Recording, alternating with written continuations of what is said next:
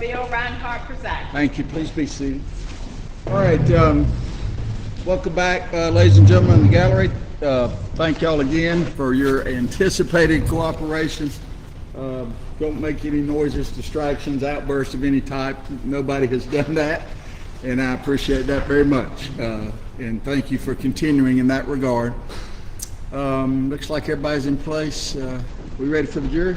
Judge, before we do that, Okay. I just wanted to talk about one evidentiary issue that came up yesterday. Okay. I researched it and I just want to make sure it doesn't come up again today so that we don't have to interrupt and come back. The state asked, in particular, Ms. Bullington, would it surprise you to learn, and then said a statement, particularly in this instance, a statement by Karen O'Neill. Yeah, who did see the car? Wasn't that the line of question? That's another additional line of questioning, yes. Okay. But they asked several questions. Would Would it it surprise you to surprise you learn? that? And then Yeah. they said the hearsay statement. Or do you recall? And then they said the hearsay statement. Judge, those are not admissible. It's still hearsay because unless the declarant is available for cross-examination. And so yesterday with Ms. Bullington specifically, they asked, would it surprise you to learn that Ms. O'Neill, my client's mother, came off of his bond? Or are you aware that she came off of his bond? That is hearsay. She is not available to testify. She is, as far as I understand, I mean, we don't have her. The state hasn't called her, so that's hearsay. And Tran versus State specifically says that that's improper for the prosecution to do that. And that's at 340 Georgia App, 546. It's a 2017 case. And it's the exact same types of questions. And so we just wanted to make sure that didn't happen today, that there's no cross-examination about would it surprise you to learn, and then they say the hearsay statement, or do you recall, and then they say the hearsay statement. 340 what? 340 Georgia App, 546. It's a 2017 case. In that case, it said it's improper for the prosecution to do that, but it's hearsay. And unless the declarant is available, it's hearsay for them to admit those statements that way. And I just didn't want to be in a position where I had to continue to object to that. I don't know who she is or where she is. I'm sorry? Is she a local person? Who? This declarant you were talking about. Oh, that's his mother. Right? Is Right. Yeah, she's under subpoena. Okay. But she hasn't testified. And so, for example, I asked the GBI agent about Maria Hewlett and her testimony, and they objected to hearsay, and that was sustained, and we actually are bringing her as a witness. But if they are going in a position where they cross-examine our witnesses and admit hearsay statements, that's improper. And even if they say, would it surprise you, and then admit the hearsay statement, it's still improper, it's still hearsay, unless that declarant has been subject to cross-examination. The state has rested, so they're not subject to cross-examination. We just don't want that to arise today, and we don't want to be in a position where we have to What's the object. name of that case? Tran versus State, Tran, 340 appeals 546. 546, yes, Judge. Okay, thank you. I'll take a look at that. Thank you, Judge. Thank you. All right, anything from the state? Ask the jury to join us, Ms. Watkins. Thank you.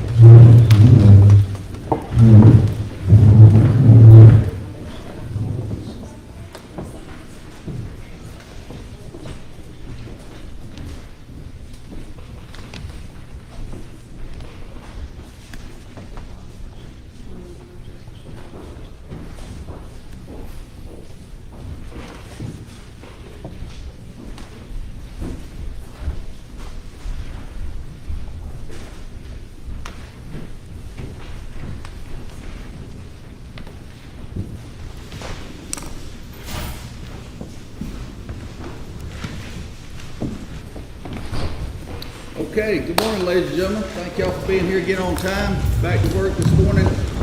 As you recall, the defense was calling some witnesses yesterday. So, Mr. Merchant, any other witnesses? Yes, the defense called Maria Woods. All right, Maria Woods, please.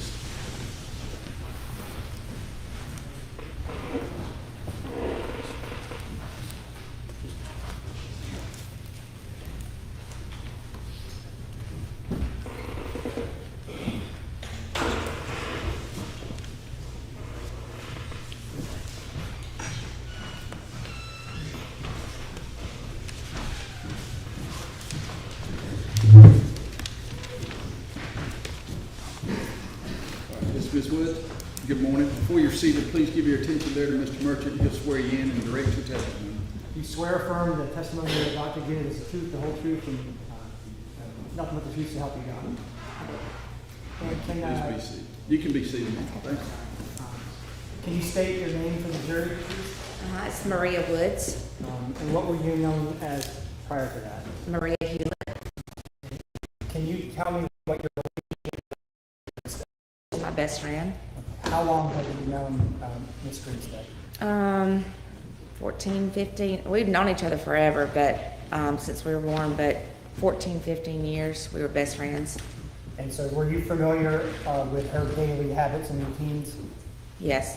Were you familiar with the inside of her home? Yes. Back in October of 2005, when she went missing, were you asked by the GBI to give a statement? Yes. Okay. Were you truthful in that statement? Yes. And were you also asked to walk through Miss Grinstead's home to see if anything was missing? Yes. Okay. And when you did that, were you also truthful with the GBI about what you thought was missing? Yes. So knowing Miss Grinstead the way you did, were you familiar with how she kept her car? Yes. And can you tell the jury what her habit was with her door locks with her car? Oh, she always locked her doors. No ceiling wherever else we were. So would it be unusual if her car doors were unlocked? To me, it would. Yes.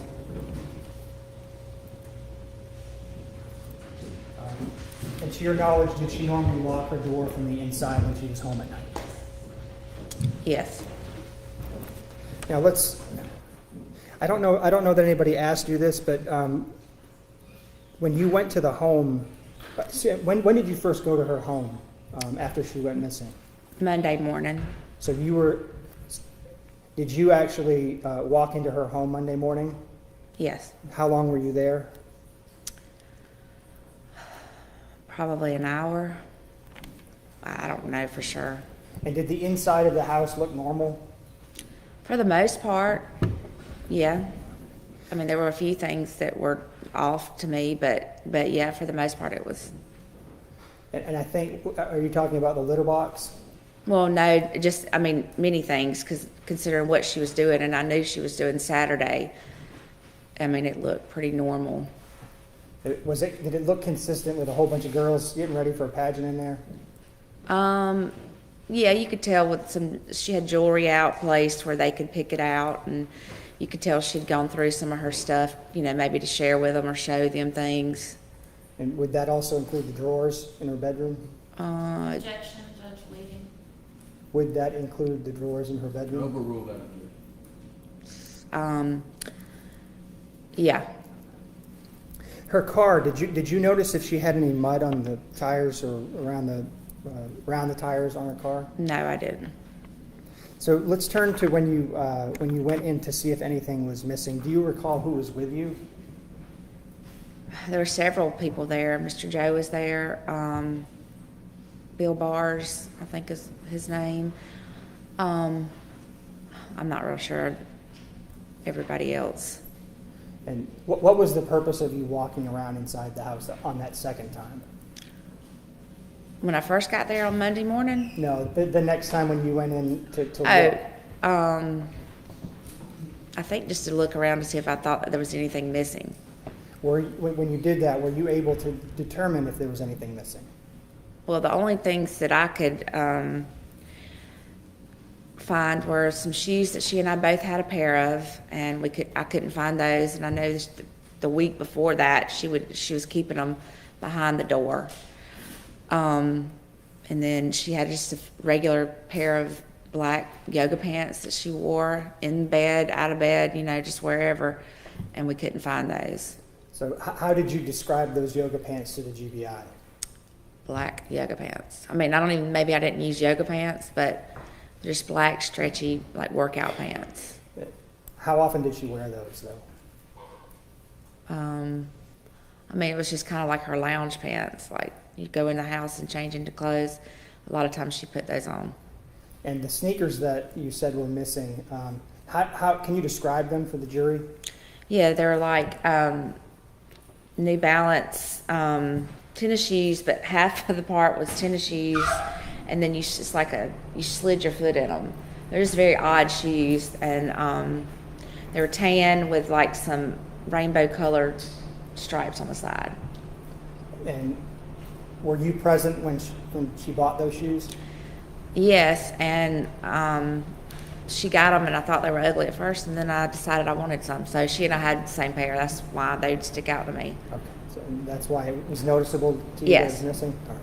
Your Honor, that's all I have. Thank you. All right, any cross-examination, Ms. Hart? Thank you, Judge.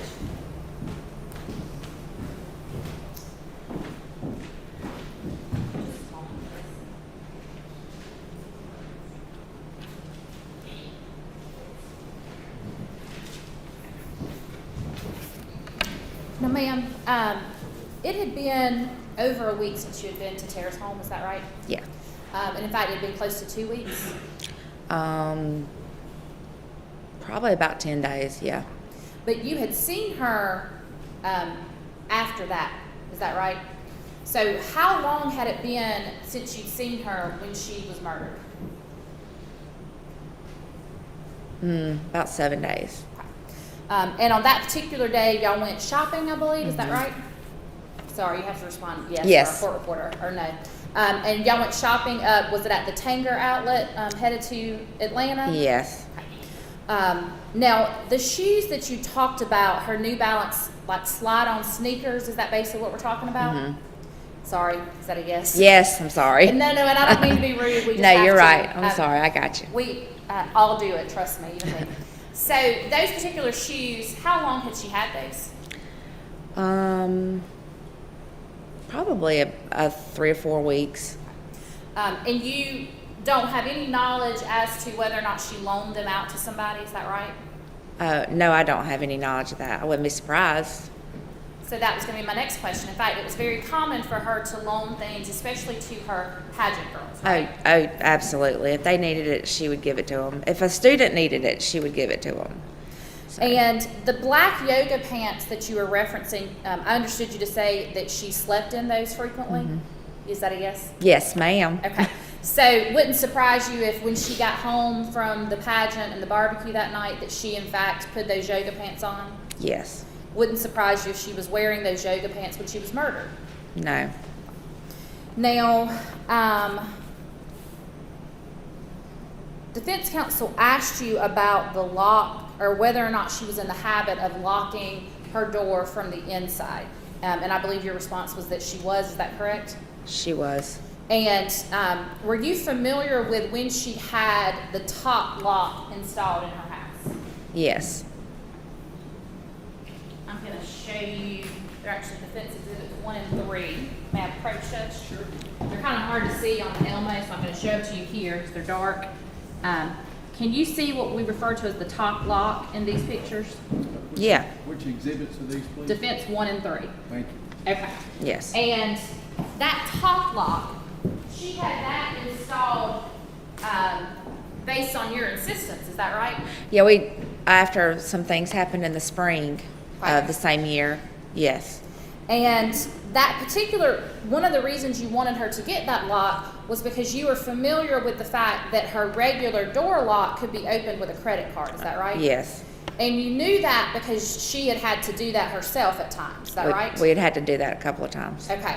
And why was it that you, along with her, had to use a credit card to open her door? We locked her keys in the car, we locked her keys into the house a couple of times. And, oh, that's the wrong. If I do this correctly, you should be able to see it on the screen in front of you here in just a moment. Want some water? Yes, that'd be great. Get some water, please, Ms. Watkins. Thank you. Okay, and do you see on the screen in front of you that states Exhibit 76? Do you recognize that as her door? Yes. And again, this is the door specifically that we're talking about that she was able to open with a credit card? This Yes. handle? Yes. Okay, this lock. This top lock is the one that she installed after you encouraged her to get an extra lock? Right. Okay. Now, when we spoke about this the other day, do you recall telling me that there may have been a reason that or let me ask this differently. Do you have any personal knowledge as to whether on the evening of October 22nd, 2006, Tara Grinstead locked that particular top lock? Can I say that again? On October 22nd of 2005, can you tell this jury that you know that Tara Grinstead actually locked or used Oh, this no. top lock? Okay. And for that matter, you don't actually know that on that night when she got home, she locked the bottom lock either, do you? Oh, no. It wouldn't, yeah, no, I don't know. What were you about to say? I mean, it wouldn't have mattered if she locked the bottom and that's it. You could pop it right open, so. Okay. And when we were speaking about that the other night, do you recall telling me that it would not be unusual for Tara to not use the top lock if she was expecting company? That's right. Okay. Now, I don't want to go too far into this, but being her best friend, were you familiar with some of her relationships at the time? Yes. And were you familiar with some of her relationships that other persons did not know about? Yes. To be fair, were you familiar with her relationship at the time with Anthony Vickers? Well, from what I knew, the information I knew, yes. I don't think it was everything, but yes. Okay. Since she went missing, and of course her entire life has been torn apart, have you learned of things that you were not familiar with involving her relationship with Anthony Vickers? Yes. Okay. And to clarify, are you a teacher as well? Yes. And as a teacher, if you had known that even your best friend as a teacher was having a relationship with a student, is that something by law you would have had to report? Yes. Okay. And so did Tara ever admit to you having a relationship with a student? No. Okay. However, you were familiar with the situation that occurred in which he came to her house when Heath Dykes was there, is that Yes. right? Okay. And since that time, having learned about the continued communication she had with Anthony Vickers after March of 2005, do you have the belief that there were things going on that she was not telling you about involving Anthony Vickers? There probably was. Okay. So then all of that leads me to, do you have any personal knowledge as to whether or not she intended to have company that evening? No, I don't. Okay.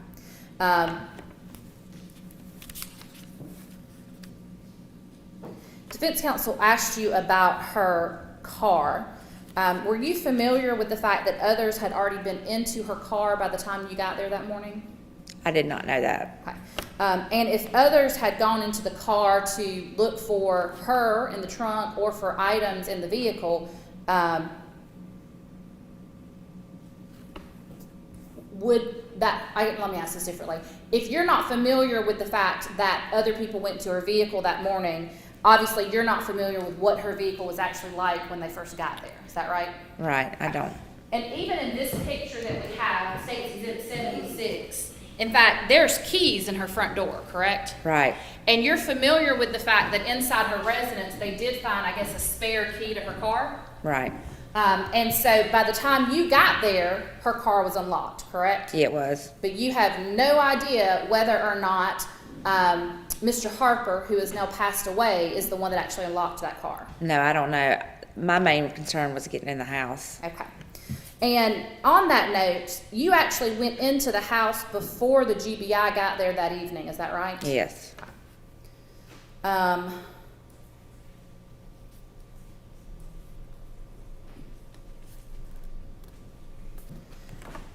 You talked about that there were some things that looked out of place to you.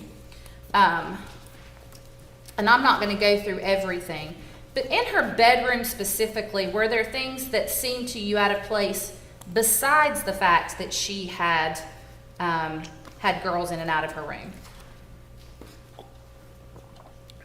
Yes, her alarm clock was not, it was plugged up, but underneath her bed, and it was blinking like 12. Okay. So I thought that was odd. And her phone was like very neatly placed on the corner of the, Do you mean the cell phone? Her cell phone, her yeah. Cell phone. And the clock that you're talking about, again, for our folks in the jury who may have never had an actual alarm clock that plugs in. it's just like a small Timex little, you plug it up, it's just probably $10 at Walmart. And she just had that, that's her alarm clock. So it was still plugged up underneath the bed, like it had slid up underneath the bed. And you said it was blinking 12. Yes. So let me ask you this, again, for those who may not be familiar, those types of alarm clocks, if you unplugged them, when you plugged them back in, did they go back to the right time? No. No. Would they blink 12 or be off? Until you fixed it. Until you fixed it. Right. Okay.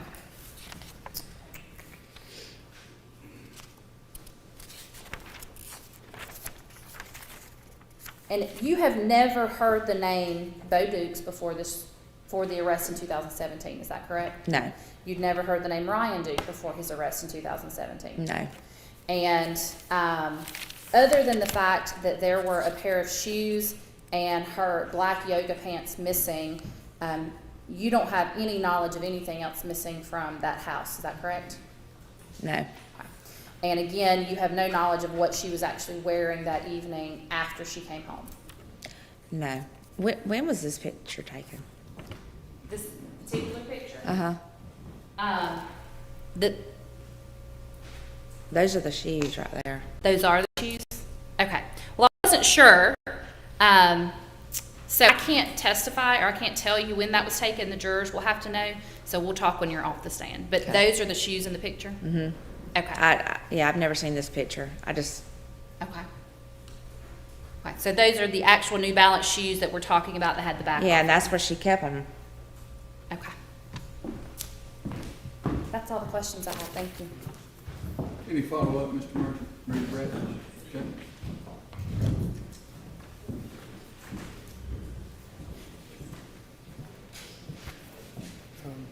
Ma'am, before Ms. Hart spoke to you a few days ago, when was the last time any lawyer for the state reached out to you? I talked to the victim's advocate back in,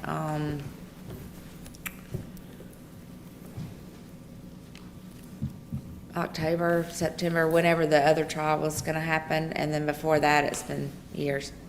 Were you asked to testify in this case? By you?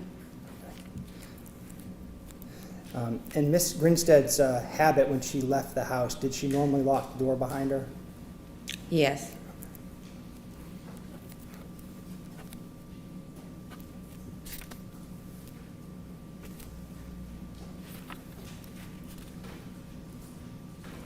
And her car keys, where did she normally keep those? In her pocketbook. And when she went out, did she normally take her pocketbook with her? I mean, if we went somewhere and went shopping, yes, but like if we were just running to the store, sometimes no. And would it have been common, or it wouldn't be unusual for her to leave later at night? It's not uncommon for her to, no. And did she sometimes go out in more casual clothes at night? Yes, And would that include the black pants we've talked about? yes. Thank you, ma'am. Anything further, Ms. Hart? Would you expect her to go out barefoot? Ma'am? If she was going somewhere, would you expect her to go without her shoes on? Oh, no. She would have had those on. All right, Ms. Woods, thank you for your Thank you. testimony. You're welcome to stay, go, whatever you'd like to do. The only thing I'll ask you is please don't discuss the testimony you've given to this jury this morning with any other witness in the case until the case is concluded, okay? Yes, sir. Thanks so much. Thank you. Call your next witness, please. Your Honor, the defense calls Ryan Duke. All right.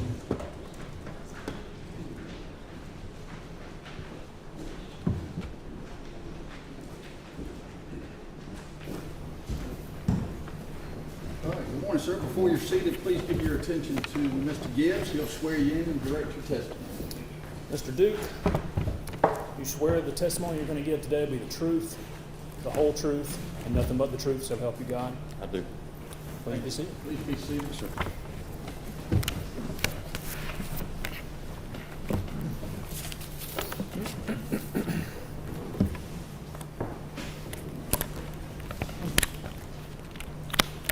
If you would, please state your full name for the record and for the jury. Ryan Alexander Duke. Mr. Duke, did you murder Tara Grinstead? I did not. Did you break into her home on October 22nd or 23rd, 2005? No, sir, I did not. Have you ever been inside her home at any point in your life? No, sir, I hadn't. Did you ever have a sexual relationship with Miss Grinstead? I did not. Did you ever strike Miss Grinstead? No, sir, I did not.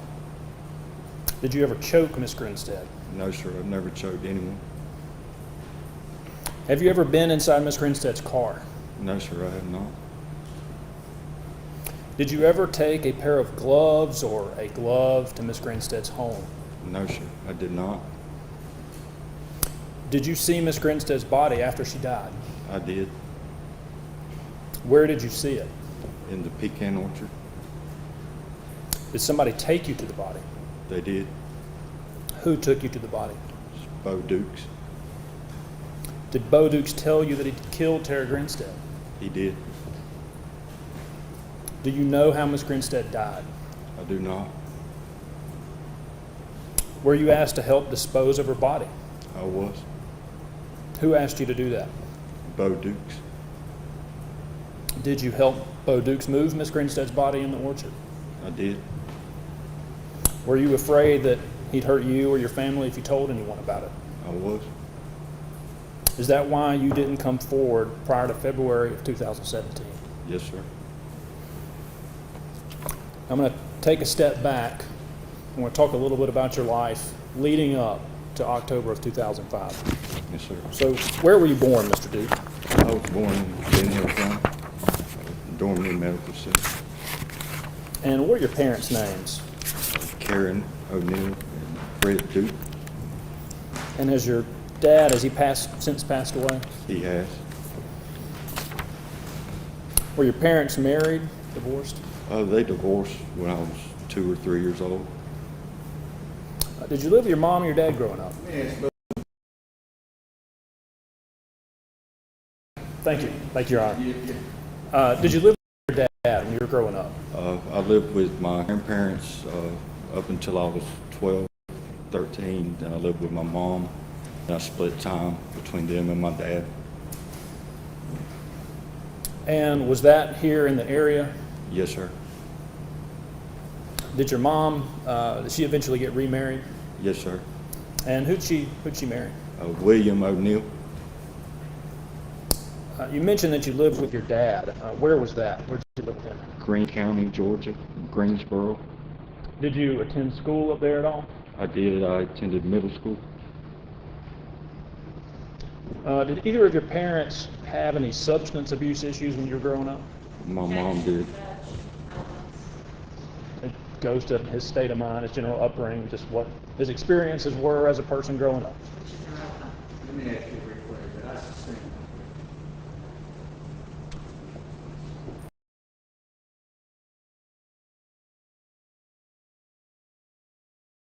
Yes, sir. And who was that? My mom. Irrelevant. He's talking about things that occurred when he was younger. It's irrelevant. How's that? I'll move on. Where'd you go to high school, Mr. Duke? I went to Irwin County High School. Did you play sports in high school? It's, again, just sort of filling out Mr. Duke's character. These are basic background questions, Your Honor. I will allow that. I did some my senior year. I had worked as soon as I was able to work. So did you have a job? I did. Where'd you work? Harvey's, the local grocery store. Here in Ocilla? Yes, sir. Did you have a girlfriend at any point in high school? I did. And did you have a good group of friends? Yes, sir, I did. Who were some of those friends that you spent time with in high school here in Ocilla? Deion Smith, Kristen Daniels, Stephen Giddens, Robert Upton. What about Beau Dukes? Was he a friend of yours in high school? We didn't start hanging out till my senior year. Tell me about Beau. I don't have much good to say. How would you, let me ask you this. Did Beau have a good reputation among your group of friends? I don't think so. What was his reputation among your group of friends? He would cause scenes. He just show out just to kind of make anybody, to make a scene, to make other people uncomfortable. Was he considered a trustworthy person? No. Did he ever say things that were weird or out of the ordinary, that maybe dark things? Yes, he did. Did he do that with some frequency? Yes, You know anything about Beau's family? I do. Is his family well known in the Osceola area? Yes, sir. I think everybody knows him. Did you know his grandpa? I didn't personally. Did you know anything significant about his grandpa? Beau talked a lot about the things his. Anything Beau said would be your statement. And I'll rephrase the question. Were you aware of his grandpa's occupation? Yes, he was a state senator for 20 plus years, I think. Were you aware of any significant legislation or other political acts that he accomplished during his tenure? He got funding to start the GBI. He got funding for the tech school and other works in the counties. What year did you graduate high school? 2002. Did you go to college after high school? I spent a year back. And how'd you do in college way back? Not great. How'd you do your first semester? I did okay the first semester. The second, I just wavered. Is there anything particular that I guess impacted you when you were way back? Anything? Well, I'd rather party and go out than do my schoolwork. So you said you stayed in college for about a year. How'd you end your time in college? I withdrew. And was that a voluntary decision? It was. And so if you stayed there about a year, I guess, did you leave ABAC in about spring, summer 2003? Yes, sir. Where did you live when you were in college at ABAC? I stayed at home. With, who did you live with? It was my parents, or my mom and my stepdad. And where did you live? What part? Was it in Osceola, Tifton? It was in Pleasure Lake, in the rural county, Irwin County. Once you withdrew from college, where'd you work? What'd you do? I got a job at Stewart Finance. It's a small loan company. They had offices all over the state. And what office did you work out of? The Valdosta office. And what job did you have at Stewart Finance? It was debt collection. Did you start that job, I guess, was it shortly after you left ABAC? Yes, sir. So it was probably about the summer, June, July of 2003? Yes, sir. That'd be about right. And did you enjoy that job? No, sir, not particularly. Why didn't you like that job? Well, it's hard to collect debt. Anybody that's ever had to done it, you have to, sometimes you have to repossess people's property. How'd you feel about doing that? I wasn't very good at it. I didn't enjoy it.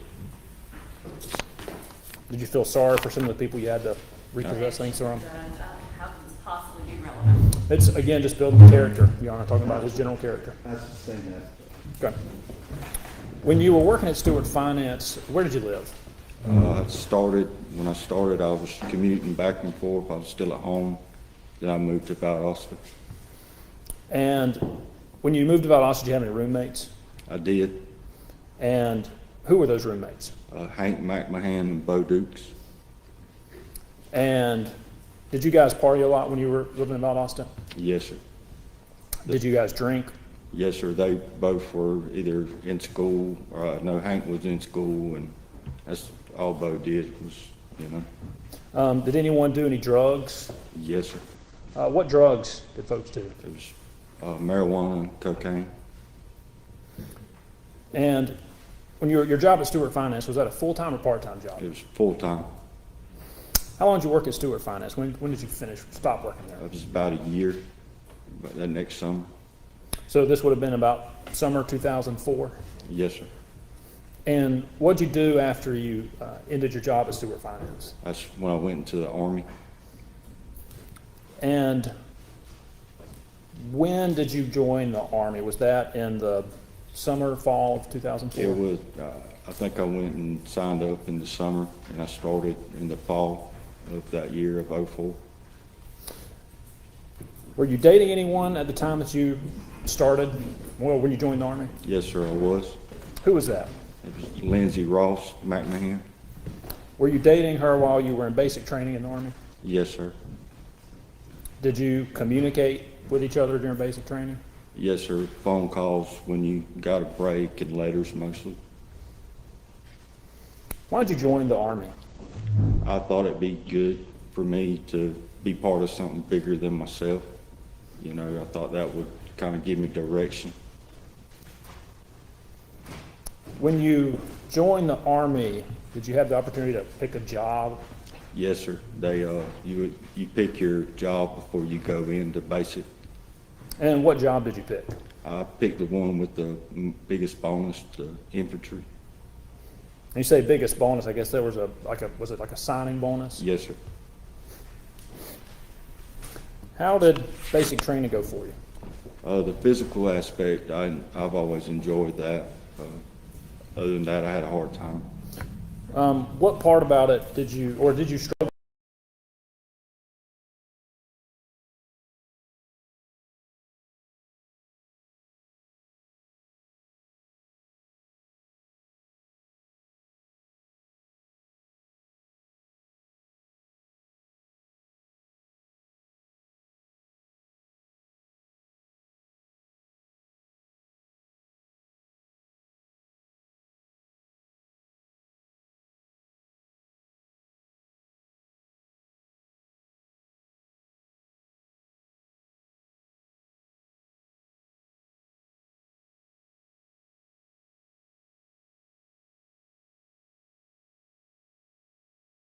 I wasn't capable, or I wouldn't be able to do what was necessary. Did you think you'd be able to kill somebody if it came down to it? No, sir. Did you ever hunt growing up? No, sir, I did not. Did you ever own a gun? No, sir. To this day, have you ever killed an animal yourself? Sir. So did you make it through basic? I did. Was there like a graduation ceremony? There was, yes, sir. And did your girlfriend Lindsay, did she come Sir, she came with my mom and my stepdad. did you get a break or anything like that after the graduation? Yes, sir. It was right at Christmas and New Year's, so we got a 2-week break before I'd signed up for additional training. So I would go back, report back in January. And did you see any friends over the break, 2004? I did. Where did you see those friends at? Beau invited me to a party out at the orchard. And is this the same orchard that we talked about earlier that's been talked about in this case? Yes, sir, it is. Did anything out of the ordinary happen at that party? Yes, sir. I had asked Beau if Hank was going to be there because that was Lindsay's ex-boyfriend at the time. I didn't want to cause a scene. You know, I wanted everybody to have a good time. And what did Beau tell you? He told me he wouldn't be there, or he didn't invite him. When you got to the party, was Hank there? He wasn't there when I arrived, but it was right after I got there, he came. And what happened when he got there? Did anything happen? Yeah, he pulled me aside and confronted me about Lindsay. And what happened during that confrontation? Well, I told him I was sorry about how things had happened. I didn't do anything to try to hurt him. I told him if he felt like he needed to swing, that was okay. You know, I wouldn't retaliate. And did he hit you or anything like that? He did not. And once you finished this break in Christmas 2004, did you return to the Army? Yes, sir, I did. And what did you do? Did you have any more training when you got back, or? Yes, sir. After reporting back, I reported for jump school. And this was your airborne training? Yes, sir. Did you make it through that training? I did not. What happened? Why didn't you finish that training? There was a girl in the unit before me that had jumped out of a plane and her chute didn't open, and she panicked and didn't open her reserve. She's an 18-year-old girl, died. How did that impact you? It shook me up real bad. Did you stay in Airborne School after that incident? Yes, sir, for about a week. Well, no, sir, I asked to be taken out of training, and I told them I needed to talk to somebody. I didn't feel like I could do that anymore, that I either needed retraining or something. I needed to talk to somebody. And what happened once you told them that you wanted out of Airborne School? What happened? They put me on a holding pattern, where you're basically just waiting for another assignment. And where were you at when this occurred? This is at Fort Benning in Columbus. And so they place you in what you call sort of a holding pattern. How long did you stay at Fort Benning in this holding pattern? It was 4 or 5 days, and then that's when I left, and I went AWOL. And you said you went AWOL. How did you leave Fort Benning? I walked in my car, got in it, and drove and left. No one tried to stop you or anything? No, sir. Where did you go once you left Fort Benning? I went to Augusta, where my dad and my brother were living. And once you got there with your dad and your brother, how long did you stay in Augusta? It wasn't long, less than a month before they moved back here. Once they left Augusta, where did they move in particular? Was it Osceola? In Fitzgerald, across from the hospital. And is that the trailer that we've heard about in this case, the trailer Yes, across? sir, it is. And when they moved into the trailer, did you follow them as you moved with them into the trailer? Yes, sir, I did. And during this particular time period, you considered yourself AWOL from the military? Yes, sir, I was. Were you working at all during this time period? I did odd jobs, mowing the grass. I did some roofing with my uncle, whatever, so I could contribute, pay bills. During this time period, did you forge any checks? I did. I took some checks from my brother. It was 3 checks. Okay. How many, so you said 3 checks. How much money was each one of those checks for? Around $50. And you forged those checks, did you cash those checks? I did. And did that cause your brother's account to overdraft? It did. Did you ever pay any of that money back to your brother? I did. Did you pay the overdraft fees and the initial amounts of the checks? I did. So you were AWOL from the Army. Did you eventually follow up with the Army, or did they contact you? I called and I was told to report to Fort Sill and report myself AWOL. And where is Fort Sill? It's in Oklahoma.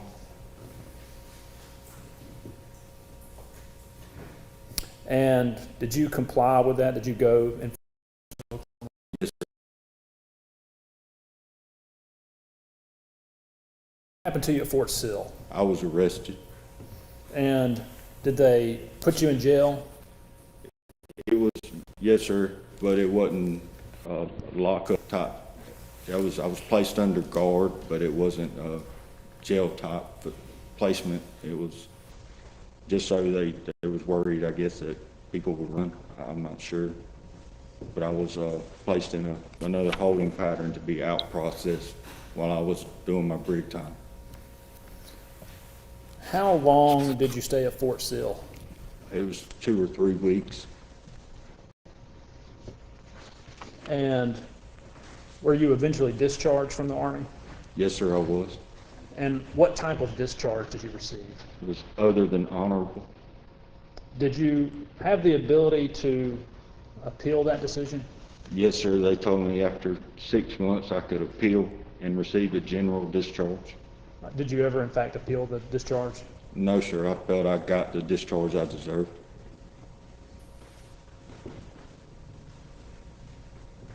When did you officially leave the Army? It was in August of 2005. Where did you go after you left Fort Sill? After you were discharged from the Army, where'd you go? I came back to Fitzgerald. And who did you live with? My dad and my brother. Were they still living in the trailer across from the hospital? Yes, sir. When you moved back in with your dad and your brother in the trailer, did you work? Yes, sir, I got a job at MDI in Fitzgerald. Once you were back living in the trailer with your dad and brother, did you start hanging out with Beau Dukes at all? Not much. My dad hated Beau. Stephen wasn't very fond of him, so he wouldn't come around. He'd come by and pick me up. We'd hang out sometimes. When your dad was living in the trailer, did Beau ever stay the night that you recall? No, sir. And approximately when did you start working at MDI in Fitzgerald? It had been September of that year. Of 2005? Yes, sir. What was your job at MDI? I worked in blending. And explain just briefly what kind of job that You was. take a raw material, sometimes it's like chopped up wine corks, and you mix it with a sand-based petroleum and make plastic pellets. And they use those pellets to make molds for cell phones, for laptops, that type of stuff. Did you get any promotions while you were at MDI? Yes, sir. I was promoted to blending foreman. Did you supervise any other employees? I did, yes, sir. What was your typical schedule when you were at MDI? It's mostly 12-hour shifts from 7 p.m. to 7 a.m., 5 days a week. Was it Monday through Friday? Yes, sir. What did you think about that job? Did you like your job at MDI? I did. And while you were working at MDI, did you continue living with your dad and your brother? My dad moved some point in this time frame. I'm not sure the exact date. He moved to Eufaula, Alabama.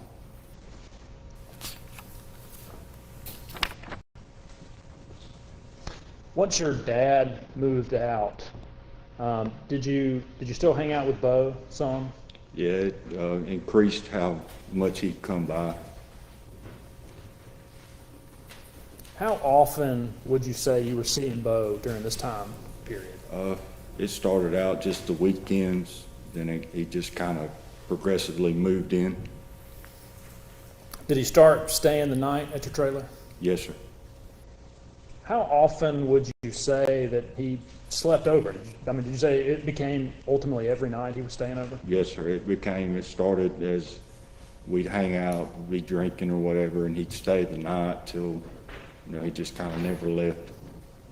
Did Beau pay any rent? He did not. Did he pay any utilities? No, sir. Did Beau ever buy groceries for the trailer? No, sir. Did Beau have a job that you're aware of? No, sir. Did Beau ever have any money? No. How many bedrooms did this trailer have? 2. And was this a single wide or double wide trailer? It was a single. It was a pretty small trailer. Yes, sir. Did your brother have a room in the trailer? He did. Did Beau have a room in the trailer? He did.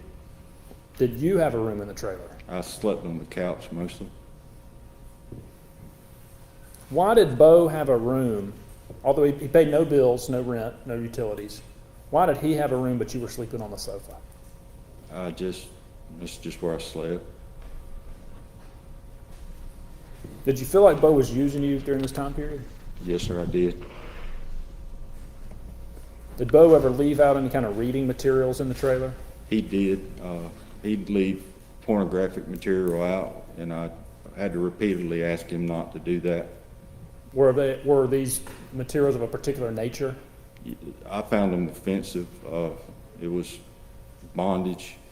I don't know how to put it. Did the magazines that you saw, did they depict violent sex acts? Yes, sir. How'd you feel when you saw those magazines? It was gross, offensive. Did you ask Beau to stop leaving the magazines out? I did. During this time period while you're working at MDI, how much money were you bringing home every week on average? It was anywhere between $500 and $600 a week. And so you had plenty of money during this time period. Yes, sir. Objection, leading. Did you have enough? Did you have what you would have considered enough money to meet all your needs at this time? Yes, sir. Did Beau steal from you during this time period? He did. What did he steal from you? Anything that was left out, you learn not to leave anything out you didn't want gone. Did you ever accuse him of stealing? It didn't have to be. It was me and my brother and him. You know, he's the only one that would have stole. At this point, were you buying food for him to eat? Yes, sir, I was buying food for the whole house. Were you putting gas in Beau's truck? I was. You were paying the rent, Yes, sir. utilities? Yes, sir. Were you basically fully supporting Beau financially at this point? Yes, sir. He told me his family wouldn't help him, that they didn't want nothing to do with him. Did you at least sometimes get to use Beau's truck? The reason I put gas in his truck so he could take me to work. I didn't have a vehicle at the time. I want to talk now about Saturday, October 22nd, 2005. Do you remember that day, Mr. Duke? Yes, sir, I do. Did you work the Friday night before? Yes, sir, I did. And that was your typical schedule, the Monday through Friday? Yeah, I got off work about 7:30. I might have got home around 8:30 that morning. And, excuse me, where did you sleep when you got home? I'd been the couch. What time did you wake up on Saturday morning? It was late afternoon, 5, maybe 6 o'clock. I kept a normal schedule, you know, to just kind of, so I wouldn't have to flip back and forth from day and night. And at this point in your life, did you ever drink alcohol? Yes, sir. How often? How much did you drink and how often did you drink? It was usually just on the weekends, you know, to kind of just wind down, you know. Drinking, hanging out with friends? Yes, sir. Did you smoke pot at all during this time period? Yes, sir, I did. How often would you say that you were smoking pot during this time period? That was probably every day. How much pot would you smoke on just an average day? Maybe a joint or two. Did you have to have drugs or alcohol to function at this point in your life? No, sir, I didn't. Were you addicted to drugs or alcohol at this point? No, sir, I was not. You woke up around 5 to 6 p.m. Saturday evening. Who was at your house when you woke up? It was my brother, Stephen Duke, Beau Dukes, and Ben McMahon. What were they doing when you woke up? I think they had started drinking. They was all kind of having a little get-together. They was football on the TV, you know. What were they drinking? Tequila. Did you like tequila? No, sir, I do not. How does tequila affect you personally? Usually makes me sick. Would you have ever driven after drinking tequila? No, sir. Did you, and I think you mentioned this, but did you have a car at this time? No, sir, I did not. Did you have a cell phone? No, sir. Did you have any credit cards? No, sir. Did you even have a bank account? No, sir. So you recall that, did you drink tequila with the rest of them? I did. They kind of, you know, come on, let's take some shots. You know, it's the first time I'd seen Ben in a long time. Did you also drink some beer while you're drinking tequila? Yes, sir. Do you recall anybody else coming over to the trailer that evening? No, sir. How'd you handle the tequila and the beer that night? I got sick. Did you throw up? Yes, sir. What is the last thing that you remember happening on Saturday, October 22nd, 2005? I just remember us taking tequila shots, and the next thing I know, I'm out. Do you know approximately what time that night that you passed out? It'd been 9, 10 o'clock. Where did you pass out at, if you remember? In the bathroom, hugging the toilet. Do you remember anything else whatsoever about the night of Saturday, October 22nd, 2005 that you haven't already told the jury? No, sir, I do not. Well, let's talk about the next day, Sunday, October 23rd of 2005. Yes, sir. Do you have a clear memory of waking up that morning? I was woke up. Beau woke me up. Where were you when Beau woke you up? I was still in the bathroom. What were you doing in the bathroom? I was asleep on the floor. Do you know what time of day it was? It was maybe 8:30 in the morning. It was daylight. So you could see the sunlight from where you were? Yes, sir. Beau, you said woke you up. What did he look like? When you opened your eyes and saw Beau, what do you recall? How did he look? He looked panicked, freaked out. You know, he was pale, which is, you know, he was already pale. And how did his eyes look? he looked like he'd been up all night. Were his eyes bloodshot? Bloodshot, they were sunken. So did he look different than he normally did? Yes, sir, he did. You mentioned he was panicked. I guess, how would you describe just his overall demeanor when he woke you up? He was upset, shaking almost, just, you know, you could tell something was wrong. What was he wearing when he woke you up? Blue jeans, a t-shirt, maybe a sweater.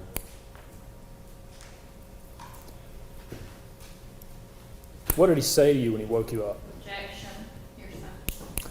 And, Your Honor, this next statement is a statement against interest. And it is, I guess, if you want to go through the analysis. So the declarant's unavailable. Beau is unavailable to testify. We know that he's going to take his Fifth Amendment against the this particular We're having statement. a speaking objection now, which is what defense counsel had asked us not to do, so I'd ask that we discuss it at the bench. I'm going to sustain that objection at this time. Thank you. Beau woke you up, and what happened next? He woke me up. It's hard to explain without saying what he said, but he said something that freaked me out, and then he went into the living room. And what was your initial reaction to what it was he said to you? I disbelieved him. You know, Beau didn't have he'd say shit just to kind of push your buttons or, you know, try to make you uncomfortable. And what was your reaction? Did you say anything to Beau? I didn't believe him. I asked him what he said or who he was talking about. And what, Your Honor, I think, can we approach for a moment? Sure.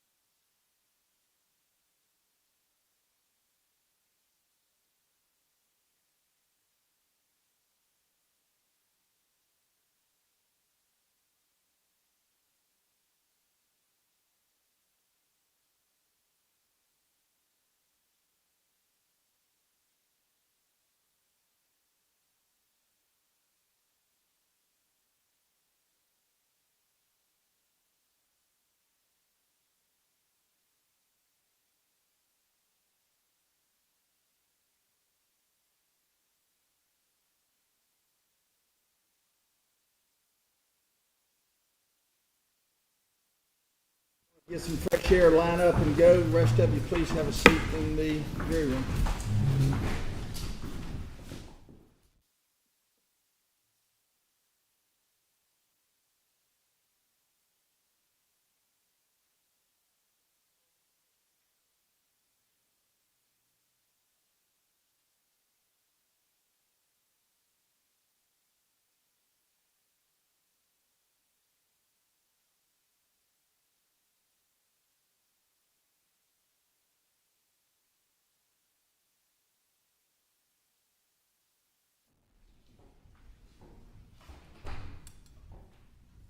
You can be seated.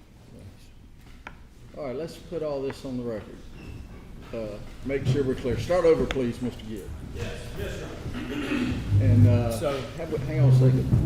Mr. Jackson, make sure when the jury comes back up that they remain in the grand jury room until we get ready to start back. Thank you. Yes, sir, go ahead. So, Your Honor, in response to the initial question that I asked Mr. Duke was... What did he say? What did Beau say when he woke you up? So, All right. the statement that Beau said to him was, and the quote is, "I killed Tara." Is that And- right, Mr. Duke? Is that what your testimony would be? Yes, sir. All right, go ahead. And so he says that, and so our position is that, number one, I think the clearest issue here is that it's subject to hearsay exception. It's a statement against interest. And that there are three elements for it to be considered a statement against interest. First, the declarant is unavailable, and Mr. Dukes, through his attorney, has indicated that at least with respect to those types of substantive questions, that he intends to plead the Fifth Amendment. And so under 804A, he is unavailable for purposes of the hearsay rules. The second element is that the statement subjects the declarant to criminal liability. So I think saying that I killed Tara certainly implicates criminal liability. The third element is that the statement is corroborated by circumstances indicating its trustworthiness. All So right, there, what about that one? there are two bases here. The first of which, Mr. Duke testified very early, when I first started asking questions, whether Beau Dukes took him to the orchard. And so Mr. Dukes will testify shortly, in just a few minutes, that right after this, Beau Dukes, in fact, took him to the orchard and showed him Tara Grinstead's body. And so that is the first piece that corroborates the statement.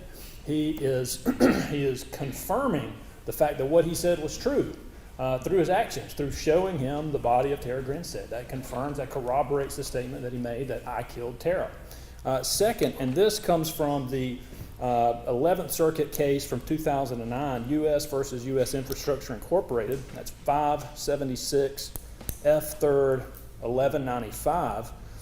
And that court, the 11th Circuit, held that courts have found that self-inculpatory statements are sufficiently corroborated where the evidence presented at trial supports the veracity of the out-of-court statement, where the declarant makes the statement to someone with whom he shares a close relationship. And as we've established through Mr. Duke's testimony up to this point, he was in a close, friendly relationship with Beau Dukes. Beau Dukes was, in fact, living in his home. And so for those two reasons, the fact that he thereafter showed the body and also had a close Of course, relationship. your evidence has been, not only from this witness, but others, that he's totally untrustworthy. I mean, that was one of the last statements he made. That's he right. says stuff all the time. So That's right, Your Honor. Doesn't that cut against what you're saying? Well, no, Your Honor, because, excuse me, it does not, because at the time that he makes this statement, he is, I mean, it's sort of it's an excited statement. You know, he's not thinking this through. He comes home, he sees Ryan, he sort of blurts this out. He's clearly upset, he's distraught, and so for that reason, it satisfies the statement against interest exception. Now, I have other ones as well, other exceptions, but I don't know if you want to... Let me hear from you, the state. We got it. Go ahead, yes. Specifically as it relates to that third element of a statement against interest, that isn't here. I think defense counsel's on argument yesterday was that a statement can't corroborate itself. That's exactly what they're trying to do. They're trying to use this defendant's statement, who obviously there's bias, to corroborate another portion of the statement. And so we would argue that I third ruled element. against that argument yesterday already. Listen, this has all got to be sorted out. I'm on allow. And it needs to be, we'll see what happens when Mr. Dukes gets here, if he's called to testify. But I'm going to allow him to answer that last question and describe the events that happened after that. Yes, Your Honor, and I will tell you there will be some other similar questions I anticipate. So after this statement is made, they're in the bathroom together. They move from the bathroom to the living area. If it all implicates himself in this death and disappearance, I'll admit it. And it is. The statements are, they're. I think they fall under that. Their statements are talking directly about this. Sorry, I just wanted to clarify. Because Your Honor has already made some rulings related to the Houston County stuff because of the fact that there's no statements from Beau that have been brought in. That's why motion and limines are tough. I just wanna make sure. Things change, that's right. So those will have to be revisited, of course, depending on whatever other evidence comes in the record at the time Mr. Dukes may be presented, or the time for this cross-examination. So I guess what I wanted to clarify is if on cross-examination, I ask questions of the defendant about these allegations he's now making for the first time, I don't want to be the one that's claimed now to open the door to the Houston County things. They're the ones that are putting in Beau's statements, not us. And so I just want to make sure I'm still going to be allowed to ask questions without that door being opened, assuming I only ask about what comes out during direct. sure, that's got to have some competent evidence to come in, that stuff from Houston County that I have not heard. So don't you ask him about that. No, I'm not Or intending you. to ask any of those questions. No, I'm not gonna ask about Houston Right. County. I just, again, the whole point is they're now introducing statements of Beau, and then they're gonna claim that because I cross-examined him, that that's opened the door to Houston County stuff later. And so I No, just wanna it clarify. doesn't open the door. All right, we'll be in recess about 5 or 10 minutes for bathroom break. You can step down, Mr. Duke. Thank y'all.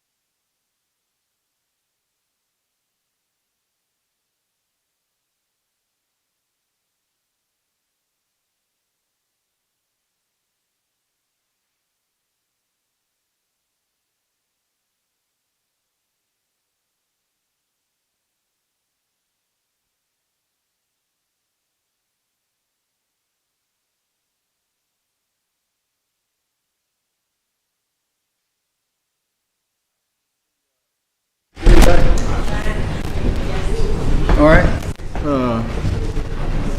Let's round up everybody, please. Thank you. All right, ladies and gentlemen, we'll come to order and get ready to start back. Thank y'all. All right, everybody's in here, right? 18, everybody's in there? All right.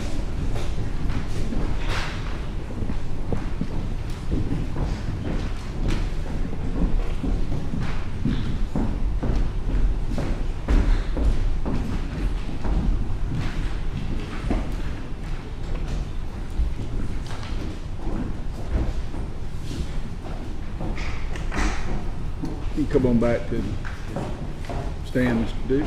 Thank you. All right, go ahead and be seated. You need any water or anything? You all right? Okay.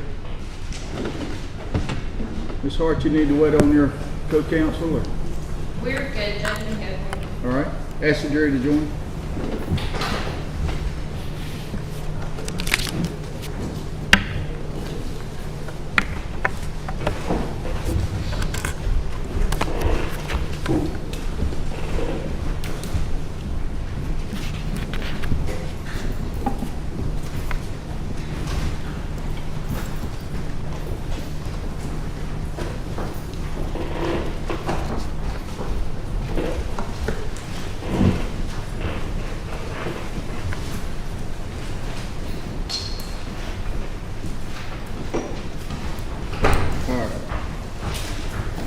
Please be seated. All right, we're getting back to it. Mr. Gibbs, you can circle back around to those previous questions since our bench comes. Thank you. Thank you, Your Honor.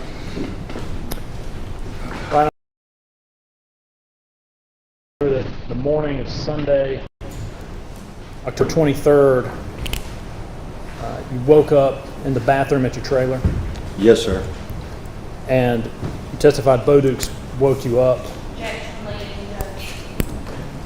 I have a little bit of objection. I think he's just recalling the prior testimony, but just be mindful of that. Thank Certainly. you, Mr. Gibbs. Yes, sir. He woke me up that morning. What did Beau Dukes say to you when he woke you up that morning? He said he killed Tara.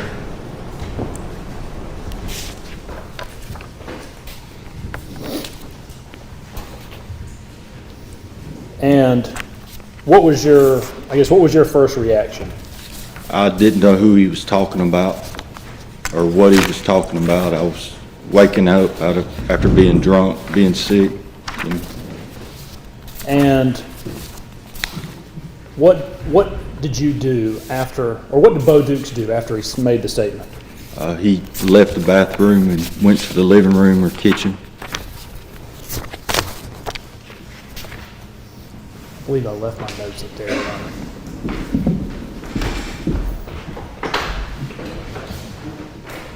With a hammer? No, there.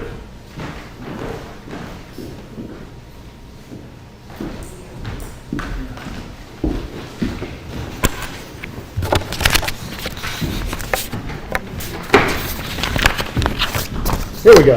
Here we go, Your Honor. We're good. Thank you, man. And so what was your initial reaction when he said, "I killed Tara"? I didn't know who he was talking about or what he was talking about. And what did you say? What was your response? It was that, just, Were you confused? yes. And what did you say to him? I asked him what he was talking about. I asked him who he was talking about. And what did Beau respond to that question? Yes, he said he killed Tara Grinstead. And what happens next? He makes a That- statement, what happens next? That's when he leaves the bathroom, or he says he needs to talk. And where did he go from the living room? From the living room, From the bathroom. he left the bathroom and went to the living room. And when I come out the bathroom, he was smoking a cigarette. And were you alarmed at this point? Yes and no. I mean, it's Beau, so it's hard to. Did he make off-color jokes like this? Yes, sir, all the time. And did you get a cigarette, get a drink, anything like that? Yes, sir, I probably grabbed a soda and smoked a cigarette, you know. And what did you say to Beau once you got in the living room? I asked him what's he talking about, what's going on. How did Beau respond? He made the statement that he killed Tara again. And at this point, what was your response? Did you ask him any questions about it? I told him I didn't believe him, you know. Did he do or say anything in response to that? He got out a wallet that had the driver's license in it. Did he have, when he got the wallet, excuse me, you say he got the wallet out? It was there was a purse sitting on the table. And do you remember anything specifically about the purse or the wallet? Yes, sir. I remember I could see the driver's license through the sleeve of the wallet. And whose driver's license did that appear to be? It was Miss Grinstead's. Did you know Miss Grinstead from high school? Yes, sir. Did you know she was a teacher? Yes, sir. I had passed her in the hall. You know. Did you ever have any classes with her? No, sir. I did not.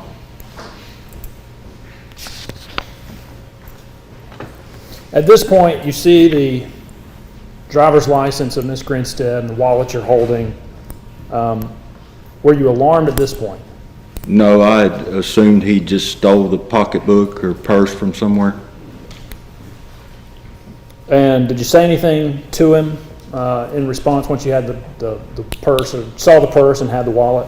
Yeah, I still didn't believe he had committed a murder. Did you tell him that? Yes, sir, I did.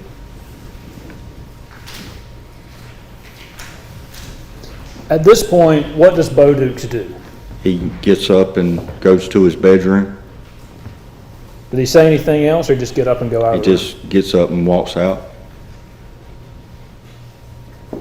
And what did you do next? What was your action or words in response? I was just kind of didn't know what to do. You know, I was just kind of stuck there for a few minutes. Did you ultimately decide to take some kind of action? I did. I was going to return her purse. I'd say I assumed he had just stole it. And when you say return her purse, how did you intend to return her purse? Or did you have a plan? I didn't have a plan. I didn't know where Miss Grinstead lived. I don't know exactly my train of thought. I was just going to return the wallet, you know, and pocketbook. Did you decide that you would drive somewhere, that you would take the purse somewhere? Yes, sir. I was going to try to return her purse. So I went to the bedroom, asked Beau if I could borrow the keys. He didn't answer me, so I grabbed his keys and got in the truck. Where were the keys at when you got them? They were laying on the floor. And was it common for you to use his truck around this time period? It was. I'd always ask him. You know, he didn't care. Usually I'd ask for a ride, but he wouldn't, you know, want to get up or help me or, you know. When you got the keys from Beau, did you tell him where you were planning to go? I did not. What was Beau doing when you went in the bedroom and you got the keys? What was Beau doing? He was laying down facing the wall. I assumed he was asleep, but I don't think he was. Was he laying on a bed in there? Yes, sir.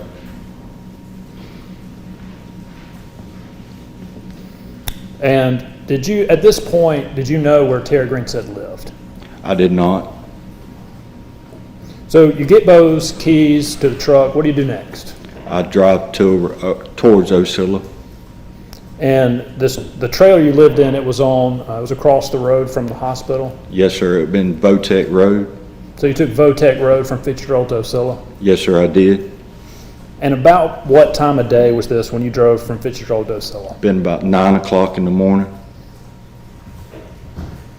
And so where were you driving? You didn't know where Miss Grinstead lived, so where were you driving? I knew it was in the area.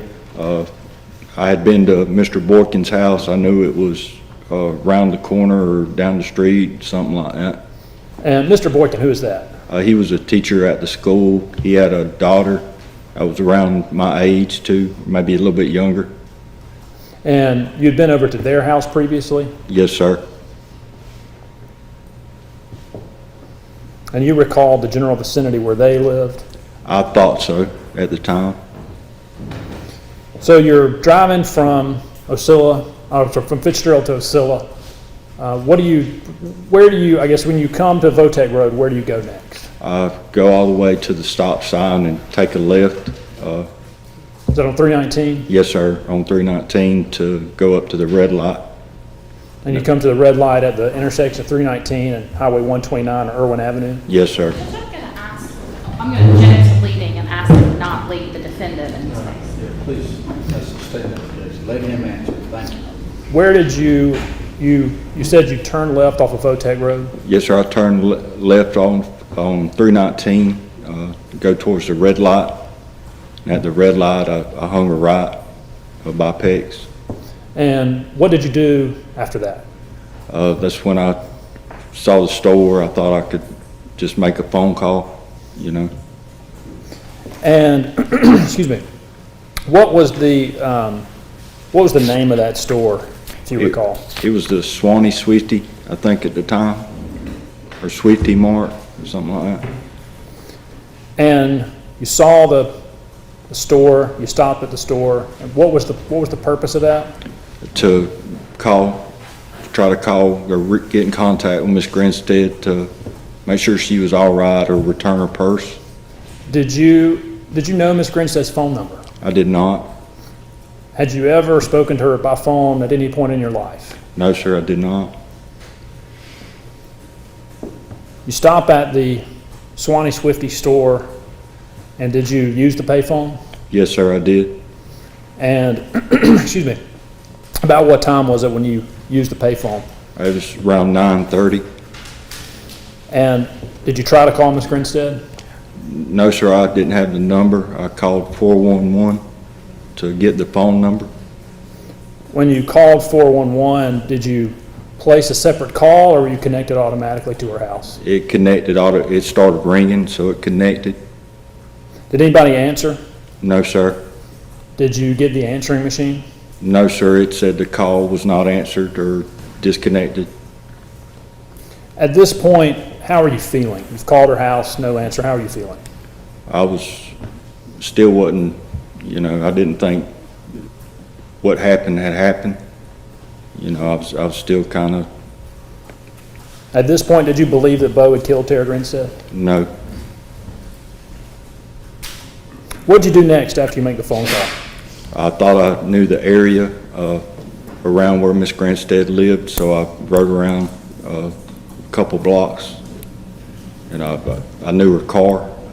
I think most people would have recognized the little white sports car. And like I said, I rode by a couple houses or a couple blocks and didn't see the car, and that's when I went back to Fitzgerald. How long did you drive around the area where you thought her house might be? Maybe 5 minutes. It's not a big area. And after you drive around, you don't see her car, what do you do next? I go back to Fitzgerald. And where do you go in Fitzgerald? I go back home. Go back to the trailer across Yes, from the sir. hospital? Yes, sir. When you got back to your house, was Beau at home?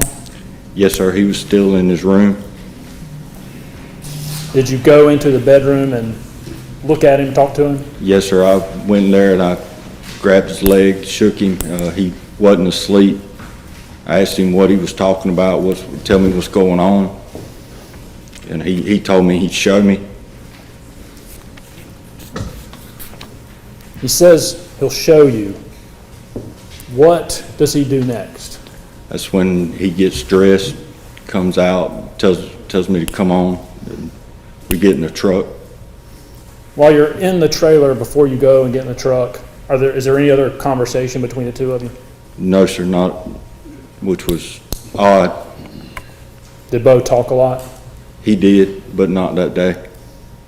How was, this point, you've come back to the trailer, he's up, you're about to get in the truck. What's his demeanor like at this point? He's still, you can tell something's wrong. You still don't know what, but something's off. Did you get in the truck with Beau? I did. And who was driving the truck? Beau was driving. And the two of you, did you leave the trailer, go for a ride? Yes, sir. Where did you go?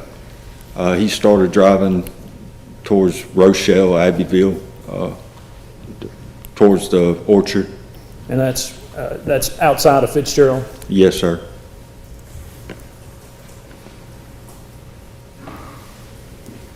You're driving, are you smoking cigarettes, anything like that on the drive? Yes, sir. Just usually you got the radio on, the windows down, so both of us are smoking. During this drive, the time you're in the truck driving from the trailer to the orchard, is there any conversation between you and Beau? No, sir. He doesn't say anything. Did you ask him any questions?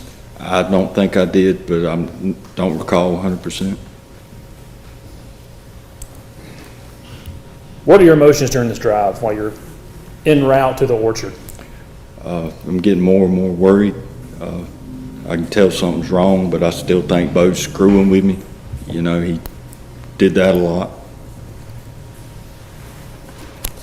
Where did Beau ultimately take you on this drive? Where did you end the drive? It was, he turned into the orchard, the Hudson Farms. And is this the orchard? You mentioned earlier back in 2004 you had attended a party at an orchard. Was this the same orchard? Yes, sir. And so you recognized it did you recognize it when you pulled up? I knew it was that area. Back then I couldn't have pointed it out. I mean, What does it look like when you're pulling into the orchard? What does it look like? What do you see? it's kind of a little wooded, beaten path. It just looks like a trail back in the woods. So there's not like a paved road or like even like a formal dirt road? No, sir. There was, unless you knew where that road was at, you'd have missed it. Are there any, was there a gate or anything like that you had to was- open to get into the orchard? No, sir, not that I remember. At this point in your life, do you know how many times you'd been to the orchard previously? 2 or 3. And were all those occasions for parties that Beau had hosted? Yes, sir. What's the weather like this day? When you get to the orchard, what's the weather like? What does it look like outside? It was a nice fall day. It was a lot like today. It's just cooler. Was it sunny outside? Yes, sir.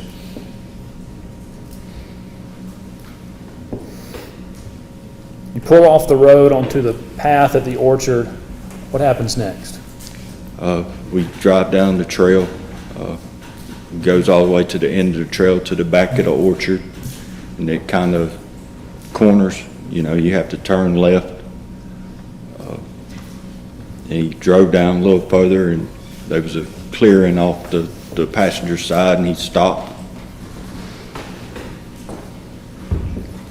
When Beau stops the truck, does he say anything to you? Yes, he said, "She's over there." Does he motion or gesture anywhere? I don't think so. He said that as he was getting out of the truck. And so he got out of the truck. Yes, sir. And did you follow him? Did you get out of the truck as well? I got out. I didn't sure he made a kind of like a beeline to where he was going and into the clearing. Did he seem hesitant? No, sir. At this point, how are you feeling at this point? When you're at the orchard, he's asked you to get out of the truck, says she's over there. What are you feeling? I still think he's screwing with me. I think this is a joke. And Beau gets out of the truck, where does he walk?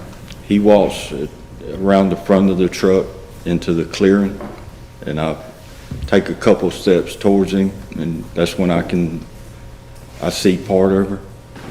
And when you say there's a clearing, are you around, are pecan trees around you? Or is it No, pine sir, trees? it's in the woods, I mean a clearing in the woods. It was not in the orchard. How far, you said you saw something where Beau went. Yes, sir. How far away did Beau walk away from the truck when you stopped? It was maybe 20 feet, 25.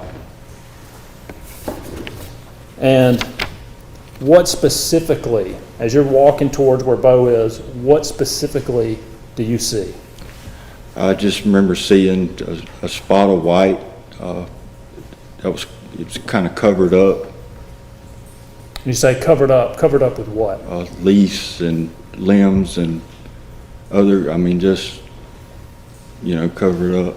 Debris from the trees, Yes, sir. pine straw, things like that? Yes, sir. Objection, leaving. That's sustained objection. You walk towards this spot. Can you tell if it's a person at some point? No, sir, not then. Like I said, I just seen something that didn't belong there. When you get closer, are you able to tell whether it's a person? You could tell it was, yeah. Could you tell if it was a man or a woman? No, sir, not then. Was the person laying on their back or their stomach? They were laying face down. You approach, I guess, do you come to stand near Beau in that area? No, sir, I stopped Just at not the, gonna object, leading, yet again. Please let him answer the question. Did you, I stopped at the clearing. I said as soon as I stopped or I saw something, I froze where I was, how far away were you standing? 10, 12 feet. Does Beau do anything once you've approached within 10 feet or so? Yes, sir, he reaches down, he grabs her arm and just flips her over. Was it a violent motion that he made? Yes, sir. Objection. How did he move her? How did he turn her? It was, like I say, he just reached down like you would open a cellar door and just, or crank a lawnmower, I guess. Does he look at you? Yes, sir. He looks at me and says, "I told you." Can you see if the person is wearing clothes? They were wearing clothes. She was wearing clothes. At this point, can you tell if it's a man or a woman? Yes, sir. Could you see her face at this point? Somewhat, yes, sir. Were you able to identify who this was at that time? No, sir. If he wouldn't have told me, I wouldn't have known who it was. And you said that she's wearing clothes. Can you identify what the clothing was on the body? It was a t-shirt, with some type of jogging pants, maybe. Do you remember if she was wearing any kind of shoes? Do you recall? No, sir, not that I remember. I think she was, though. At this point, Beau said, I told you. Does Beau say or do anything else at this point? He starts walking back to the truck, tells me we got something to do. But I was froze. I remember him telling me several times, "Come on." Did you eventually follow him? Yes, sir. Where did y'all go? We got back in the truck. He turned around, started to go back towards the entrance to the orchard. And, excuse me, where do you go? Do you leave the orchard or what do you do? No, sir, there was a type of barn area. He goes over there, parks, gets out of the truck, starts putting, or breaks open the door and starts putting wood in the back of the truck. And you said he broke open the door. Do you recall, was the door to the barn locked? Yes, sir. And what's in the barn? It was wood. And what does Beau do next? He starts putting wood in the back of the truck. Did you help him load the wood? Yes, sir. How much wood did you load into the truck? It was,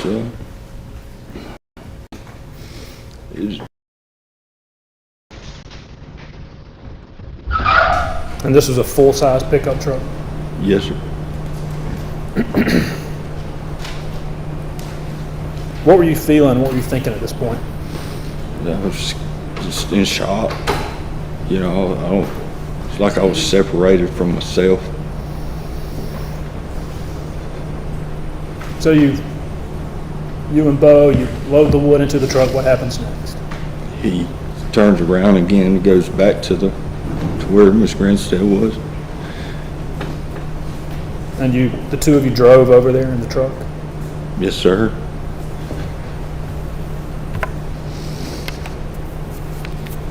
Once you arrive back at where the body is, what happens next? He gets out of the truck. He tells me to come on because, you know, I don't know. I say it was like I was watching myself. I was there, but I wasn't. He tells me to come on, get out of the truck. And that's where he goes back to where she's at, Miss Grinstead's at. So you get out of the truck, you follow him over there? Yes, sir. And how was Beau's demeanor at this point when you're back at the body? Yeah. He was almost excited. You know,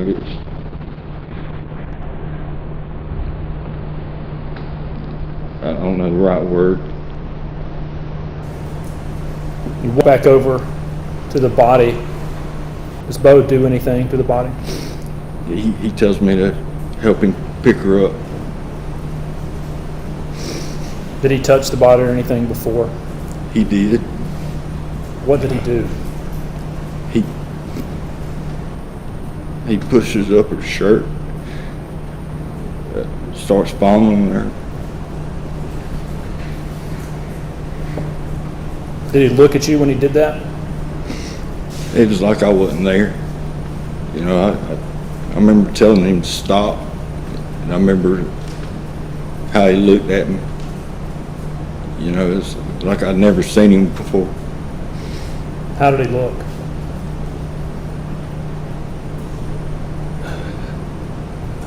I can't describe it. I don't have the words to describe it. Did you say anything? Other than to tell him to stop touching her. Did he stop? I think so. Did he cover her back up? Did he pull her shirt back down? No. What happened next? He tells me to come on. We got to move her. And what do you do? What do the two of you do? I grab her by her feet and help pick her up. Did Beau help pick her up as well? He did. Did he pick her up by the arms? Yes, sir. Again, I'm gonna object to bleeding. I sustain that objection, Mr. Gibbs. What happened next?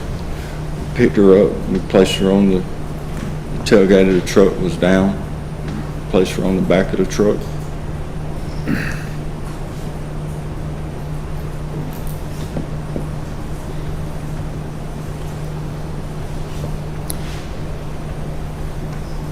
How did she look when you came over to her? She was beat up. She had bruises on her arms and legs.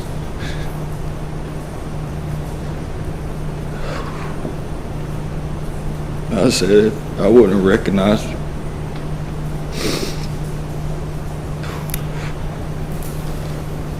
At the time you helped him pick her up, could you identify who she was at that point? No.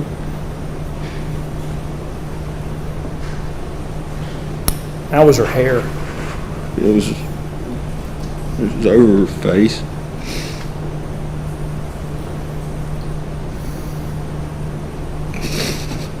So you and Beau put her on the tailgate of the truck, and what happened next? He tells me to get back in the truck. Did you get back in the truck? Yes, sir. And then what did the two of you do next? He drives.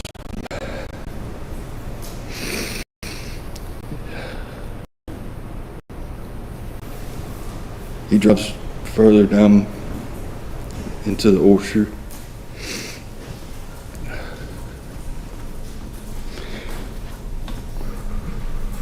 Do you drive, I guess, what direction in the orchard? Are you driving in the pecan portion or the pine Yes. tree area? It's kind of in the middle. You know, it's in between the pecan trees and the woods.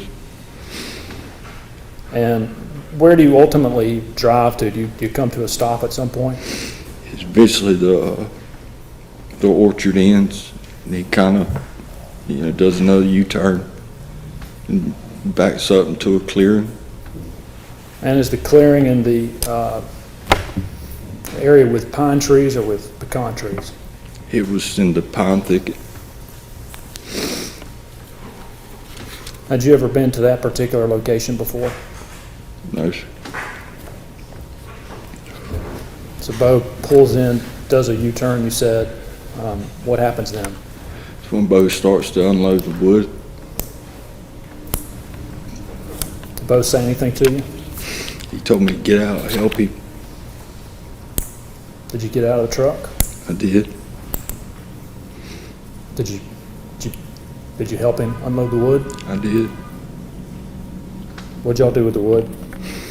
He started to kind of stack it, or lay it out. Was it near the truck? Wasn't far. You unload the truck, get the wood out, what happens next? What do you do? That's when I figure out what he's fixing to burn.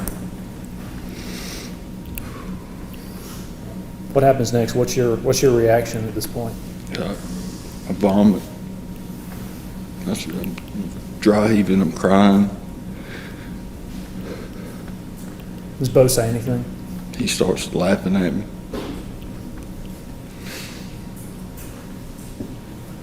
Do you say anything to Beau? I don't think I could say anything at that point. Once the wood's stacked up, what do y'all do next? Beau tells me to help him put her on the wood.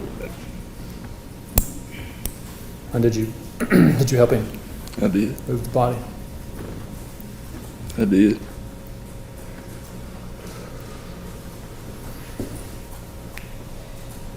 And once you place the body on the wood, what happens next? I'll back out, almost out of the clearing, kind of. You back out like you mean you walk back out?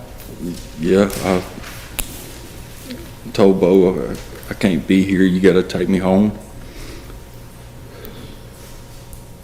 What happened next? He just started putting wood on top of it. And then what happened? He lit her on fire. What was his expression, his demeanor when that happened? It's like he wasn't there.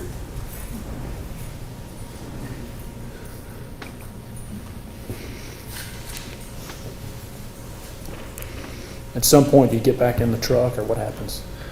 I think I get in the truck. I'm not sure exactly when Beau gets in the truck too. How much time passed between the time that Beau started the fire and Maybe a minute, 2 minutes.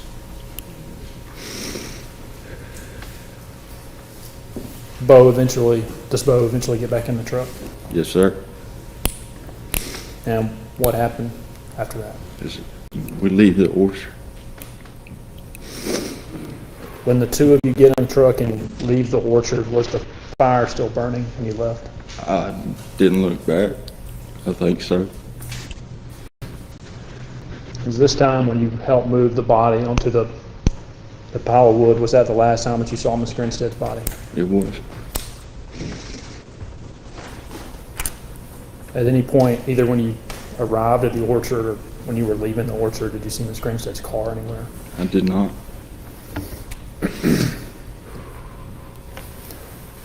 Where do the two of you drive after you leave the orchard? He takes me back to the trailer. On the way home from the orchard, does Beau say anything to you? He tells me you can't say anything, you can't talk about this.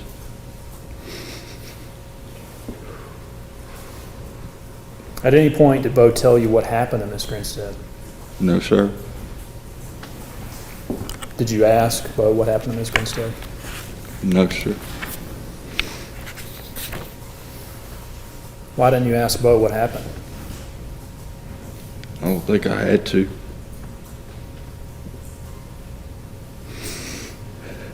When you get to the trailer, what did the two of you do? I get out of the truck. Before I'm really even out the way of the door, he starts backing out.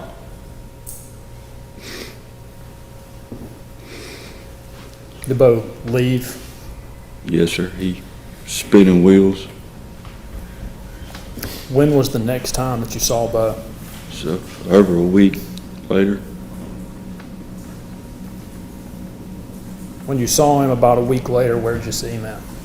he came and knocked on the door to the trailer. Between the time that Beau dropped you off at the trailer and that week span before you saw him again, did you tell anybody what happened? And no, sir, I didn't. Why didn't you tell anybody what happened? I didn't think anybody would have believed me.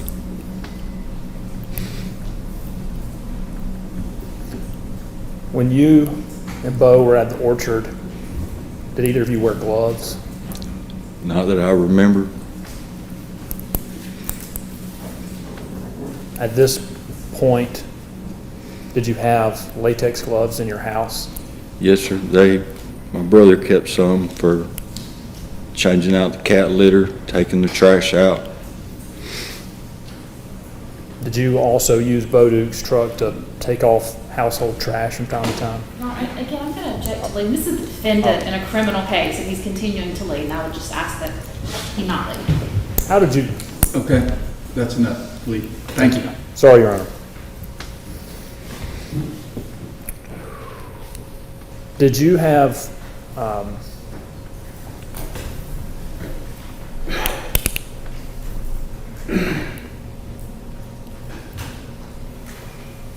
how did you take out your trash at your house? We usually put it in the back of Beau's truck. There wasn't a trash service. So we'd put it in the truck and take it to the dump.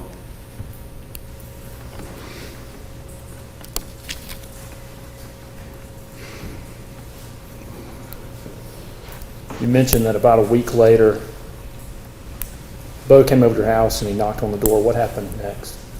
He had knocked on the door and stepped back. I guess so I'd come outside and talk to him. And what did he say? He asked if I was all right, if I had said anything. And what was your response? I said, no, I'm not okay. Did you invite Beau to move back in or stay at your trailer? I didn't. He asked to stay. He said he didn't have anywhere else to go. Did you want him to stay at the trailer? But you didn't tell him no, that he couldn't stay? Judge. Oh, did you tell him no? I didn't. I let him stay anyway.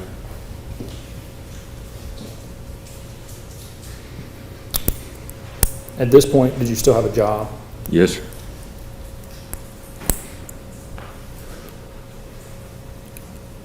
Did you ever discuss Miss Grinstead at any point after this? No, sir.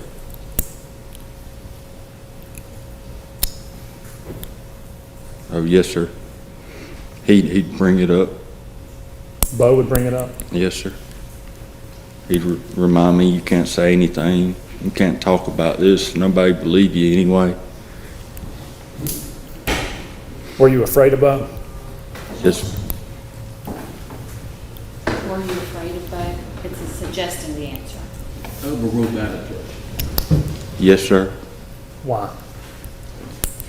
Don't know what Beau's capable of doing. Was there anything that he did other than things we've talked about previously that made you afraid? You just didn't know what he would do. I mean, like I said, he had killed somebody. That's no reason enough to be scared of somebody. Did you ever go out to the orchard again? Yes. When did you go out to the orchard again? I had asked Beau to take me to get some groceries, and he started going that way towards the orchard. Did he go all the way out there? Yes, sir, he did. And tell me about that trip. What happened? He went out there, he took me out there to where he had initially burned Miss Grinstead and showed me the ashes, What did the spot look like? just like a small campfire, you know.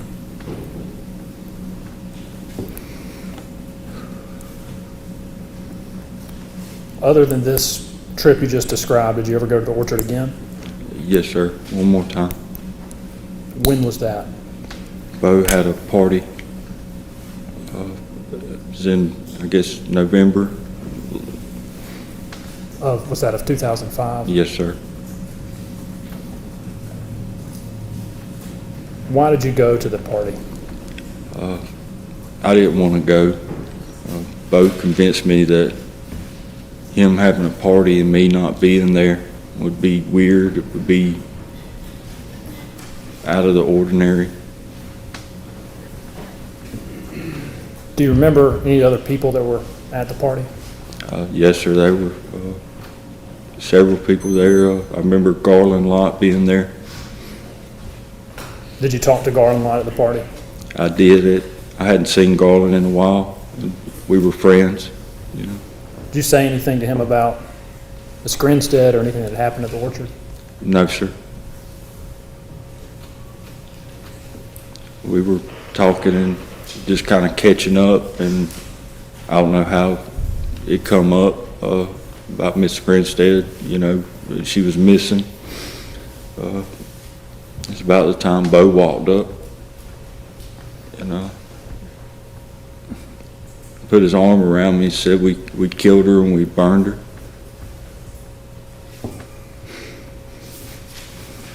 Was that while you were talking to Garland? Objection, Judge Leading. Or just his, That's what, Was that while you were talking to Gardner? Is that your overruled that? Yes, sir.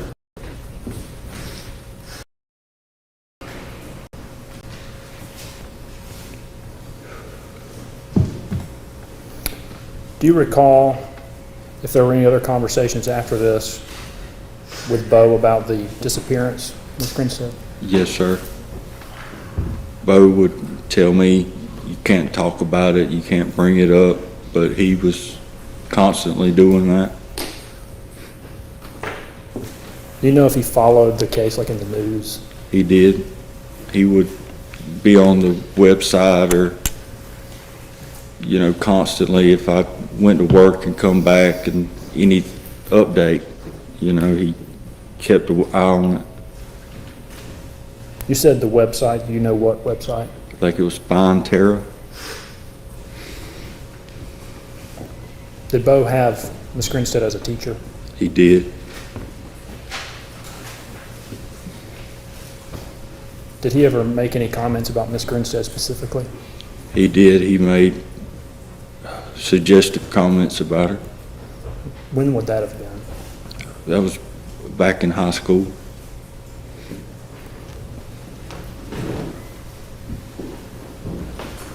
So this time period of October 22nd and 23rd, 2005, you were living with your brother. Did you continue to live with your brother after this? For a little while.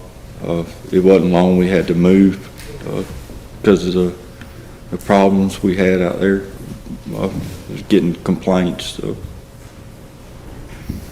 And when you moved out of the trailer, where did you move to?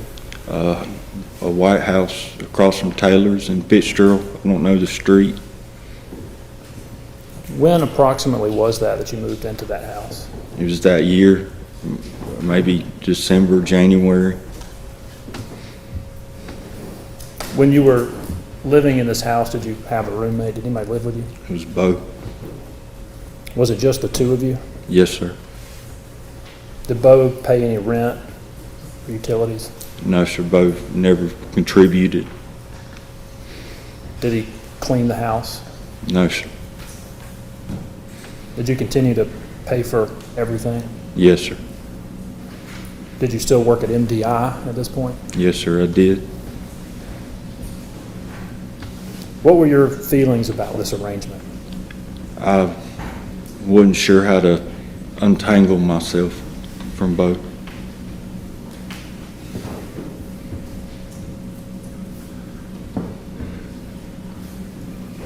Why didn't you go to the police at this point? I'd say I was afraid of Beau, afraid of what he might do. I mean, I didn't think I'd be believed. At this point, were you spending time with any friends or family? No, sir.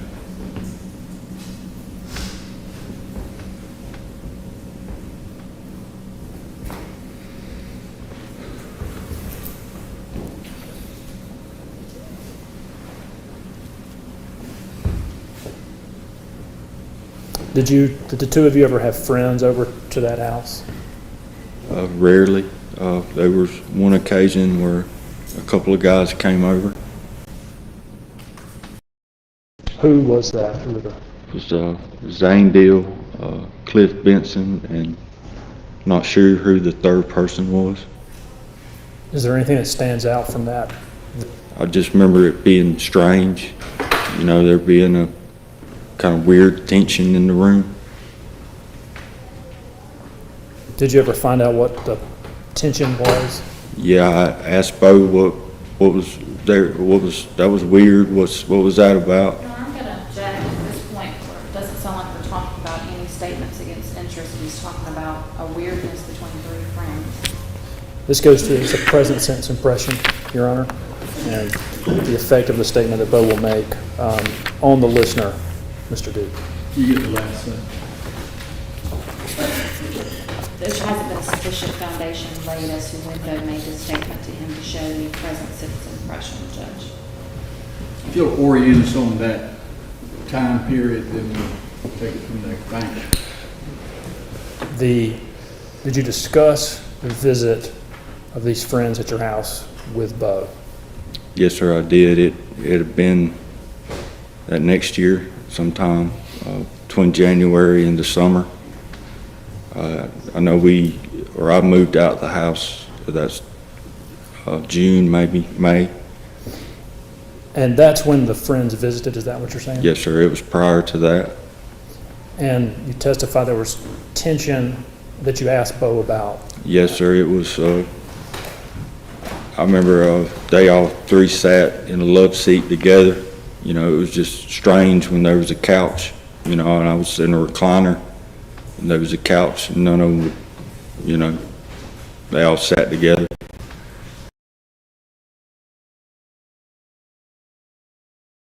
That was weird. What was that about? When was that conversation? Right after they had left. And what did Beau tell you? I'm going to object again. Present sense impression relates to someone who is at the time observing something and the impact it has on them as they're observing an event. That is not what's going on here. This is him asking Beau about an event he observed and Beau explaining that to him allegedly. That is not what present sense impression is. Yes, Your Honor. So first of all, it goes to what what the, I guess, the nature of this conversation was. It goes to the impact it had on Mr. Duke as the listener. And it's also, excuse me, it's also non-hearsay, as the question, the reason it's being asked is for the effect on Mr. Duke, what he perceived this particular statement to mean to him. You get the last say, Ms. Hart. They're asking about a statement that Beau Duke's made that they've now accused of committing the murder. It's absolutely being offered for the truth of the matter asserted. And again, present sense impression is when someone is observing an event and they make a comment about that particular event, the impression it had on them at that time. This is not that situation. I'm gonna overrule that objection. If you'll restate the question. What was Beau's response to your question? Beau said he told them that I had killed Tara.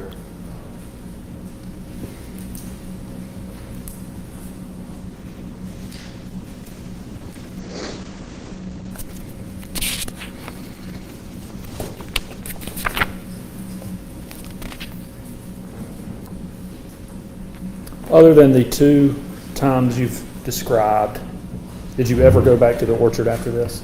No, sir.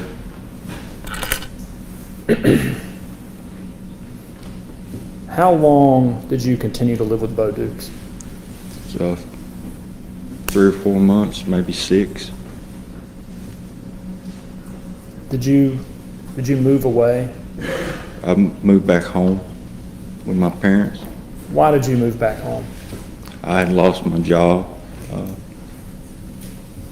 Why did you lose your job? I couldn't pass a drug test, and that had come up, so I quit.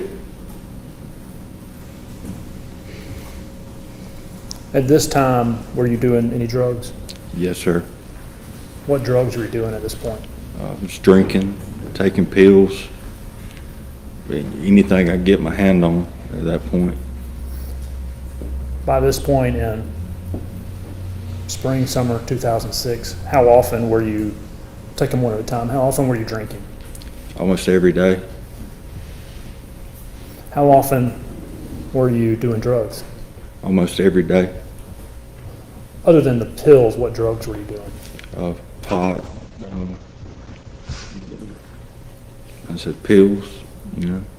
What pills were you taking around this time? I was pain medication.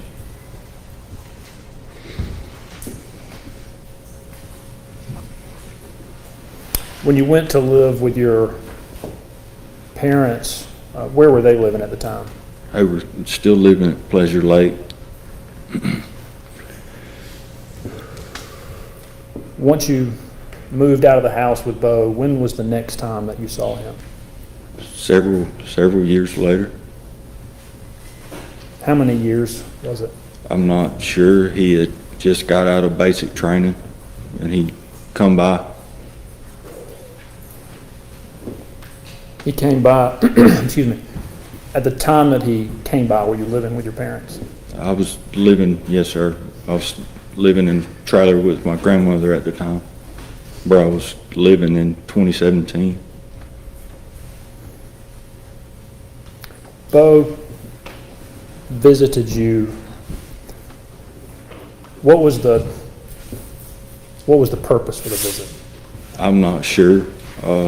He had some drugs. He wanted me to do some coke with him. I didn't want to, so it was a fairly short visit.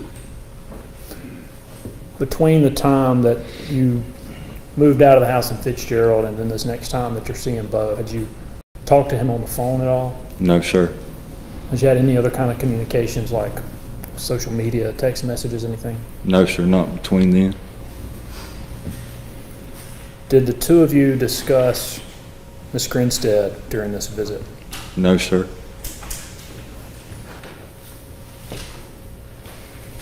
Did he make any kind of threats?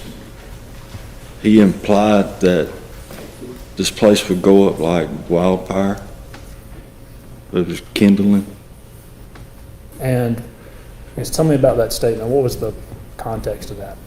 I don't know if it was before, but Beau was the pyro. You know, he liked to set fires. I would come home from work, and he'd be watching YouTube videos of fires. And when he said this place, did he indicate what he was talking about? He was talking about my home.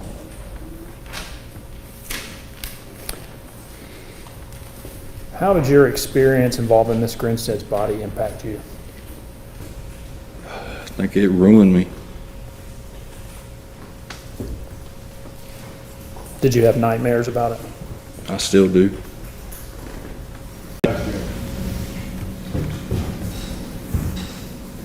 Did you try to commit suicide? Yes, sir, on multiple occasions. When was that? I think the first time was not long after I left MDI, so it'd been '06, early '07. And that was when you were back living with your family? Yes, sir. Was it just the one suicide attempt, or were there others? There were multiple. When was the next? A couple years later, maybe a year or two later. How did you try to kill yourself? It was sleeping pills. Once you were back living with your family out at Pleasure Lake, were you working? Yes, sir, I always had a job somewhere. Were they consistent jobs, like full-time type jobs? Sometimes I've had a hard time keeping work because of my drug and alcohol problems. Did you develop any health problems through all this time period? Yes, sir. Eventually, my kidneys, I went into full renal failure and started having liver issues as well. What led to that? The drinking, the drugs, taking the sleeping pills. When was the renal failure you mentioned? What year was that? 2009, 2010. I get the dates mixed up now. At that point, were you drinking? Yes, sir. How much were you drinking a day, just approximately? Usually a fifth of liquor. I drink till I passed out. Did you take any pills? Yes, sir, I did. Did you smoke any marijuana? Yes, sir, I did, almost every day. Did you receive treatment for the kidney failure? Yes, sir, I was on dialysis How long were you on dialysis? a couple years. I'm not exactly sure.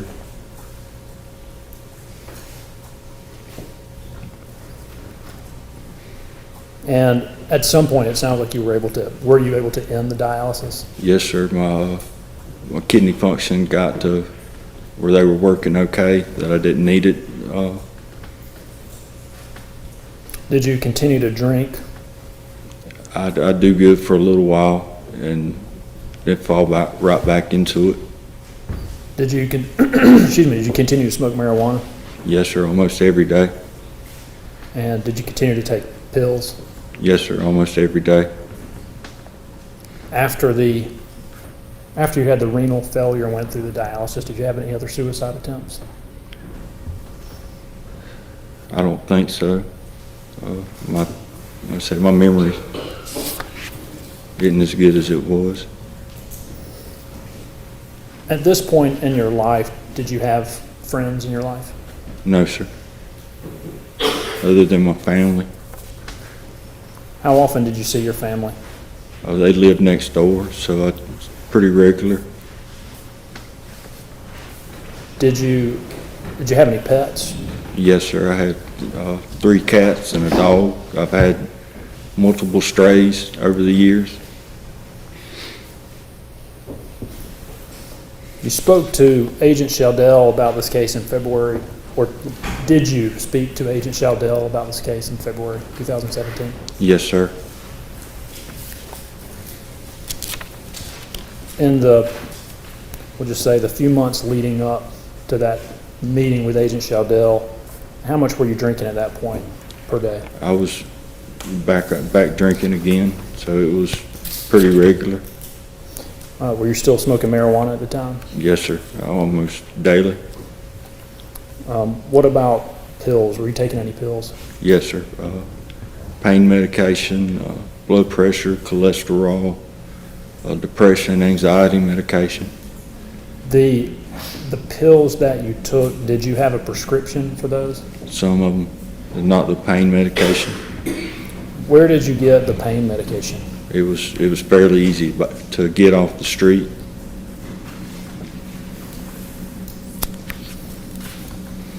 The pain pills in particular, how did those affect you? They kind of lifted you up, you know, like your morning coffee, and just kind of picked you up, helped you deal with if you was in pain. It was a upper. Do you, excuse me, did Agent Shaldell and Holland initially come to see you at your house? Yes, sir. And did you tell them anything about Miss Grinstead at that time? No, sir. Did you discuss a plan to meet with them at some other point? Yes, sir. They had asked me to come the next day and have an interview, or they wanted to talk to me about a case they were investigating.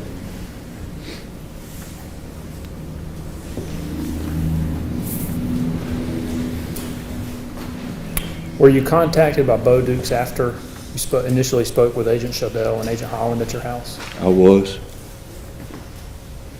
How did you communicate with Mr. Dukes? I got a Facebook message from him that he wanted to talk to me on Messenger.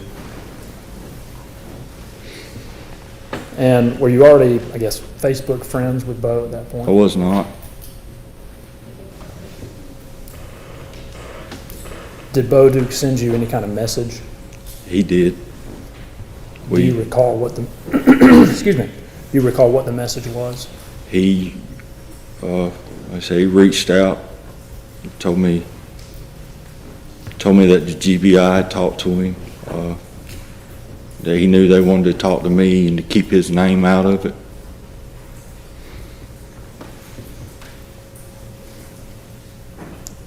And that was just to make sure I have the time right, that was the same day that you spoke to Agent Shaldell and Holland at your house? Yes, sir. I understand you saying he wants to get the date right. It's still a leading question, so I'm going to judge.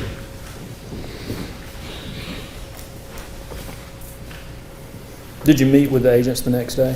Yes, sir. Did you go to bed that night? I didn't. I stayed up the night. Right. What time did you meet with Agent Shaldell on February 22nd? I think it was around 12:30, 1 o'clock, something like that. Did you have a car at that time? No, sir.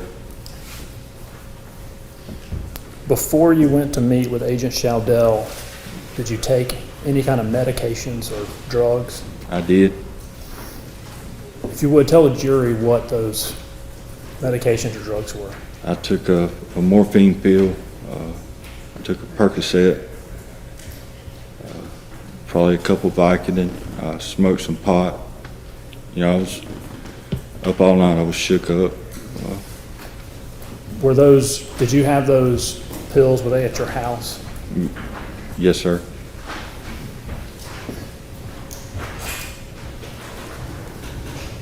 And did you have a car at the time? No, sir, I did not. How did you get to the interview? My mom and my stepdad gave me a ride.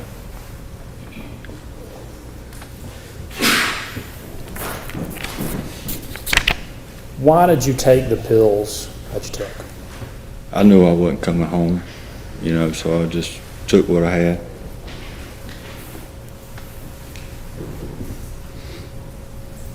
At this point, were you afraid of Beau Dukes? Yes, sir. Did you believe that he had killed someone before? Yes, sir. When you met with Agent Shaldell that day, did you confess to killing Miss Grinstead? I did. Was that true? No, sir. When did you decide that you were going to take the blame for Miss Grinstead's death? Sometime before I left home. So it was that same day that you Yes, gave the sir, that statement? morning or afternoon. Why did you decide that you were going to take the blame for Miss Grinstead's death? Because I don't think Beau will ever tell the truth.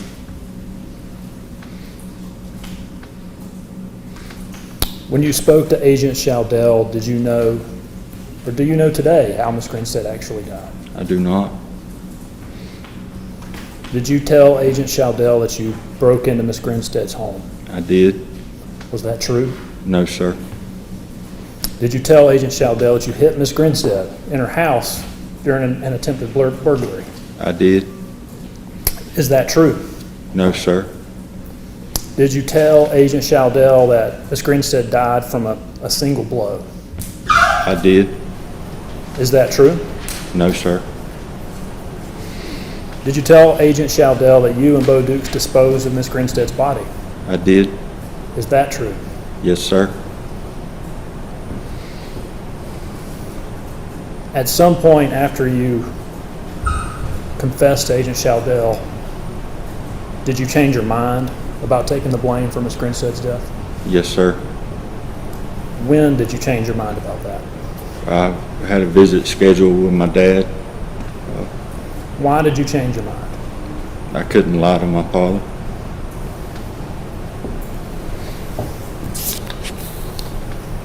Did you break into Miss Grinstead's house on October 22nd or 23rd of 2005? No, sir, I did not. Have you ever been inside her home at any point in your life? No, sir. Did you ever strike Tara Grinstead? No, sir. Did you ever choke Tara Grinstead? No, sir. Did you help Beau Dukes dispose of her body? Yes, sir. Did you murder Tara Grinstead? No, sir, I did not. Did Beau Dukes tell you that he killed Miss Grinstead? Yes, sir, he did. I have no further questions, Your Honor. All right, thank you, Mr. Gibbs. All right, Ms. Hart, you prepared to go forward with your cross at this time, or? I am, although I think it's going to take us past the lunch hour. I'm fine to start now, or I'm fine to start after lunch. I don't know kind of where we're All right, just a second.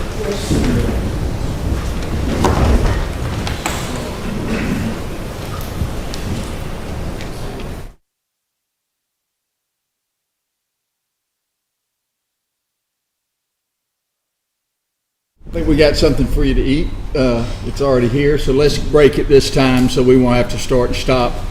Please leave your pads in your chairs. Same deal, don't discuss the case even among yourselves, ladies and gentlemen.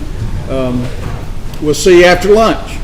So everybody remain in place while the jury exits for lunch. Thank you.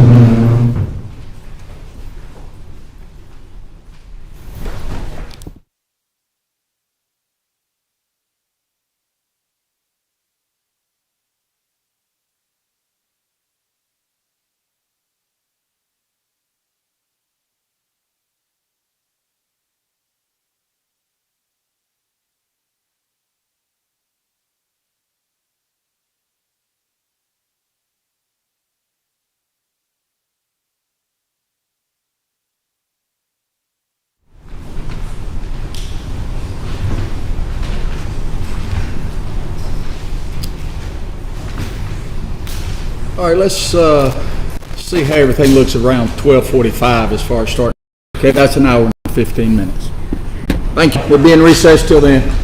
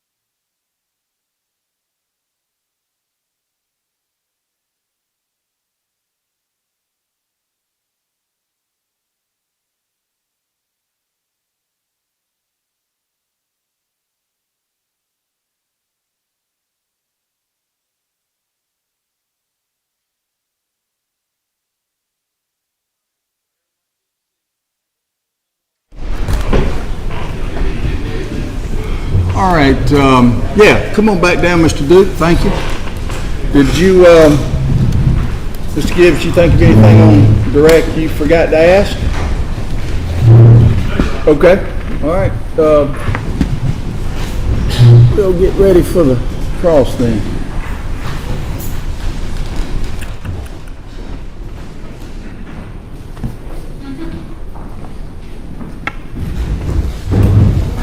The issue about Mr. Duke's.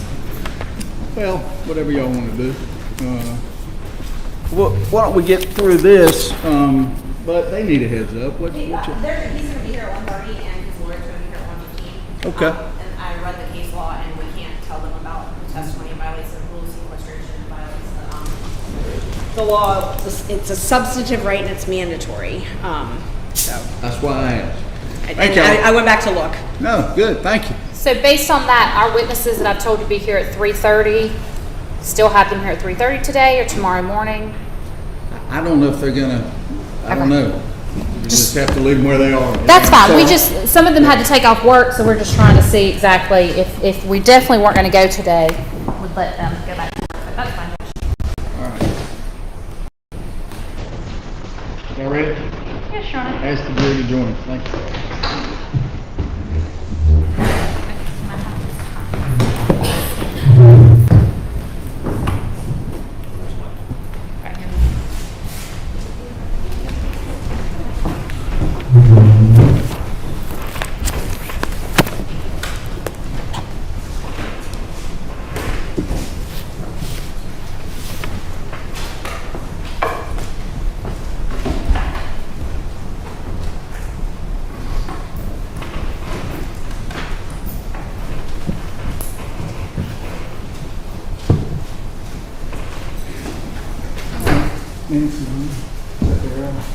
Good. All right, welcome back. You can be seated, please, ladies and gentlemen. Thank you. We're ready to commence with the cross-examination of the defendant, Ms. Hart. You can proceed. So Mr. Duke, let's start with a few things we can agree on. Is that okay? Yes, ma'am. You admit to being the person who called Tara Grinstead's house at around 9:30 on Sunday morning, correct? Yes, ma'am. And you admit to the fact that you made that phone call from the G&G Food Mart, or what used to be the Swifty Mart. Yes, ma'am. And you admit to the fact that you used 411 to make that phone call. Yes, ma'am. You also admit to the fact that you traveled to Miss Grinstead's neighborhood on the morning of Sunday, October 23rd as well, correct? It's what I thought was her neighborhood, ma'am. Okay. And did I understand you to say that you saw her car in the driveway? I didn't see her car. You did not see her car in the driveway? No, ma'am. Okay, I must have misunderstood you then. And you said you thought you were in her neighborhood, but you actually never knew where she lived, is that correct? Not specifically. Okay. I'd never been to her home, ma'am.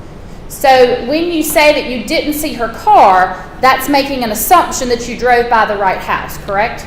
Yes, ma'am, it is. Okay. First place that morning was to return her purse to her, correct? Yes, ma'am. And so then you had her purse with you when you left Ben Hill County and came to Osceola? Yes, ma'am. And that purse also contained her her ID that you had talked about seeing? Yes, ma'am. And it contained her wallet? Yes, ma'am. And it contained her keys? I don't know if it had the keys in it or not. And the identification that you saw was her Georgia driver's license? Yes, ma'am. So it had her picture on it? I think so. I just seen the name. You just saw the name? Yes, ma'am. And right under the name was her address, correct? Yes, ma'am. Okay. But you didn't use the address that was on her driver's license to find out where she lived? I didn't think to look at the address. Well, you would agree with me that the address is right below the name, correct? Yes, ma'am, it is. And you knew that you were looking for a place on Park Street or Park Avenue, correct? No, ma'am. I didn't know the address. You knew it was in that neighborhood, correct? What I thought was the neighborhood. Okay. And that included Park Street or Park Avenue. I don't recall which. I'm still not sure of the street names in Osceola. You're still not sure the street names. No, ma'am, I grew up in the county, not Okay. the town. But again, we can agree that you had her Georgia driver's license on the morning of October 23rd, 2005. Yes, ma'am. And it had an address on it. Yes, ma'am.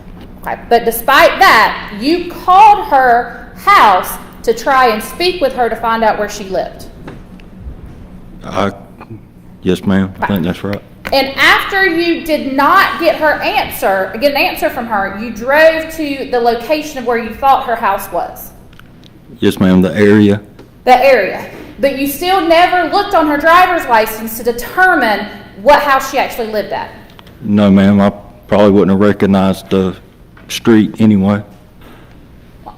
And I don't mean this to be ugly, but you clearly read and write the English language, correct? I didn't mean I didn't understand it. I meant I didn't know the vicinity. Okay. But you would be able to read a street sign. Yes, ma'am. And so after you don't get the phone call, you also try to find the house, but you can't find the house, correct? Yes, ma'am.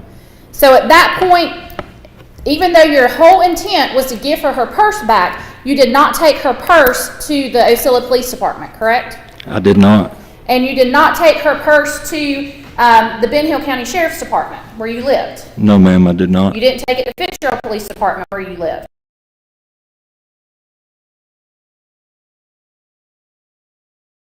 That purse. I left the purse in the truck, ma'am. You left the purse in Beau Duke's truck? Yes, ma'am. Okay. So even though your entire purpose that morning of getting up, driving to Ocilla, making the phone call, going to her neighborhood was to return the purse, you just left it in Beau's truck? Yes, ma'am. I also wanted to, Beau had said that he had killed Tara. But you've already told the jury that you still didn't believe that, correct? I didn't believe it, but I still wanted to make sure she was okay. But you didn't go to the police for them to check to see if she was okay, correct? No, ma'am, I didn't. And in fact, until what you say is Beau took you to the orchard, you had no knowledge as to where her body was, correct? No, ma'am. And so as much as you knew, she could have still been at her house dying, correct? She could have. But you didn't call the police? No, ma'am.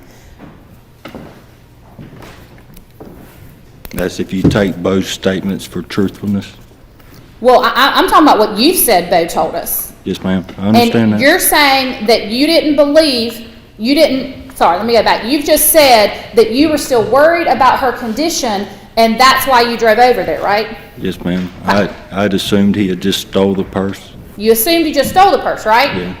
Okay. So again, despite the fact that the entire reason you went over there was to bring her the purse, you left it in Beau's truck.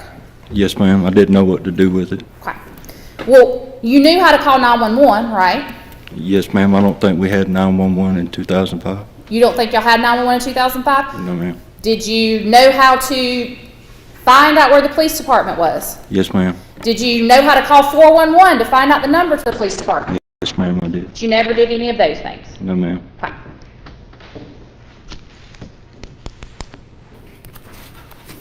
Okay, we can also agree that you did in fact have gloves, just like the one that was found in her yard, at your house back in 2005, correct? I don't know what type of glove was found in her yard. Well, you've seen the pictures repeatedly, correct? Yes, ma'am, but that doesn't mean I know exactly what type of glove it is. Right. Based on what you've seen, are you saying you didn't have that type of glove at your house? I don't know. That was, Well, how many times have you looked at these pictures of the gloves? I still don't know what type of glove I had at the house in 2005. So you're not saying you don't know what kind of glove was at her house. You're saying you don't know what kind of glove you had. I don't know which either. You don't know either. So are you saying that the pictures that we've seen of that glove in that yard, that you don't believe that that's the glove that was located? No, ma'am, I didn't say that. Okay. So again, you've seen those pictures. You understand what kind of glove we're talking about, right? Yes, ma'am. Mother was a nurse back in 2005, correct? No, ma'am. He wasn't a nurse back then. He was working at IT in the Irwin County Hospital. Okay, He was going to nursing school, I think. So he worked at the hospital, Yes, ma'am. but he was not yet a nurse. No, ma'am. And he would in fact bring gloves home from the hospital for you to use at your house, correct? I'm not sure if he bought them or brought them home. But he was the one bringing them. Yes, ma'am. And now earlier you said that he used them to change the cat litter, but you used them to change the cat litter as well, correct? Yes, ma'am. About that. He was real germophobic. Still is. It was your cat, or cats, plural. No, ma'am. Well, whose cats were they? They were my stepmom's. She had brought them when she came down from Augusta. I don't know how I ended up getting it. Eventually, Some point, yes, they ma'am. became your cats. Yes, ma'am, they did. Okay, because you're an animal lover, right? Yes, ma'am. And you had not only multiple cats, but you had dogs back in 2005. Yes, ma'am. Okay. And your brother was adamant that the cat litter stayed changed and fresh because of the fact that you said he's a germaphobe. Yes, ma'am. And you often use the gloves that he brought home to change that cat litter. Yes, ma'am. And did I understand you to say that you also use those gloves? No, actually, I think you said Stephen used those gloves to take out the trash. Is that right? I think both of us did. If the Okay. trash was left in the truck and it rained, it just, Okay. So you did, in fact, use those gloves to take out the trash as well. yes, ma'am. So again, the gloves that you described to Jason Shadell back in 2017, those were the type of gloves that you had at your house in 2005, correct? I think so. Okay.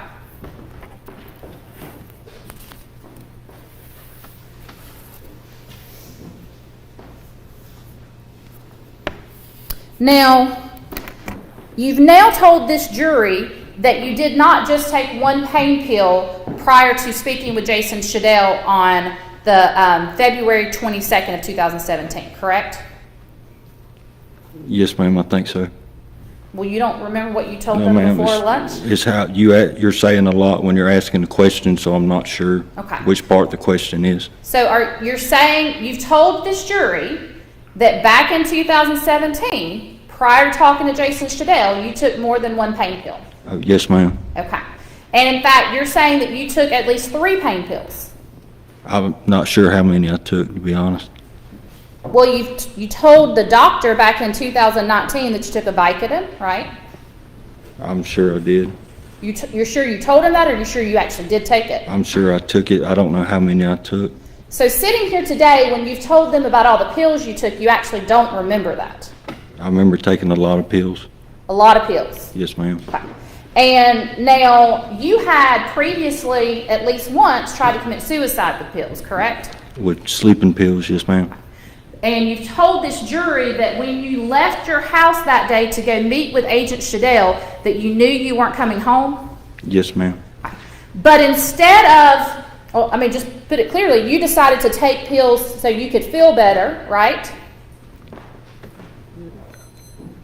I wouldn't put it that way. Well, didn't you say earlier that when you take a pain pill, it's sort of an upper for you? Yes, ma'am. Usually it is. Doesn't make you sleepy? No, ma'am. Doesn't make you not know what's going on around you, right? If you take enough of them, yes, ma'am. Well, I'm not talking about us, I'm talking about you. You had a lot of experience with taking pain pills, right? Yes, ma'am. And on that particular day, you said you took enough pain pills to make you feel that upper, right? I think I took enough that I kind of overdid it. Okay. Well, as someone who took pain pills on a regular basis, wouldn't you know whether you were overdoing it or not? Yes, ma'am. Sometimes you can overdo it and not realize it. And when you took those pain pills normally, now not on February 22nd, when you took those pain pills normally, you drank with it as well, correct? Sometimes. Sometimes. Well, was it most of the time? No, ma'am. So most of the time you would decide whether you wanted alcohol or the pain pills? No, ma'am. It was a matter of availability. Okay. Well, you told the doctor that you normally kept at least 20 to 30, I think it was morphine pills on hand at any given time, correct? No, ma'am. You didn't tell him that, or you didn't keep them? I didn't tell him it was morphine. I said hydrocodone or Vicodin. Okay. Well, I apologize. I got the wrong pill. But you told him you, at any point you had 20 to 30 Vicodin on hand at any time, correct? Yes, ma'am. And earlier, when you were asked by your own counsel, you said that getting pain pills wasn't really difficult for you, right? Not back then, no. Okay. And so back then that we're talking about is 2017, correct? Yes, ma'am. And obviously, you were over 21, so getting alcohol wasn't a problem either, correct? No, ma'am. And so when you say it was a matter of having availability, you've just said you always had pills available, correct? Sometimes the guy wouldn't have them, so Okay. So even though you said they were easy to get, now you're saying he didn't always have them? just because something's easy to get doesn't mean it's always there. Okay. So again, we go back to, you're saying normally you did not take alcohol and pain pills together? No, ma'am, but sometimes I'll take a pain pill or two a day till I run out of pain pills, but I'd never be drinking and popping pills. So you did not mix alcohol and pills? Tried not to. Even though you've admitted to the fact that you're an alcoholic? Yes, ma'am. But you were smoking pot during that time period? Yes, ma'am. And to be clear, when you say, because I don't want to put words in your mouth, when you were doing marijuana back in 2017 every day, were you smoking it? Yes, ma'am. Right. You would agree with me that marijuana has a particular odor about it, correct? It does. And you would agree with me that when you went to the police department on February 22nd of 2017, you did not smell like marijuana, correct? It depends on how good the pot is. Okay. That's not my question. My question is, you didn't smell like marijuana that day, right? It wasn't very good pot. So the answer is no, you did not smell like marijuana that day. I can't tell you what I smelled like or not. So how long before you went up there do you think that you smelled like, or that you smoked a joint? Or half a joint, excuse me, I think that's what you told the doctor. It would have been the last half of the joint I smoked. Okay. And how long before your interview did you smoke that joint? Maybe an hour. An hour. And you're telling the jury that you, sitting here, don't remember what you smelled like, correct? Often you can't smell yourself if you're used to a certain way. Well, that's not what you said, though. You said you don't remember what you smelled like. Well, I mean, are you aware of what you smell like all the time? I'm going to ask the questions here, Sorry. okay? The question is, you've told this jury that you just don't remember what you smelled like, correct? I could have put on cologne or deodorant. You could have, but you don't remember, right? No, ma'am. So, but you remember that it wasn't very good pot that you had. Yes, ma'am.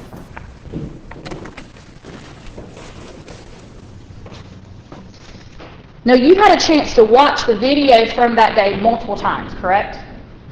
I've seen it once. Well, you saw it in the courtroom, right? Yes, ma'am. But you'd seen it before the courtroom, right? No, ma'am.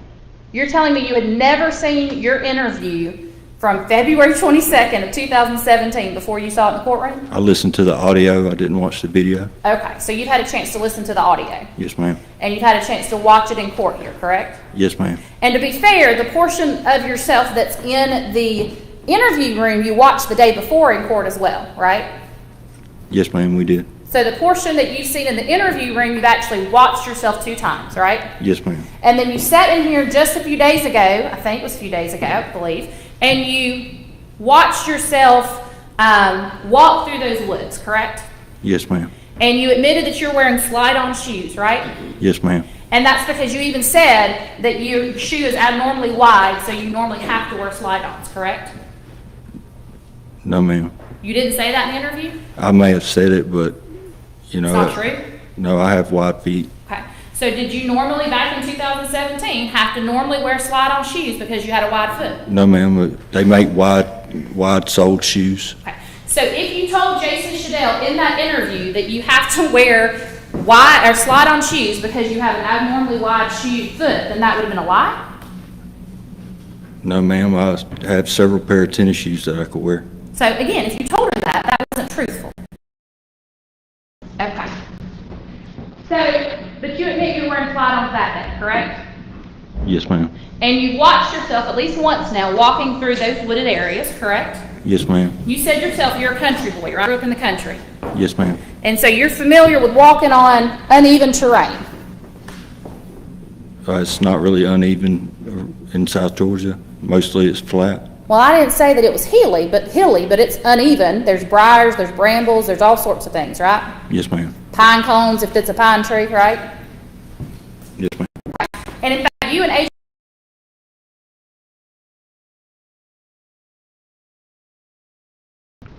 I don't remember that. You don't remember that? And how about, do you remember taking a longer route at one point because you told Agent Shadell you didn't want everyone else to have to walk through all that mess? I'm paraphrasing, but Yes, ma'am. okay.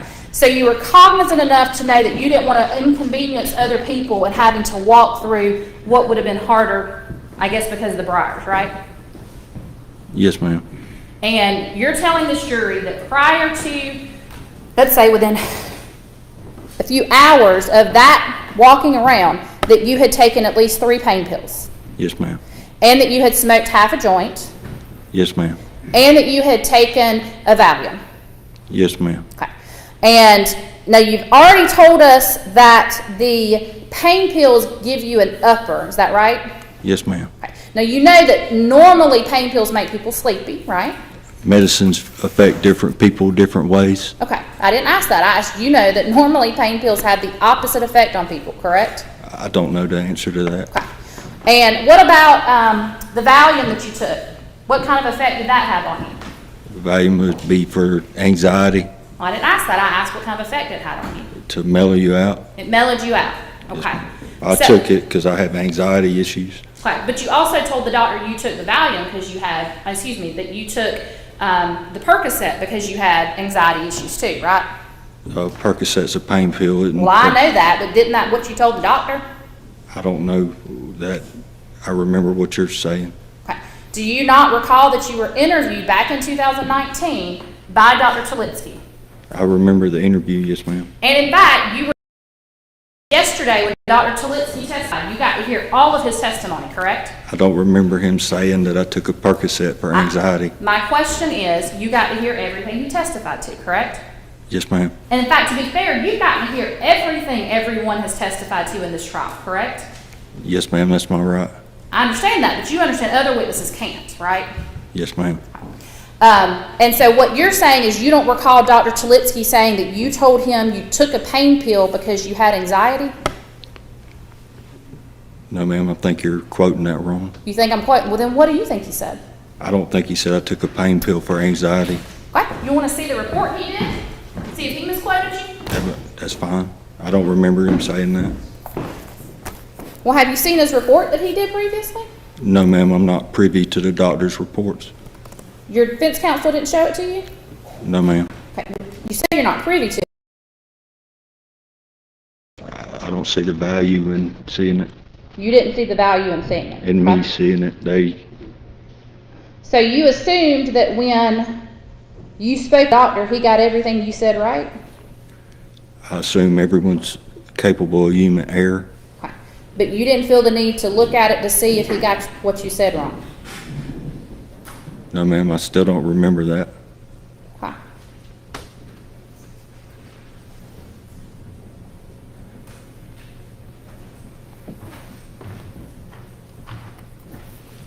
Do you need to? I'll object to that. You're all object showing him the report. He's already said he's never seen it before. Judge, he specifically, we're talking about an interview that he did, that he gave, that he said. And so he has said actually that he thinks he can absolutely look at this and tell me if the doctor got it wrong or if I misquoted the doctor. Go ahead, I'll give you the last second. Yes, Your Honor. She asked him specifically about the testimony that Dr. Tulitsky provided in court, not about the document. And she can certainly ask him about his testimony in court, but showing him the document's another thing that he's never seen. May I respond, Judge? Go ahead. Not to admit it. No, but just show it to him. I'll allow it, overrule your objection. And just to be clear, because I think I asked you this question, before we talked about his testimony, my question to you, do you recall telling him, it was actually the Vicodin, but it's a pain pill, that you took a pain pill and that you took them for your anxiety? No, ma'am, I don't remember saying that I took pain pills for anxiety. My practical witness, Judge. Please don't read this to the jury. If you can read right there under where it says drugs.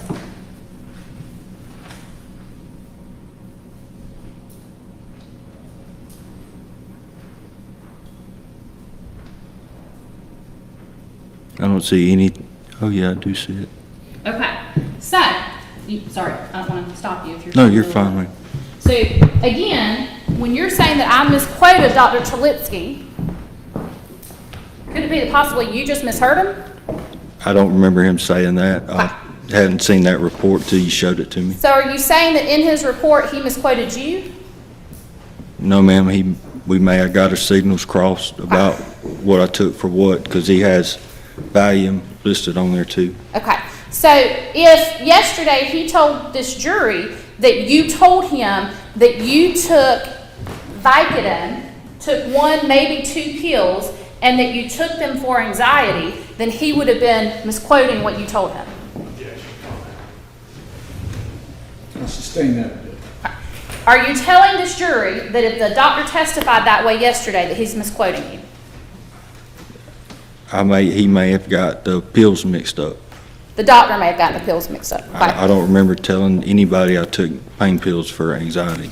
But didn't you say earlier during your testimony that your memory's not what it used to be? Yes, ma'am, that's true. And that's because of your drug use, right? It is. And so we've also talked about the fact that you were, that you at some point had to be on dialysis because of the damage from drug use, correct? Yes, ma'am. And in fact, it's specifically from the damage from attempting to commit suicide numerous times. Yes, ma'am. That along with the alcohol abuse. Okay. And you were on dialysis, but you had been, you were on dialysis, you said, for about 2 years? I think so. At the time that Agent Shadell interviewed you, you had been off of dialysis for at least a year. Yes, ma'am. And in fact, when he interviews you and he asks you about scars or anything of that nature, you point out that you do have a scar from your dialysis, correct? Yes, ma'am, right here in my chest. And you even tell him that you're supposed to be taking a lot of pills, but you never take them, correct? I couldn't afford the medications. But you were on disability. That doesn't mean it pays for pills. Okay. Are you telling this jury that your disability didn't pay for your pills? Yes, ma'am. Okay. It didn't pay for, what pills did it not pay for that you were supposed to be getting? Any anxiety medicine or so your disability. Okay. And your disability, you're saying it didn't pay for your Valium? No, ma'am. And we've already talked about that the morphine that you bought illegally, correct? Yes, ma'am. And the Vicodin you bought illegally, correct? Yes, ma'am. And the Percocet you bought illegally, correct? Yes, ma'am. And then obviously marijuana you bought illegally because that's not legal in Georgia, right? Yes, ma'am. Okay. And you're telling this jury you couldn't afford. Yes, ma'am. Some of the prescriptions were $80 to $100 a bottle for a month. You're not familiar with any programs out there that help you to get your medications? There weren't any back then that I know of. Weren't you on Medicaid? It didn't cover the medications. You're saying Medicaid doesn't cover medications? It didn't cover the pills I took. What pills were you supposed to be taking that Medicaid allegedly wouldn't cover? Mental health medications, What pills were they? Prozac, diazepam. Okay. So Prozac and Valium do the same thing, correct? Yes, ma'am. So I you were think supposed to so. be on both?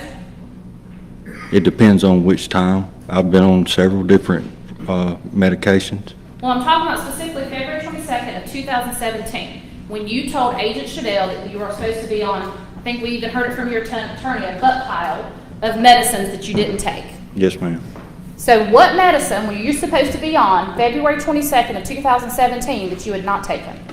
Blood pressure medication, cholesterol medication. I said I've been on so many different medications, it's hard to remember. Okay. But you were taking your antidepressant and Valium, correct? When I could afford them. When you could afford to. Yes, ma'am. But you told the doctor that you took your Valium that morning, correct? I had my pills at that time. Okay. So when you said, I'm supposed to be taking these pills, your antidepressants were not one of those, correct? Want me to ask it differently? I'm trying to remember if I took if I had the prescription at the time. I don't think I did. So when you told the doctor that you took Valium that morning before you were interviewed, that was wrong as well? No, ma'am, I had a prescription for diazepam. Do you understand? You just said you didn't have your Valium that morning. I didn't say that. I said I didn't have a prescription for antidepressants. Valium is an anxiety medicine. Okay. So what was it you were supposed to be taking that you didn't take? I said I've been on Prozac, Cymbalta. There's a few more. It's escaping me right now. So the answer is you don't know. For the antidepressants, no, ma'am. Okay. And Later on in that interview, you have a very detailed discussion with Agent Shadell about how you don't like to take pills, correct? I don't remember that. Okay, well, how many times have you listened to the audio with Agent Shadell? Including court, Yes. 3 or 4 times. And you don't remember having a, I don't know, 5-10 minute conversation with Agent Shadell about why you don't like to take pills? No, ma'am, I don't remember that. You don't remember specifically Agent Shadell talking to you about it and you talking about the side effects and that's why you didn't like to take them? Yes, ma'am, I do remember Okay, talking so about you the side remember that. effects. Yes, Okay. ma'am. And you told him you didn't like to take pills because you didn't like the side effects, correct? A lot of the newer medications has more severe side effects that, in my experience. So that's a yes. You told Agent Shadell you didn't like to take the pills because you didn't like the side effects. It depended on the medication. My question is what you told him. Yes, ma'am. And you did tell him that. Yes, ma'am.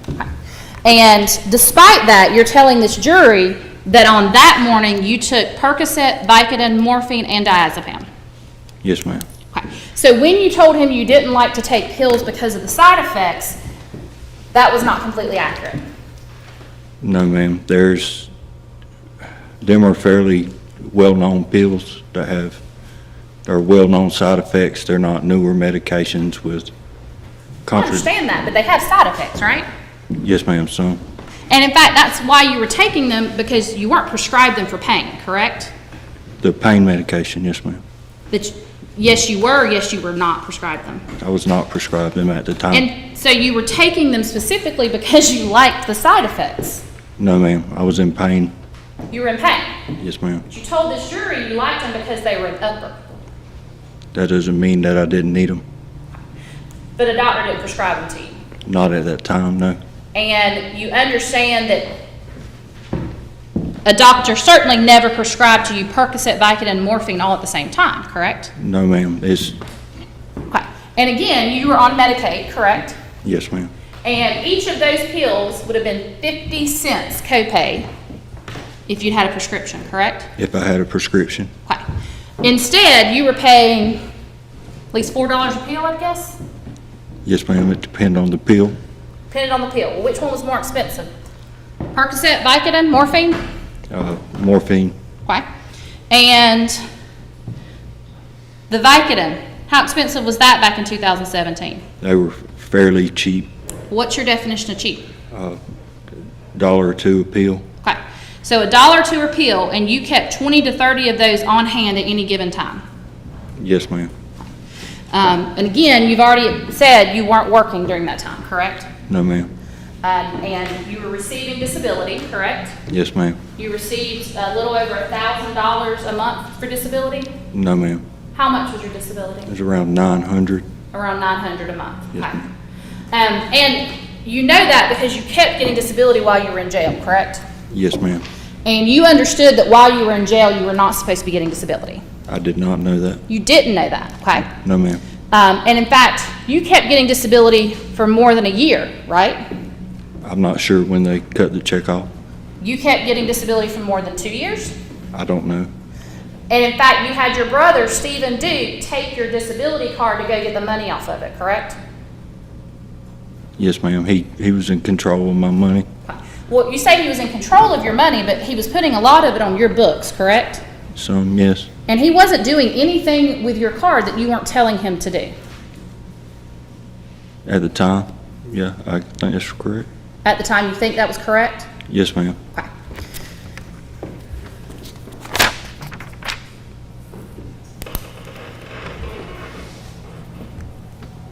I'm going to talk about the interview with actually, no, before we go to the interview, I want to talk about someone else. You know somebody by the name of Zach Gerard, correct? Yes, ma'am, I do. And Zach Gerard is a former friend of yours. Yes, ma'am. And you were in fact friends with him in Greene County when you went to school there. Yes, ma'am. After your arrest in this case, Zach Gerard got back in touch with your mother, right? I'm not sure how it came about that he got in contact with me. He got in contact with you though somehow, correct? Yes, ma'am. And he was speaking to you while you were in jail, right? Yes, ma'am. And you, at the time, even now, if you make a phone call from the jail, it's recorded, correct? Yes, ma'am. And you have to have like a PIN to be able to make a phone call? Yes, ma'am. You were specifically, though, using someone else's pen so that the jail couldn't record your phone calls? No, ma'am. You're saying you didn't use someone else's pen so that it didn't record your phone calls? No, ma'am. Okay. We'll listen to that in a second. When you were talking to Zach Gerard, you spoke with him several times while you were in jail, correct? One or two, I'm not sure. And you corresponded with him by mail. Yes, ma'am, we did exchange letters. He put money on your books. I think so. He bought you actual reading books. There's some way that he could buy you books off of Amazon so you could read them. I think he bought a book or two, yes, ma'am. And you were very appreciative to have someone like Zach Gerard to talk to, correct? Yes, ma'am. You never knew, however, that Zach Gerard was recording your phone calls, did you? No, ma'am. And so when you were speaking with Zach Gerard, you just thought you were talking to a friend, correct? No, ma'am, the jail records phone calls, Okay. and I knew that. So you think that this one was recorded by the jail? Almost all the calls are recorded. I had to sign a waiver Okay. to be able to use the phone. Well, again, that's assuming you're not using someone else's pen, though, correct? Yes, ma'am. And you understand that, I understand you're saying you don't do it, but other inmates do that. They will use someone else's pen so that we can't track their phone calls. No, ma'am, sometimes they don't have money on their phone, Okay. so they'll buy a phone call or you let somebody use the phone. Okay. But that happens. Yes, ma'am. And you didn't learn that Zach Gerard was recording your phone calls until after some of them were aired on national television, correct? Yes, ma'am. And you learned about that, and you were very upset that he had recorded you. I was upset that he released them to the news more than anything. And in fact, Zach Gerard is one of the main ways, he's one of the main people who assisted you in getting defense from the merchants, correct? He set up the interview between them. I don't know how involved he was in that process. Well, didn't y'all have phone conversations about the fact that he was going to get her to come meet with you? I remember him talking about her meeting with me, but that doesn't mean the merchants would have took the case. But in fact, they did take the case after that, right? The merchant and Zach Gerard appeared on the Up and Vanish podcast together. Or at different, I don't know if it was different times, but they both appeared on Up and Vanished. I'm not aware of that. Not aware of that. I hadn't heard the podcast. I've been in jail. Okay. You are aware of the fact that the same special in which Zach Gerard aired your phone conversations, he also Miss Merchant appeared. I just said I have not heard the podcast. I'm not asking about the podcast. I'm talking about the Oxygen channel. You said you knew that he aired your phone calls, so you knew about it, correct? I did not know where. I haven't seen the special either. Okay. But you became aware that Zach Gerard released your phone calls. Yes, ma'am. And you were aware, no matter where it came from, you were aware that Ashley Merchant was on that same program. I was aware. Yes, ma'am. Okay. When you spoke with Zach Gerard, you spoke with him, at least some, about Tara Grinstead, correct? He asked me questions. Yes, ma'am. And when you spoke with Zach Gerard, you had no idea that those were ever going to be played for anybody else, correct? I knew the phone calls were recorded, but I mean, You didn't expect anyone to ever play them, though, correct? I knew every phone call I made would be recorded. So when you told Zach Gerard that you had been sleeping with Tara Grinstead, that was a lie. Yes, ma'am. This was the same Zach Gerard who was putting money on your books, correct? Yes, ma'am. The same Zach Gerard who was buying you books so you could read it, correct? Yes, ma'am. He bought a book or two. The same Zach Gerard who was at least in some way trying to assist you in getting an attorney, right? Yes, ma'am. And you lied to him. Yes, ma'am.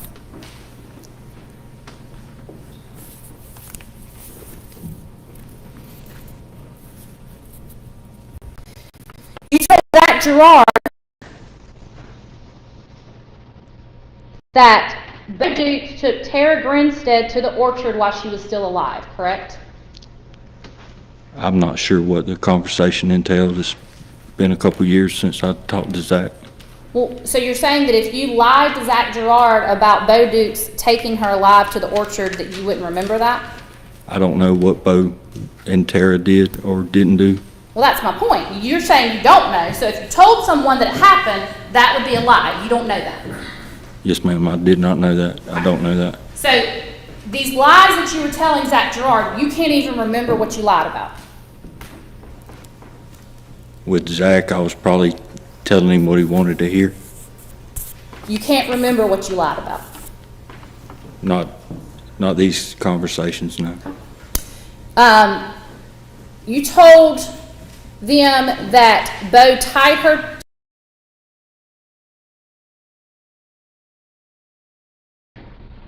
I don't remember any of this. You don't remember any of that. No, ma'am. But you would agree with me that if you told Zach Gerard that Beau tied her to a tree, that you have no actual knowledge of that, correct? I have no knowledge of telling him that it was We're going to get to the phone calls in a second. My question is, I'm asking you, if you told Zach Gerard that, you're admitting that you had no personal knowledge that that ever occurred. I'm aware of Beau taking multiple women out to the orchard and tying Now, them hold on up. just a second. You're aware of that because you've heard rumors, correct? And Yes, my ma'am. question's about Tara. Yes, ma'am. And you already know cannot be talked about in this courtroom, correct? To some degree, yes. My question is, if you told Zach Gerard that Beau tied Tara Grinstead to a tree, then you were lying to Zach Gerard when you said that. I don't remember making that statement. But if you did, that's a lie. Yes, ma'am.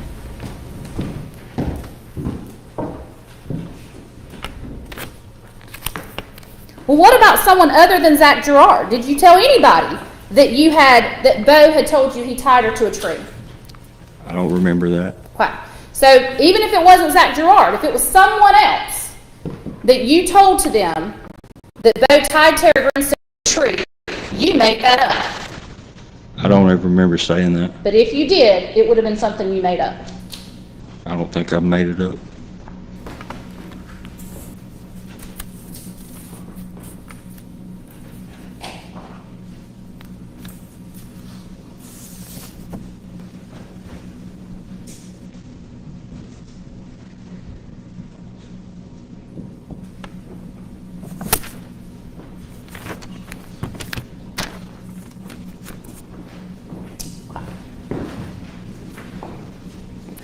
Actually, let's go, Bailey. If you don't mind, can I get you to pull this up while I'm asking the question? Since you're the one that found it for me.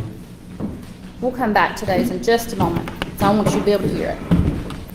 Okay. So let's talk about your interview with Agent Shadell. Specifically, your interview with Agent Shadell, you've told this jury that when you walked in there, you had already decided to lie to him, correct? Yes, ma'am. Okay. So let's talk about what you're saying, the details you're saying you lied about. You didn't just tell them that you broke into her home. You told them that you were breaking into lots of people's houses, correct? I told them that, yes. And you're now saying that that was a lie. Yes, ma'am. And Beau Duke certainly didn't tell you to come up with this idea that you were burglarizing a lot of houses, correct? Yes, ma'am. He didn't come up with that idea, correct? Yes, ma'am. So that was something you just added on your own. I'm not sure where that come from. Well, it came from your brain, right? I understand that.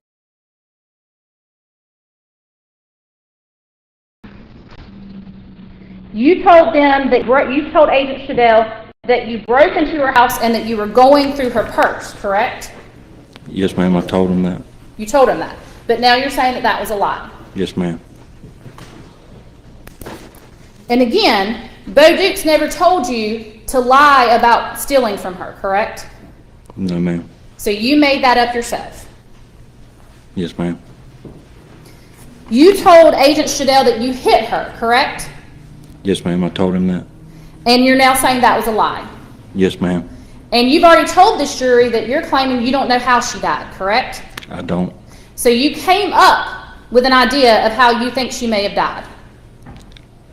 Yes, ma'am. Okay. Again, that didn't come from Beau, that came from you, correct?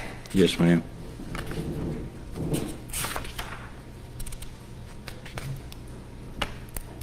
Now, you've admitted to making this phone call. So let's talk about, defense counsel's asked a lot of questions throughout this trial about the phone call. When Agent Shadell first asked you about whether or not you called Tara Grinstead's house that morning, you told him no, correct? I think that's correct. You've already told this jury that when you walked in the police department that morning, you were prepared to confess, correct? I was prepared to take the blame for something I didn't do. So that's a yes, you were prepared to confess. Whether it's truthful or not, you were prepared to confess. Yes, ma'am. And you knew that you had in fact called her phone that morning, correct? Yes, ma'am. So when Agent Shadell asked you, did you ever make any phone calls, and you said no, you were lying to Agent Shadell. Yes, ma'am. But the fact that you called her house that morning, in fact, shows that you were involved, right? No, ma'am. Okay. So then why did you feel the need to lie about not calling the house that morning? I'm not sure I was thinking clearly at the time. Okay. But you had already said you went in there that morning knowing that you were going to lie. I knew I was going to take the blame for something I didn't do. What you're saying is a lie, correct? Yes, ma'am. And when you went in that morning, you had already come up with what you were going to tell him about how it happened, correct? I still don't think I was ever sure. I still don't know what happened, so I don't. Not talking about what you're saying the truth is. I'm talking about that you said when you walked in that morning, you'd already come up with a story about what you were going to tell Agent Shadell. No, ma'am. I'm not sure I had any story in my mind. Okay. So you're admitting to the fact that you lied to Agent Shadell when you said you never called her that morning, right? Yes, ma'am. But you just don't know why you lied about that. No, ma'am.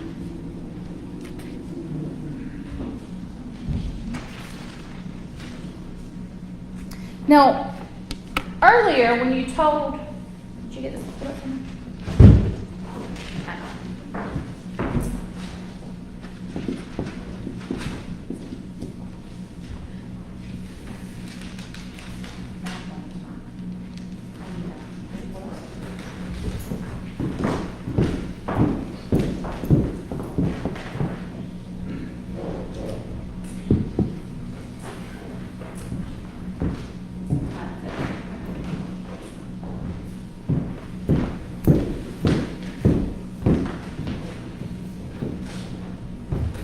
Just a moment, Judge.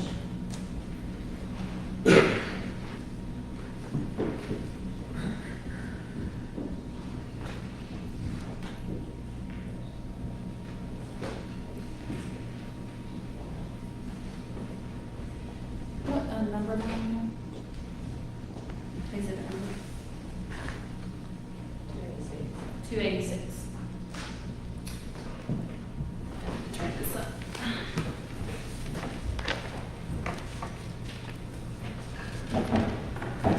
Just we would mark a copy of the recorded conversation between the defendant and Zach Gerard as 286 and seek to publish that for impeachment purposes. All right, any objection? Thank you, that's admitted without objection. States 286, you can publish that at this time. Thank you, Judge. And I haven't had a chance to practice this, but hopefully it's gonna work.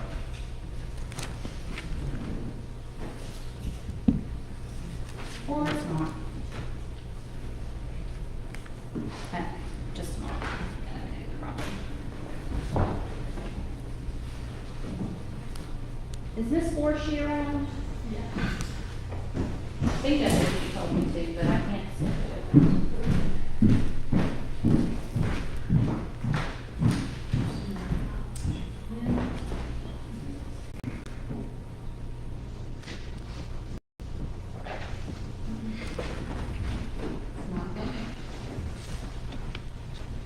And our system's not turned off.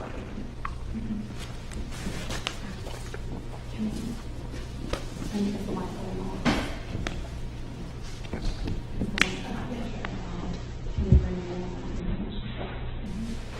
So just, we're having technical difficulties. That'll be fine. Well, I can keep going while they bring in the whiteboard, we can take a break and jump.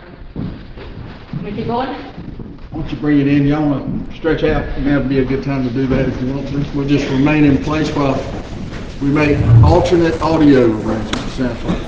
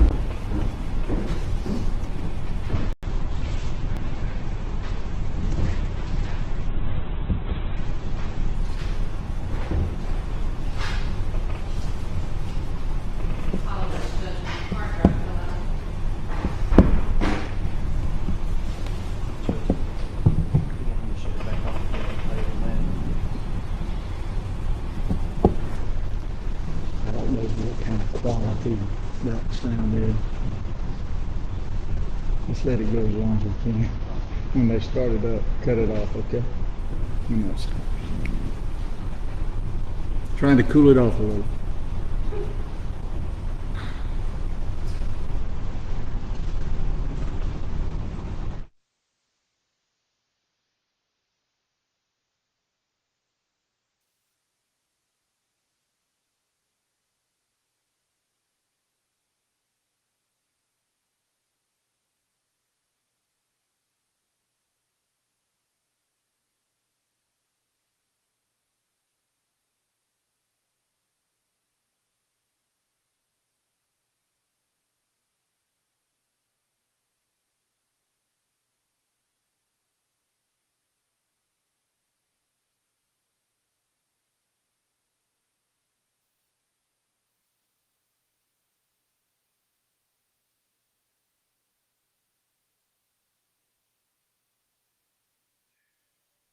I mean, if you don't mind me asking, maybe what the fuck happened? I mean, you can't talk about it as too, but I mean, I got a good idea for that, but I don't know for sure. Like, what I don't know for sure is like, where the fuck did y'all bring it to her ass at? Well, I can't really say all I'm saying. Well, all I'm saying is that I'm sleeping with her. I have been on and on since high school. That's my involvement, and I said, fuck it, we'll get to pretty much.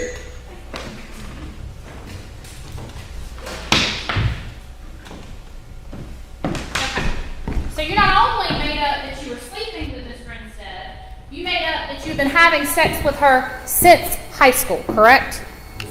And in fact, the truth was you never even met Tara Grinstead.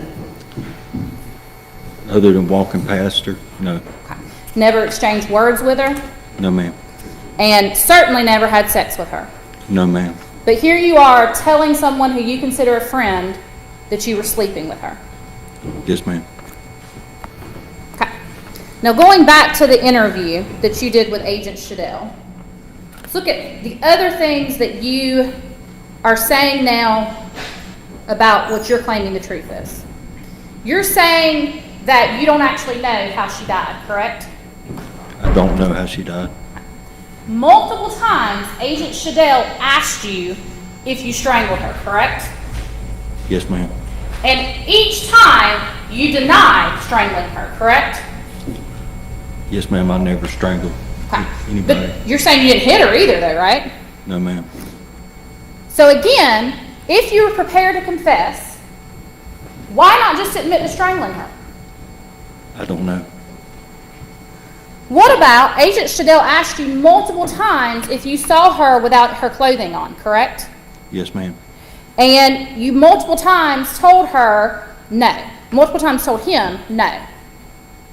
Yes, ma'am. But again, you're saying you were already prepared to go to prison for the rest of your life, right?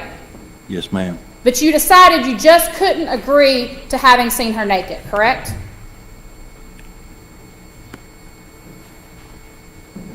I guess. Okay. But you've told the jury now that you have, in fact, seen portions of her body, correct? Yes, ma'am. But in 2017, for some reason, you just were not willing to tell Agent Shadell you had seen portions of her body naked. Yes, ma'am. And that was despite the fact that you had indicated at that point you had nothing to lose, right? I still didn't know what happened to her, so I couldn't. I understand, but you came up with one story, right? Yes? Yes, ma'am. And the other story that he was asking you about, based on your testimony, was just as likely to have occurred, right? No, ma'am. It wasn't just as likely to have occurred? I don't think so. Okay. So let's go back to some of the things that we can agree on. We can agree that on October 23rd of 2005, you were at the orchard in Ben Hill County, correct? Yes, ma'am. And we can agree that on October 23rd of 2005, Tara Grinstead's dead body was in that same orchard. Yes, ma'am. And we can agree that you saw her dead body, correct? Yes, ma'am. We can agree that you touched her dead body. After I was told to The pick her answer is up. yes, you touched her dead Yes, body. ma'am. Okay. We can agree that you helped move her dead body. Yes, ma'am. We can agree that you helped Beau Dukes get the pecan wood to be able to burn her body. Yes, ma'am. We can agree that you were in the truck when you drove Tara Grinstead back to the place where she would be burned. I don't know if that's where he continued to burn her or not. I was only there that one time. You were only there that one time. But you were there because you've already admitted you helped put her lifeless body on top of that fire pit. Yes, ma'am, I did. And you don't want to admit to having seen the match struck, but you know that she was set on fire. Yes, ma'am. And you knew that on October 23rd of 2005. Yes, ma'am. And you knew that on October 24th of 2005. Yes, ma'am. And you knew that on October 25th of 2005. And every day after. That's right. Every day after. And you never told a soul. No, ma'am. Never went to the authorities, correct? No, ma'am. Never even went and posted something anonymous online about it. No, ma'am. Never went to her family and told them what happened to her body.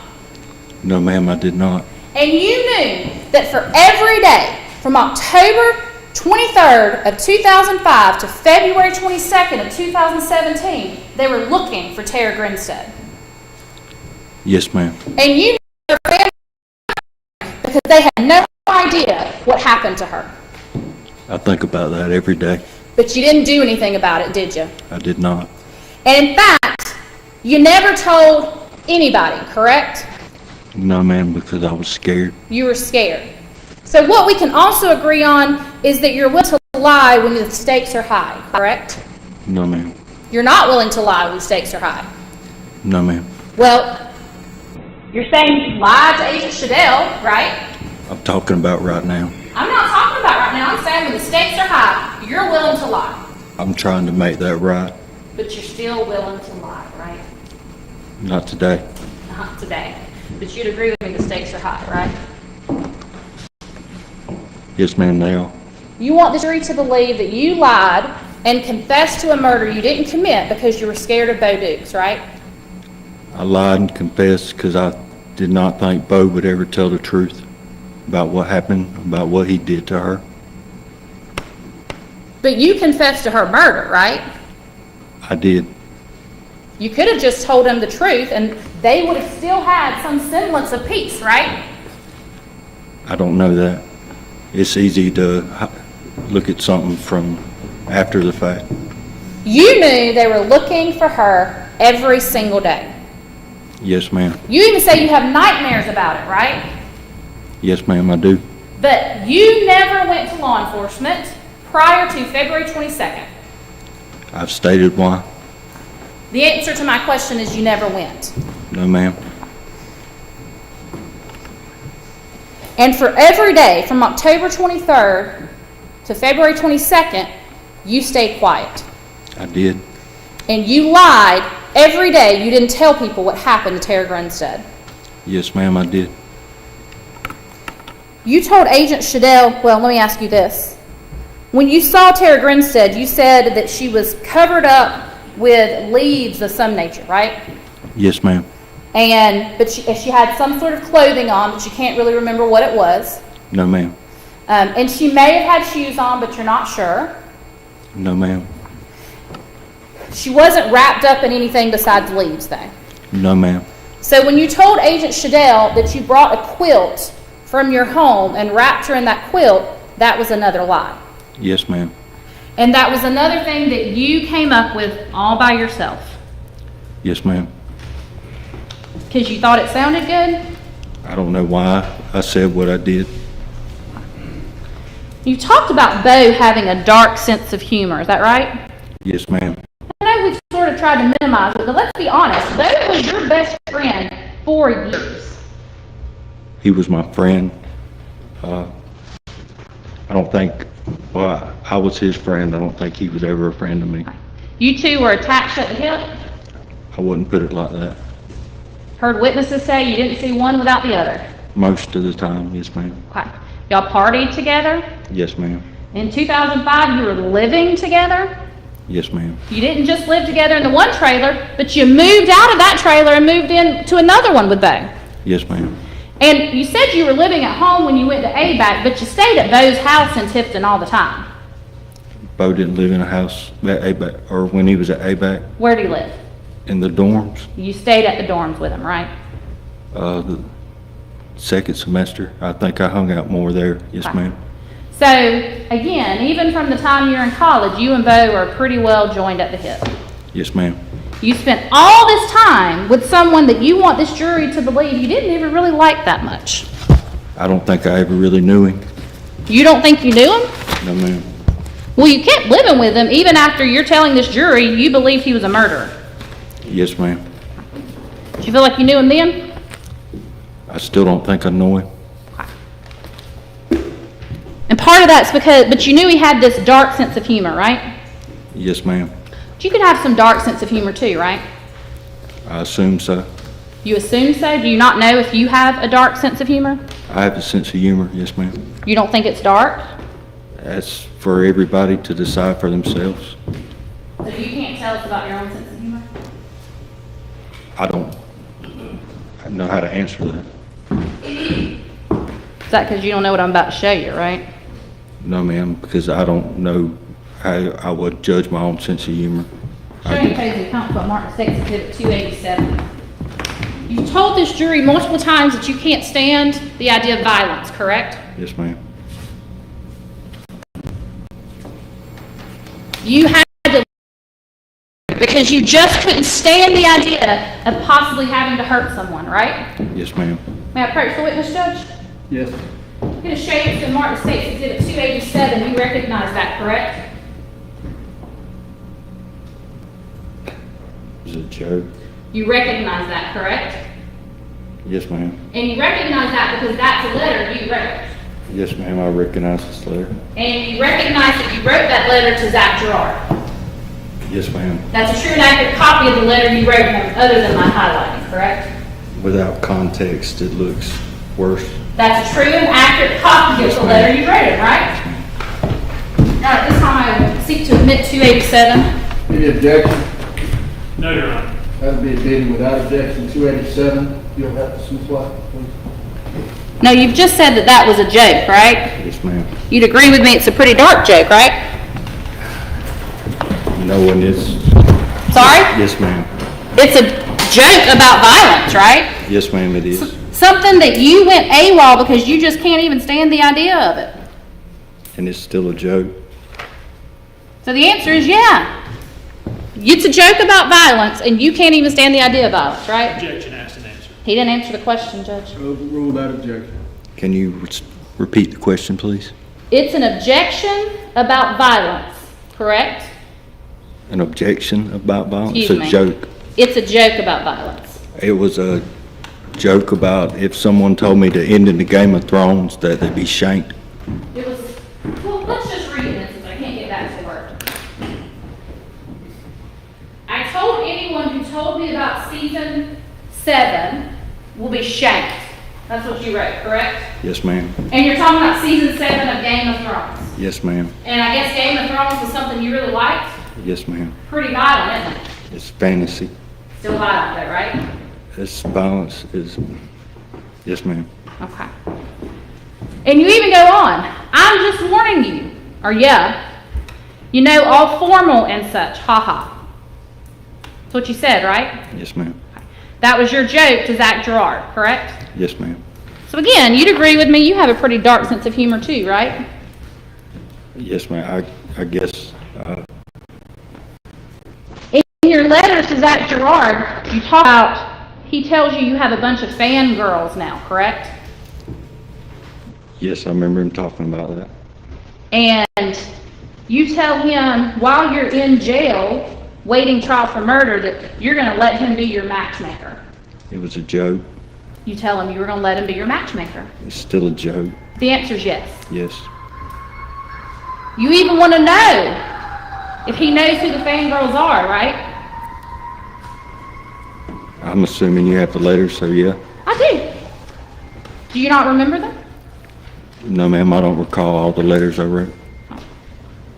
Do you remember telling him that most of the women who write you in jail are old enough to be your mom?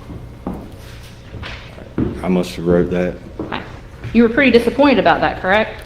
I don't remember. Showing the Defendant States Exhibit 288.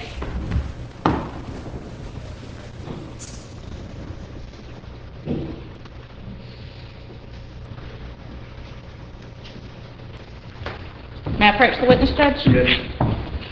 I'm showing you States Exhibit 288. You recognize that, correct?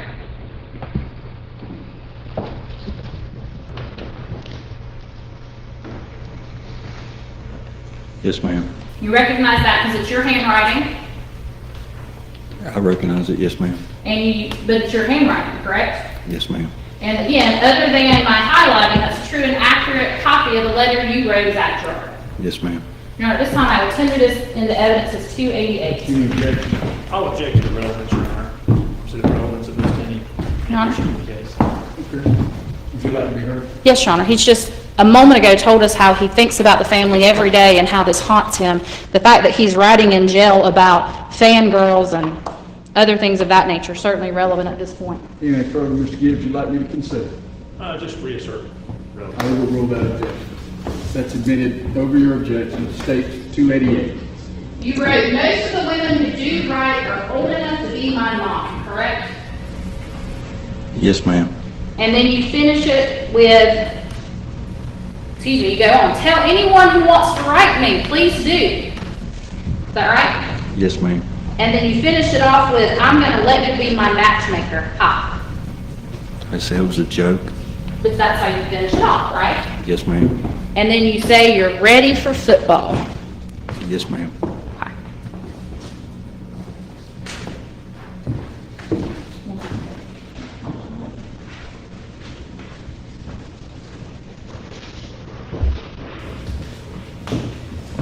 And then 89.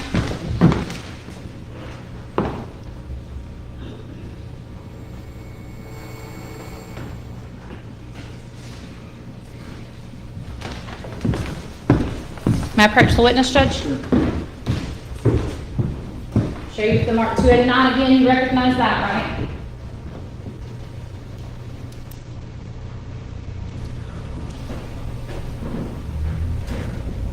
You recognize it? Yes, ma'am. It's your handwriting? Yes, ma'am, it is. True and accurate copy of the letter you wrote to Zach Gerard on October 23rd? Yes, ma'am. Your Honor, at this time I would tender into evidence States Exhibit 289. Mr. Gibbs, any objection? Make the same objection. 289 is admitted over objection. Thank you. Now, you're aware that October 23rd is the day that Tara Grinstead died, right? I am. That's the day that you say you saw her body laying out in the orchard, right? Yes, ma'am. And that's the day that you say that you had to help burn her because you had to do what Beau said, right? Yes, ma'am. And in this letter on October 23rd, you weren't thinking about Tara Grinstead, were you? Just because I didn't put it in a letter doesn't mean I wasn't thinking about it. You weren't thinking about her family on October 23rd, right? Just because I didn't write it in a letter doesn't mean I wasn't thinking about it. Instead, what you're writing about is, again, all your fangirls. No, ma'am. I told him I did believe him. You're writing, I'm not saying that you believed it, you're writing about fangirls, correct? I'm writing in response to what Zach wrote. But yes, I wrote that.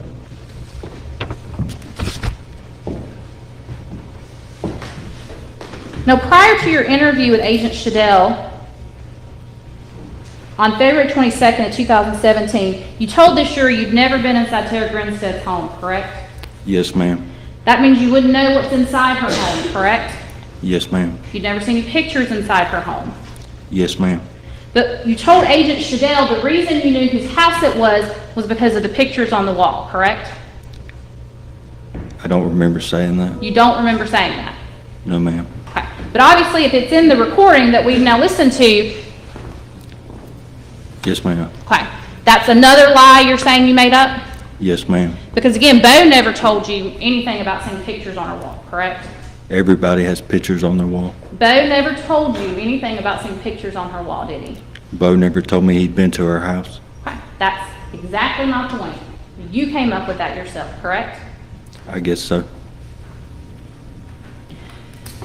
Agent Shadell asked you multiple times about what happened to the purse, correct? Yes, ma'am. And in fact, when Agent Shadell asked you about taking anything from the house and about the purse, you said you didn't even remember anything about the purse. Yes, ma'am. But you told the jury that that purse is how you even knew that something was up. Yes, ma'am.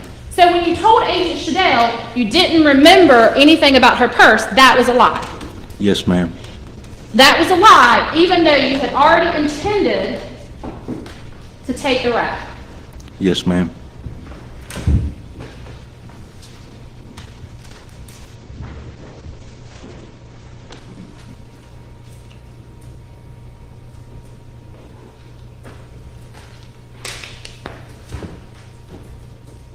Just a moment, Judge.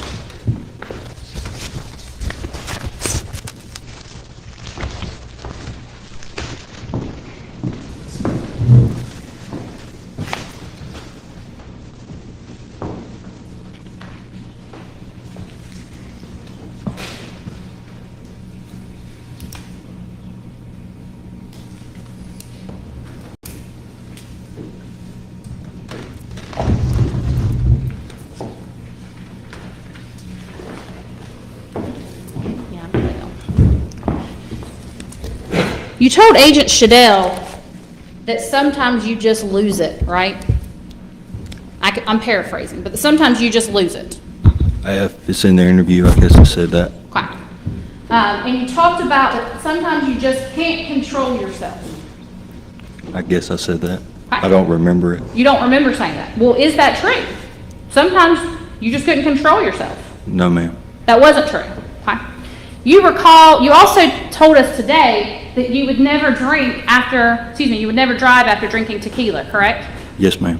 However, you do have 2 convictions for DUI. That wasn't after drinking tequila. You have 2 convictions for DUI. Yes, ma'am. Okay. And one of those was here in Ocilla. Yes, ma'am. After your arrest, your mother and stepfather bonded you out. Yes, ma'am. And when you got home to their house, you were acting so erratically, they called the police to come back and get you. Yes, ma'am, they did. Now, you haven't mentioned this, so I want to ask you about it. You told Agent Shadell that cocaine was your drug of choice, correct? Yes, ma'am, I guess so. You guess so? You don't remember? No, ma'am. That's the interview you've listened to 3 or 4 times, though, right? The interview is a couple hours long, And you were there when you said it, right? apparently. Cocaine was your drug of choice? No, ma'am. So you're telling the jury that when you told Agent Shadell cocaine was your drug of choice, that you were lying about that too? Yes, ma'am. Beau Dukes never told you to go in there and tell him that cocaine was your drug of choice, right? Beau told me to keep his name the fuck out of it. Okay. So my point is, Beau Dukes never told you to tell him cocaine was your drug of choice. No, ma'am. And so you made that up all by yourself. Yes, ma'am. And you're telling the jury that you didn't regularly use cocaine? No, ma'am. Back in 2005, you had actually been to that orchard for parties multiple times. Once or twice, yes. Once or twice, that's it? At the time, yeah. And you kept going to that orchard even after you helped burn her body. No, ma'am. You didn't keep going to the orchard? Well, I went twice. Twice. Both with Beau. So you went for a party at an orchard where you're telling the jury you helped burn a body. Beau convinced me to go. Did he tie you up? No, ma'am. Did he throw you in the truck? No, ma'am. Did he drag you to get you there? No, ma'am. He just said, hey, you should come, right? No, ma'am. What did he do that forced you to go to the orchard where you burned her body? He told me it would look bad if I wasn't there. He told you it would look bad. Yes, ma'am. Okay. There were numerous people there that night, correct? Yes, ma'am. And Beau did, in your words, Beau made a statement joking around. And you heard Beau make this statement. Yes, ma'am. And your response was to laugh. I didn't laugh. You didn't laugh. No, ma'am. Okay. So you're saying that no one heard you laugh that night when Beau made that statement? No, ma'am. He has knowledge of it, Judge. If he was there and he laughed, he would know that other people heard him laugh. I don't sustain that. You didn't tell anybody it wasn't true. No, ma'am, I didn't. You didn't correct Beau, right? No, ma'am. You didn't tell him, man, that's not funny. I don't. No, ma'am. Okay.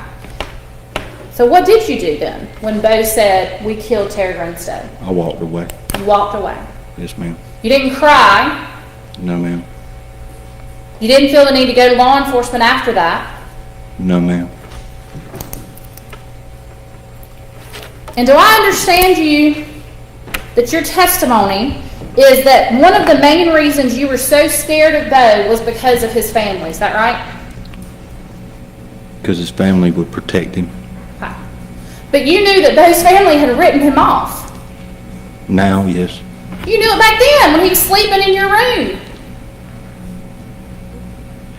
Yes, ma'am. That's what he said. You knew it back then when he wasn't contributing to your household, right? That's what he said.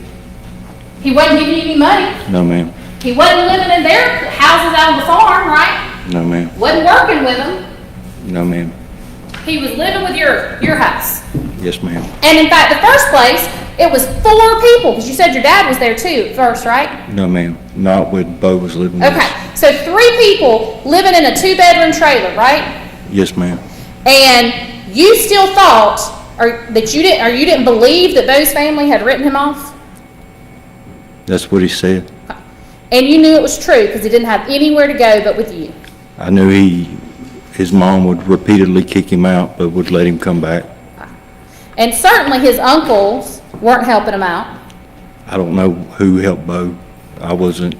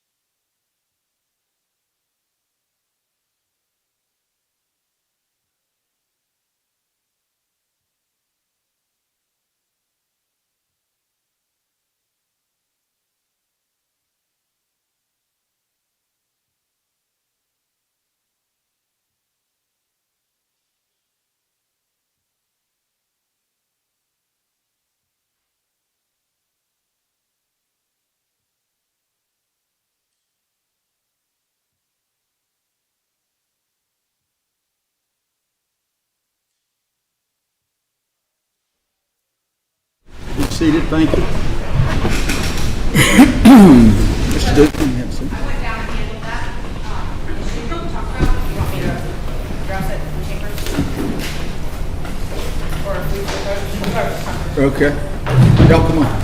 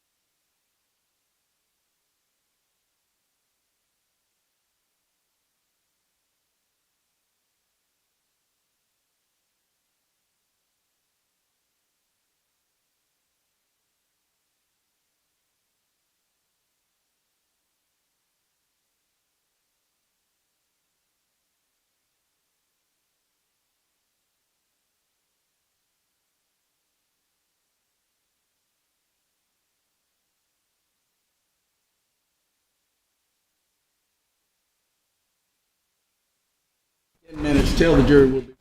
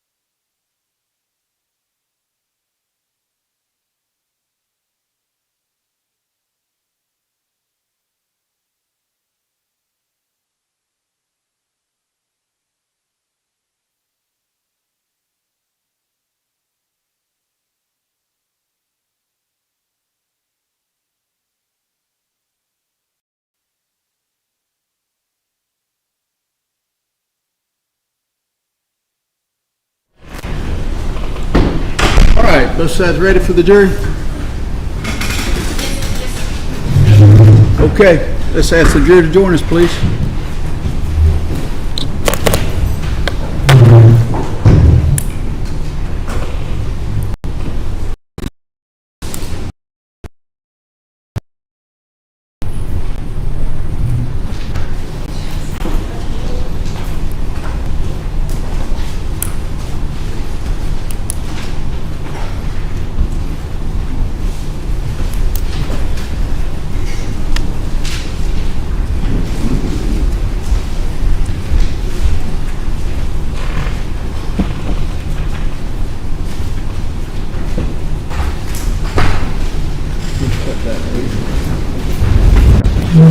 Okay, thank y'all. Please be seated. Ms. Hart, you can continue with your cross. Thank you. Now again, I don't recall exactly where we were, but I know we were talking about the fact that it was you made a point to let this jury know that Beau's grandfather had helped start up the GBI with his legislation, correct? That's what Beau told me. Okay. And of course, I'm assuming you never looked into this to see that the GBI started in the 1930s? No, ma'am. Or that Newt Hudson would have been about 10 years old when the GBI actually started? I didn't say what Beau said was truthful. Well, actually, earlier you did present it as true, right? I do not know if Newt Hudson got funding for the GBI or not. Okay. So you didn't know that was true when you said it either? No, ma'am. Now, when you spoke with Jason Shadell, as part of your explanation for how you got into her house, you talked about using a card to get into her house, correct? Yes, ma'am. That it was really easy to use a card to get into people's houses, right? I said that, yes. And that you had locked your own self out multiple times, and so that's how you knew how to do it, correct? Usually it was the bedroom or the bathroom. But the answer, but Yes, you ma'am. told that to Agent Shadell, correct? Yes, ma'am. So in fact, that part was true, that you knew how to open a door with a card. A door inside the house, yes, ma'am. Well, you didn't clarify that. You just said you knew how to open a door with a card, correct? Yes, ma'am. And you would agree with me that the same doors that you put on the outside at times can be the same doors you put on the inside. Depends on the house. Thank you. Now, you talked earlier about a situation in which you said Zane Deal, I believe it was Cliff Benson, and a third unknown person came to the house to visit with you and Beau, correct? Yes, ma'am. And if I understood you correct, that living room area had a love seat, a couch, and some other chair? 2 recliners. 2 recliners, a love seat, and a couch. Yes, ma'am. And the couch was completely empty. I think so, yes, ma'am. And 3 grown men were sitting on the love seat. Yes, ma'am. And you were sitting In where? In the recliner. In one of the recliners. Yes, ma'am. Okay. And so Beau was one of the 3 men that were sitting on the love seat? No, ma'am. He was in the other. He was in the other recliner. But you weren't sitting on the couch, right? Not that I remember. Okay. But for some reason, you just thought this was really odd. Is that right? It was just, we were watching TV and you can't see the TV very well from the sofa. Okay. But they weren't all sitting together on the couch. That would have been bigger. Say that again? Well, they weren't all 3 sitting together on the couch. No, ma'am. Okay. And that particular evening, y'all were drinking. I'm not sure if we were drinking or not. Well, it would be fair to say that back in 2005, 2006, that when your friends got together, you were generally drinking, correct? It depended on if it was a weekend or not. Okay. And in fact, back in 2005, 2006, when your friends got together, there was normally drug use. Usually when there was a party, yes, ma'am. And in fact, the party that you're talking about at the orchard, after you helped burn Tara Grinstead's body, there was drug use. Not that I remember. So you don't remember smoking pot that night? I could have. I don't remember. You don't remember using cocaine that night? No, ma'am. But you were drinking? Yes, ma'am, most likely. Because most of the times when you went to parties out there, you were drinking, right? When there was a party, yes, ma'am. Now, you've told this jury that after Beau Dukes moved out, you didn't have anything else to do with him, correct? As far as I know, I mean, they may have been I remember him coming by the house after he got out of basic. Okay. From the time that he came by your house to get out of basic until he messaged you on Facebook the night before your interview, did I understand your testimony to be that you didn't have any contact with him? No, ma'am, I think I talked to him earlier You talked to him earlier when? on Facebook. Okay. When you say earlier on Facebook, you mean before February 21st of 2017, you had spoken with Beau Dukes on Facebook? I'm not sure of the date. You got messages from him the night before your interview, right? Yes, ma'am, I remember that. And your interview was February 22nd, 2017. Yes, ma'am. So if you're saying you talked to him on Facebook, it would have had to have been before February 21st of 2017. Yes, ma'am, I'm assuming that. Okay. And this is a person who you're saying forced you to help him move a lifeless body of Tara Grinstead. Yes, ma'am. This is the same man who you're saying forced you to help burn the body of Tara Grinstead, correct? Yes, ma'am. This is the same man who you're saying had essentially threatened you that he would burn down your trailer if you said anything. Yes, ma'am. This is the same man scared of him because he did one murder, right? Yes, ma'am. But the conversation you had with him on Facebook was you reaching out to him. I don't remember that.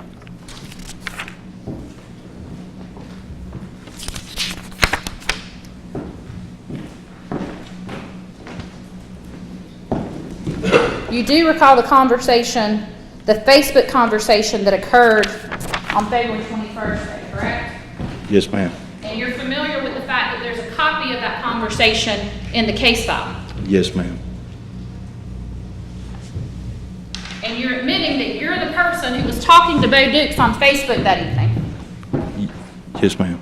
May I approach the witness, Judge? Sure. I'm going to show you, I've marked the State's Exhibit 290. You recognize that, right? Yeah. Yes, ma'am. And that is a portion of the conversation you had with Beau Dukes on February 21st, 2017 on Facebook, correct? Yes, ma'am. It's not the complete copy. Well, I understand that. There's more to it, but I'm focusing on the question I just asked you. Yes, ma'am. That is a portion of that conversation, correct? Yes, ma'am, it is. And that is the true and accurate as it relates to that portion, correct? Yes, ma'am, I'm assuming so. Your Honor, at this time I would tender an evidence State's Exhibit 290 for impeachment purposes. Any objection to board action? Yes, Your Honor, I would object to based on the rule of completeness, it's a partial, Attorney Hart has referenced that this is only part of a conversation, and I'm assuming that you got the rest of it without showing him, so for rule of completeness sake, I would say that everything should be considered together. There is more, and defense counsel has it as well. The reason I'm only introducing this page is this is the page that references the question I just asked him about the prior communication. The rest of it would obviously be hearsay and would not be relevant for impeachment purposes, so that's the reason I'm not introducing those. I have no objection to them introducing it. The state's just not introducing it because that would be improper hearsay from Beau at this point. Anything further? Just same objection, Your All Honor. right, I'm going to admit that over objection. 299. Excuse me, 290. Thank you. Thank you. Ms. Force, you got me up and running.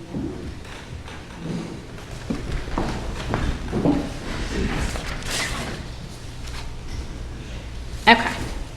And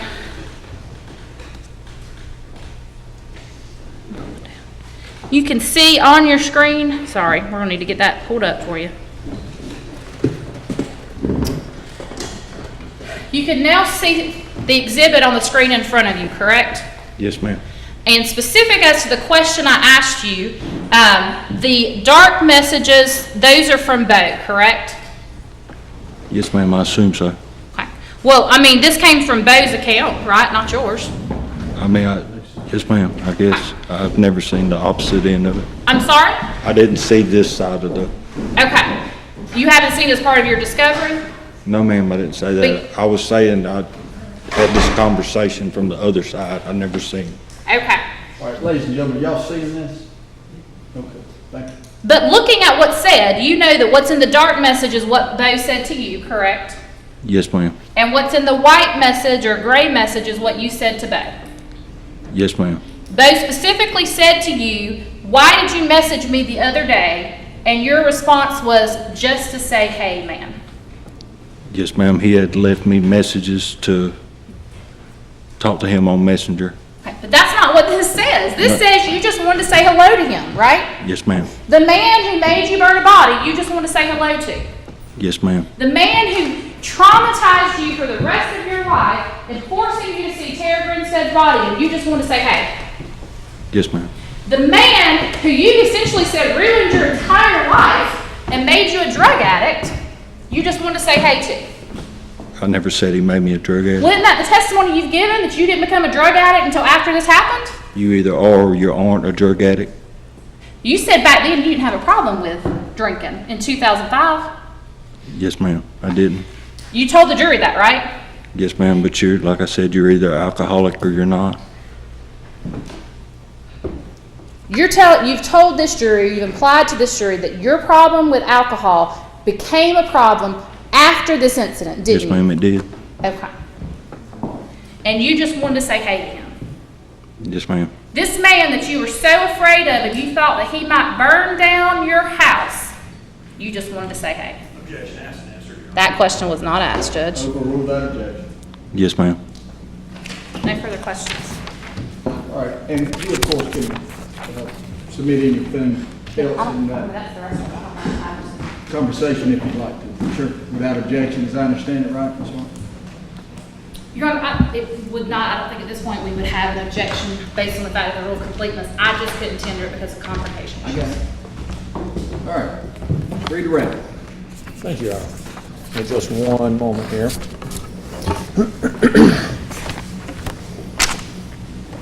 Mr. Duke, how much have you paid me to represent you in this case? Nothing. How much have you paid the merchants to represent you in this case? Nothing. Have you made any IOUs or otherwise made any promises to pay us? No, sir, to neither one. Has your family paid us on your behalf? No, sir. Has anyone else paid us on your behalf? No, sir.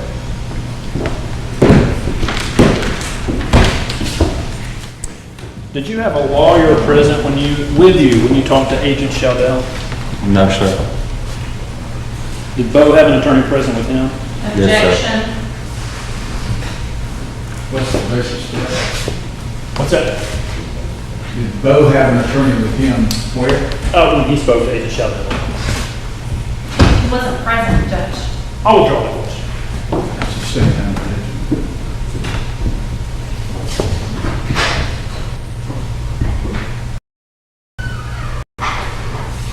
You testified earlier that you were afraid of Beau Duke. Yes, sir. Why are you comfortable telling the truth now, here today? Because Beau's in prison.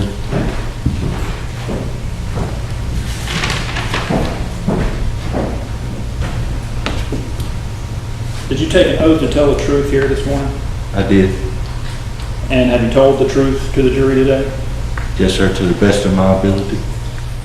And did you admit under oath this morning to committing a felony in Ben Hill County? Yes, sir, I did.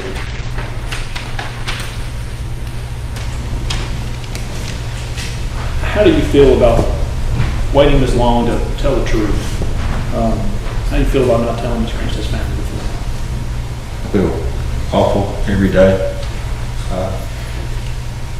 It's something I gotta live with. It's a question I gotta ask myself every day. It's why I made the choice I did. No further questions. Follow up, Ms. Hart. You already know you can't be prosecuted in Beau County anymore, don't you? Objection, call for speculation. Legal conclusion. Would you like to He be heard? specifically asked the question when he talked about the fact that he admitted to a felony as if somehow that implicated him in a crime. If he knows he can't be prosecuted anymore because of statute of limitations, that's relevant. All right, I'll allow over objection. You already know that you can no longer be prosecuted in Ben Hill County related to this crime, don't you? No, ma'am, I didn't know that. You didn't know that. Before you testified today, you never discussed the fact that you'd be admitting to a felony. No, ma'am, it didn't come up. I'm just trying to tell the truth. Just like you told the truth to Zach Gerard? No, ma'am, I admitted to lying to Jack Gerard. Just like you told the truth to Jason Shadell? No, ma'am, I've admitted to lying to Jason Sedell. Just like you told the truth to the jury today when you told them you knew about Newt Hudson starting up the GBI? I told the jury what I knew to the best of my ability, and I thought I've been as honest as I humanly can be today. You thought you were being as honest as you humanly can I be. have been as honest as I humanly can be today. But we've already talked about the fact that you don't mind lying when you feel it's necessary, correct? I can't undo the mistakes I've made. Mr. Dick, Ma'am. you don't mind Yes, ma'am. lying when you feel it's necessary, do you? I have lied, yes, ma'am. No further questions. Any follow-up? No, sir, Your Honor. Thank you, Mr. Duke. You can be seated back at the defense table. All right, call your next witness, please. All right, Beau. Just maybe fresh.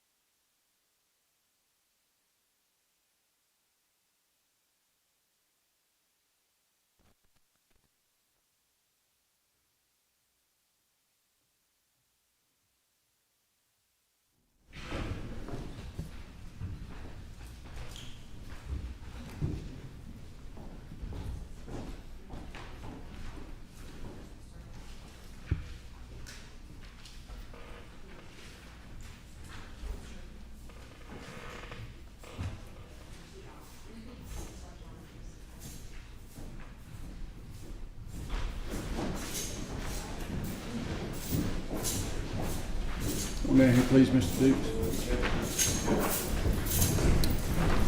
All right, if you'll step up right there, best you can, raise your right hand. You swear or affirm the evidence you're going to provide in hearing this case is going to be the truth, whole truth, and nothing but the truth, so help you God? I do. Thank you. Please be seated. Hang on a second. Yeah, you can come on down.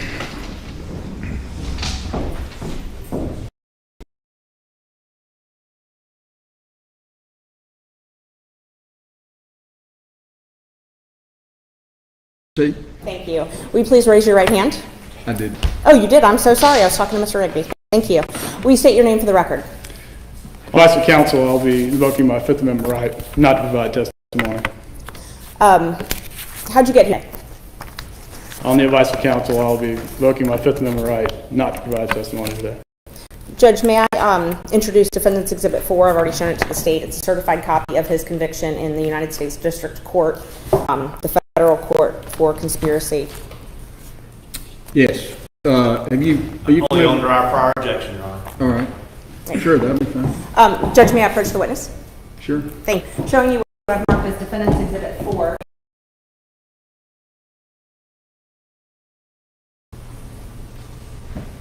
Do you recognize that document? On the advice of counsel, I will be invoking my Fifth Amendment right not to provide testimony today. Mr. Duke, do you intend to invoke your Fifth Amendment right to every question? I do, Your Honor.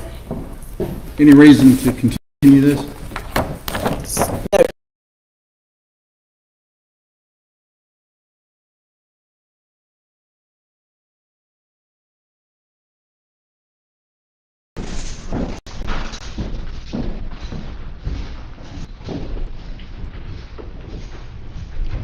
Ms. Mullis, can I see you up here for a moment, please?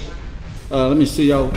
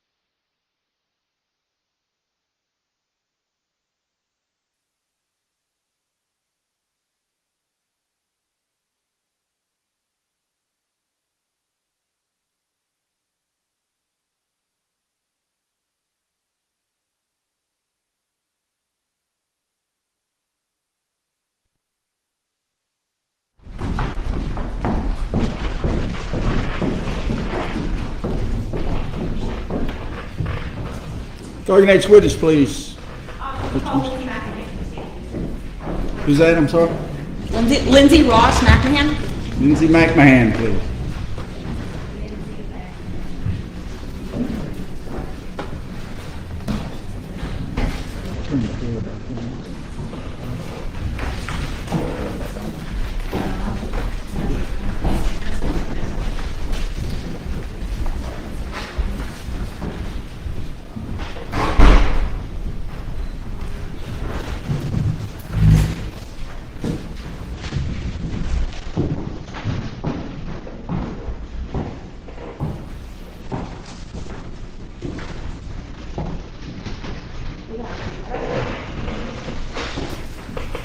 Good afternoon, ma'am. This is Miss McMahon. If you'll please step up right there before you're seated. If you'll give your attention to Miss Merchant, she'll swear you. Hi, will you raise your right hand? Do you swear or affirm the testimony you're about to give is the truth, the whole truth, and nothing but the truth, so help you God? I do. Thank you. Can I have a seat? Can you state your name for the record? Lindsay McMahon. And Ms. McMahon, how are you currently employed? I am the Irwin County Tax Commissioner. Are you from Irwin County? I am. And do you know a lot of your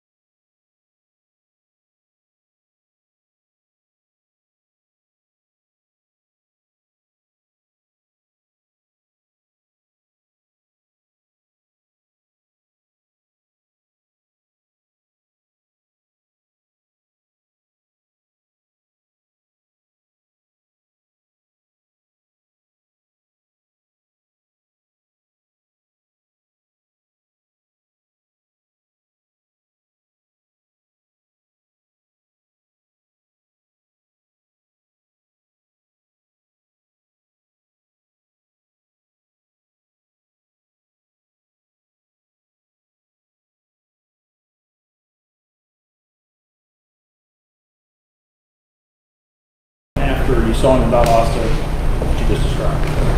No, not until years later, after I had learned he had attempted suicide. I'm sorry? After I'd learned that he had attempted suicide. Let's talk about that. Yeah, let me know if you hear. You can't hear. If you'll please speak up. Okay. That lady at the very back. Thank you. I think you just said you learned that Ryan attempted suicide. Correct. Approximately when it was. I think it was some in 2008 or summer. Did you do anything in response to learning that? Where did you go to see him? He was at his mom's house out at Pleasure Lake. Where were you living at the time? I live in Tallahassee.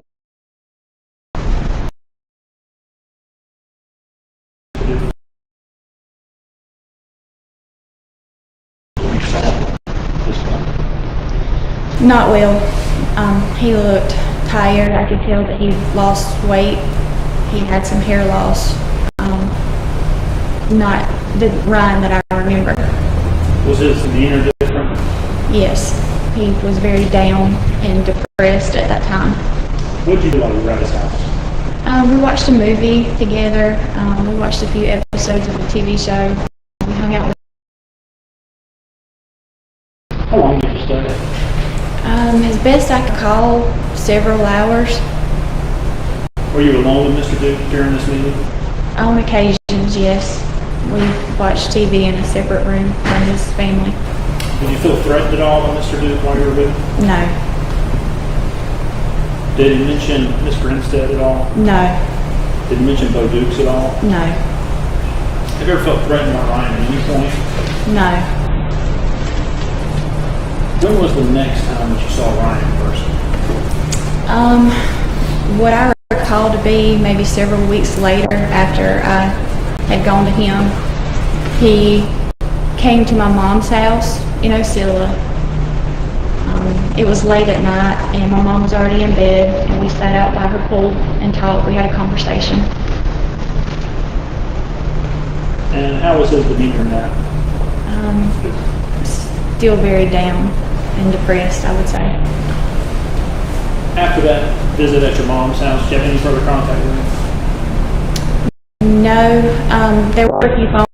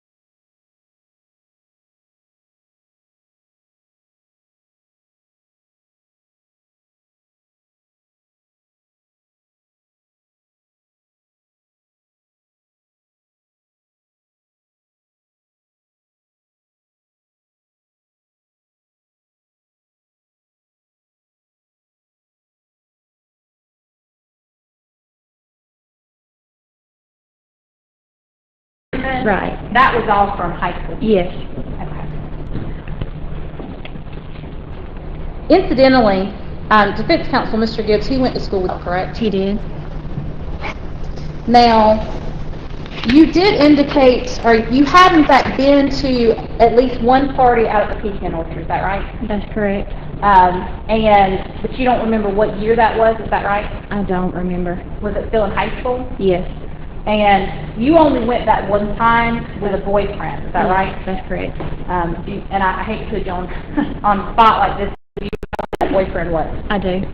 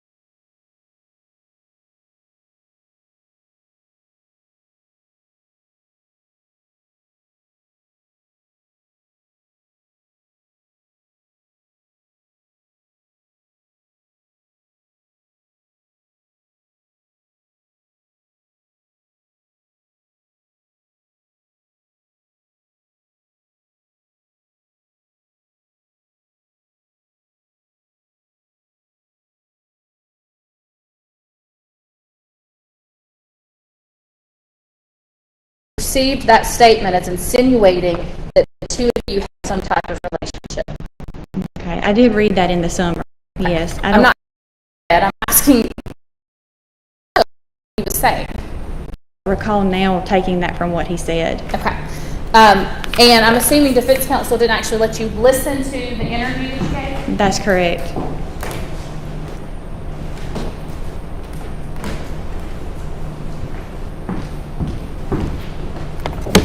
May I have just a moment, Judge?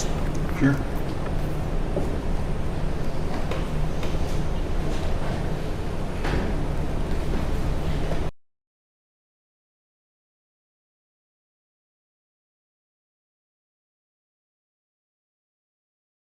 That wasn't a very long conversation, is that right?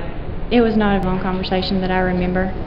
And the reason that you were speaking with law enforcement is that your friend, Benja, had already given them your name, is that right? I wasn't aware that that was the reason we were having the conversation. Well, how did you think they got your name? I wasn't sure. I assumed it was because we were all friends in high school. You don't recall telling law enforcement, well, let me ask you this first. They called your home, your work initially, correct? They did, that's correct. And you don't recall telling them that you knew why they were calling? Yes, I do. They asked me why I thought they were calling, and I said, I think it's in relation to Ryan Duke.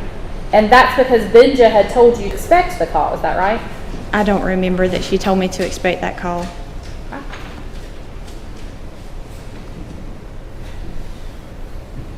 Prior to you speaking with law enforcement, you had a conversation with Benja about what Ryan said to you, is that right? I don't remember having that conversation with her.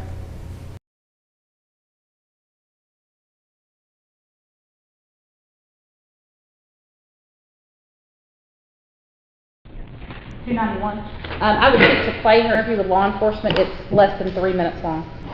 Any objection? No, Your Honor. Thank you.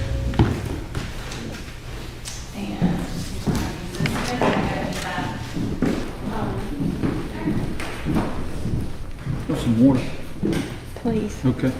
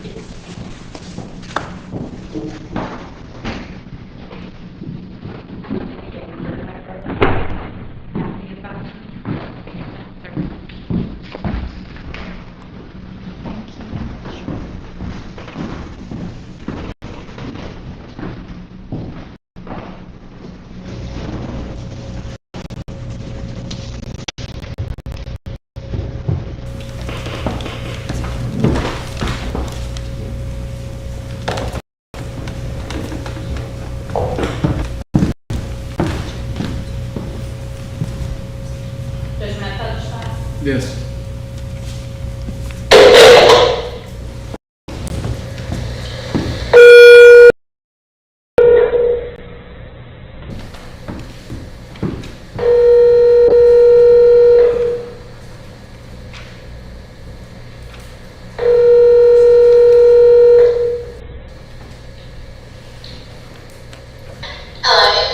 Yes, is this Kristen? Hey, Kristen, my name's Madison Hall. I'm with the Georgia Bureau of Investigation in Perrysburg.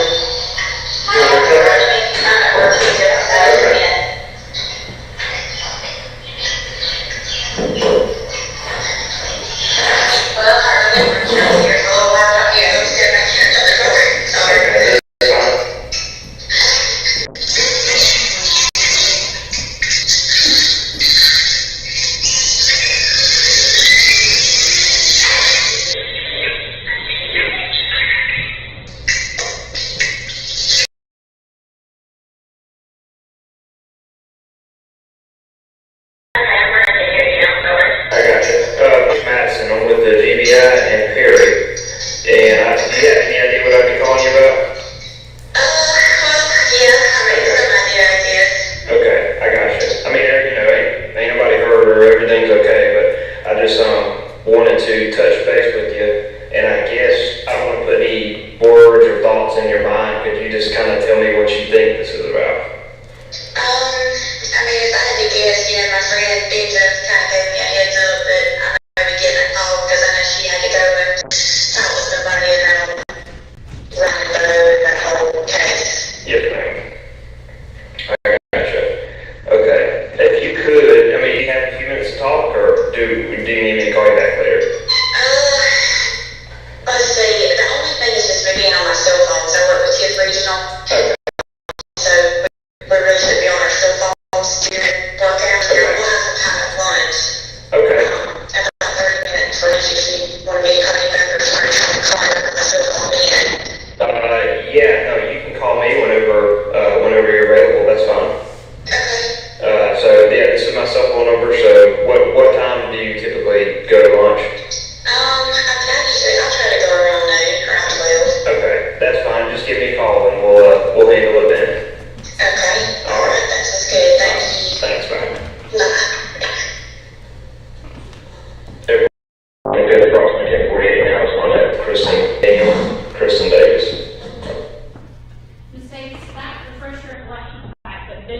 give you a heads up that law enforcement will be calling you? Yes, it does.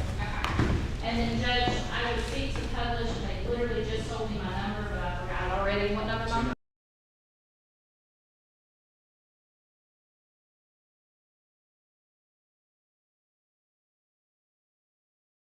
Submitted without objection. Thank you, Mr. Gibbs.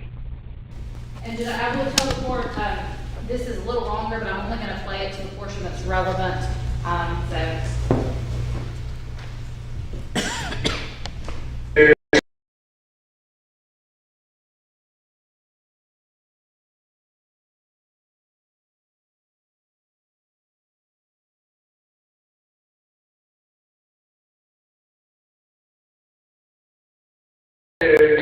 Talk with you. I know when we talked a bit earlier, you said Ben just kind of give me a heads up, so I know it's not a complete surprise. But I guess just starting out, could you just kind of tell me your relationship with Ryan and Beau back then, and kind of start with that?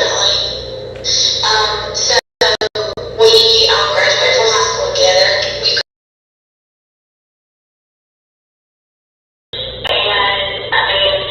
I never had a real close friendship with Beau. They've always kind of been themselves mostly. I mean, we were in classes together and things like that, but I wouldn't say that we were really good friends or anything like that. I mean, as far as Ryan, but then like all of us, we just, I think when you graduate in a small town like that, in a class together, you are pretty close with everybody, but I mean, I wouldn't say that we really hung out a lot, but we did, at times we went on our senior trip together. I mean, we definitely had interactions, but we weren't like best of friends or anything like that, and it was just a friendly type relationship. Were you ever like in any type of romantic relationship with either Ryan or Beau? No. Okay.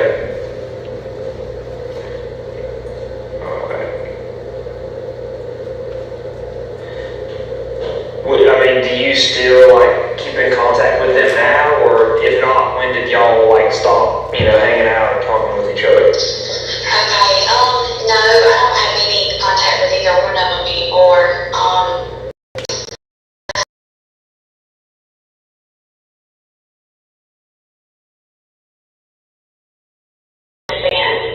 Haven't spoken with him or really haven't seen him anywhere. He just kind of fell off the map after high school. Of course, I moved off too. I moved to Valdosta State right out of high school. So, but I did talk with Ryan more after high school, just on occasion. It wasn't like we ever planned anything or did anything together. But being from Most Hill, we kind of had the same set of friends. So, I'd say maybe once or twice we had contact after high school while he was in Valdosta, and so was I. Living there or not, I know that at one time he kind of quote unquote stayed with over at the home where Hank met Pan, and gosh, I don't even know who his roommates were at the time.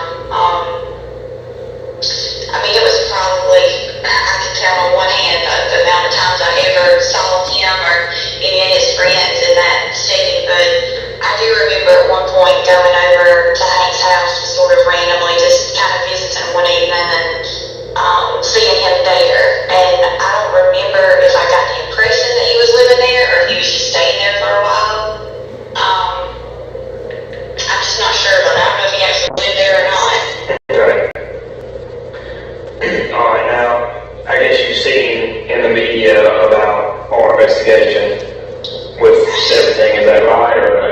Very little, really. I'm not a social network person. I don't have Facebook or Instagram or anything. I don't get into that kind of stuff, I just have my little circle of friends. This is my best friend, in elementary school, and we're not. Do you remember back then when Miss Grinstead went missing, or? I do remember it, but I don't mean to. I try to think in my mind of what was going on in my life at that point. I can barely remember what happened last week, but the last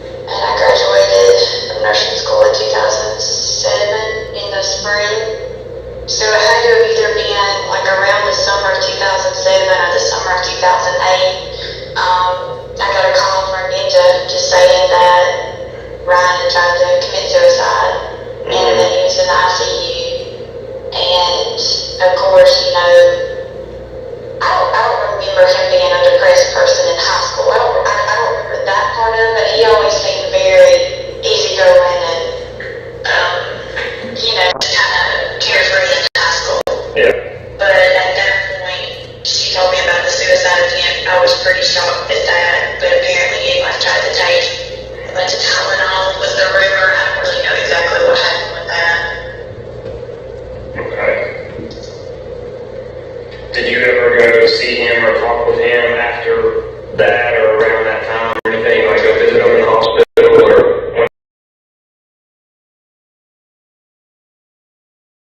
At his mom's house, you know, building like out of the pleasure area.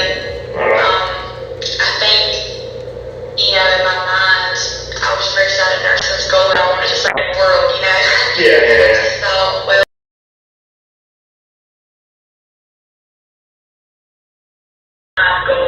we were friends and he was a nice guy. And I just felt like what could possibly be happening in his life to make him want to take his life. And so, of course, I came home from Tallahassee. I guess I was in Tallahassee at that point because I remember him continuing.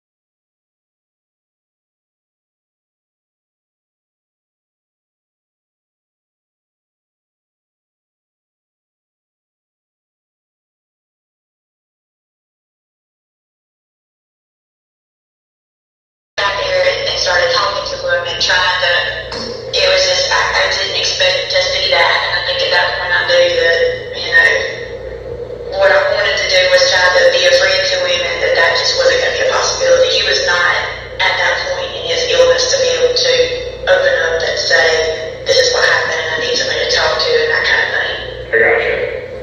Yeah. Alright, now did he ever, during y'all's, you know, even around that time or even before then, did he ever like try to have any type of relationship with you?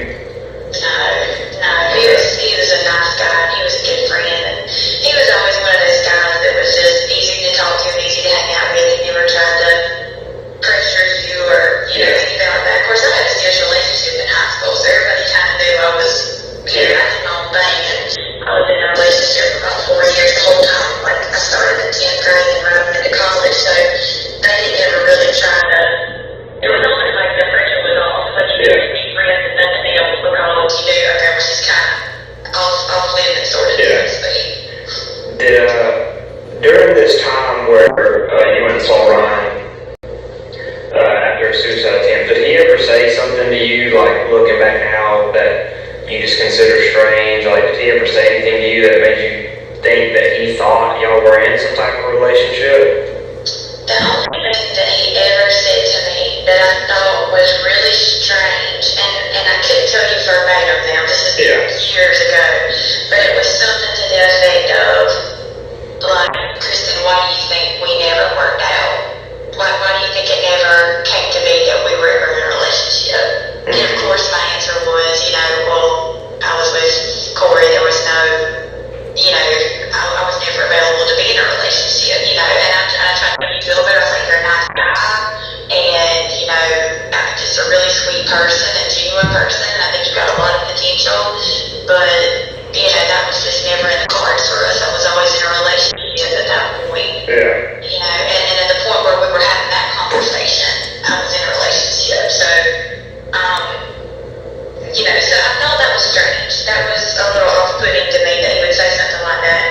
Okay. Being that we had never had any type of relationship like that in the past. And Judge, unless there's objection, I'm gonna stop it then at 10 minutes and 41 seconds. Any problem with that? Thank you. No, ma'am, Never knew that Ryan had any mental health issues in high school? In high school, no. Okay. And in fact, I think we just heard you described him as carefree, is that right? Right. And so it would surprise you, I guess, then to learn that he was suffering from depression in high school? Yes. And it would surprise you to learn that he was suffering from anxiety in high school? Yes. And if that was the case, he certainly appears to hid it from you. Yes. No further questions? You redirect. Ms. Davis, thank you for your testimony, ma'am. You're welcome to stay, go, whatever you want to do. Just don't discuss the testimony you've given to this jury today with any other witness in the case until the case is concluded, Yes, sir. all right? Thanks so much. You'll be excused at this time. Call your next witness, please. Your Honor, can we address the scheduling issue briefly with the court? Sure. Okay. Let's take about this will be a real 5-minute recess. Y'all will step to the jury room for me, please.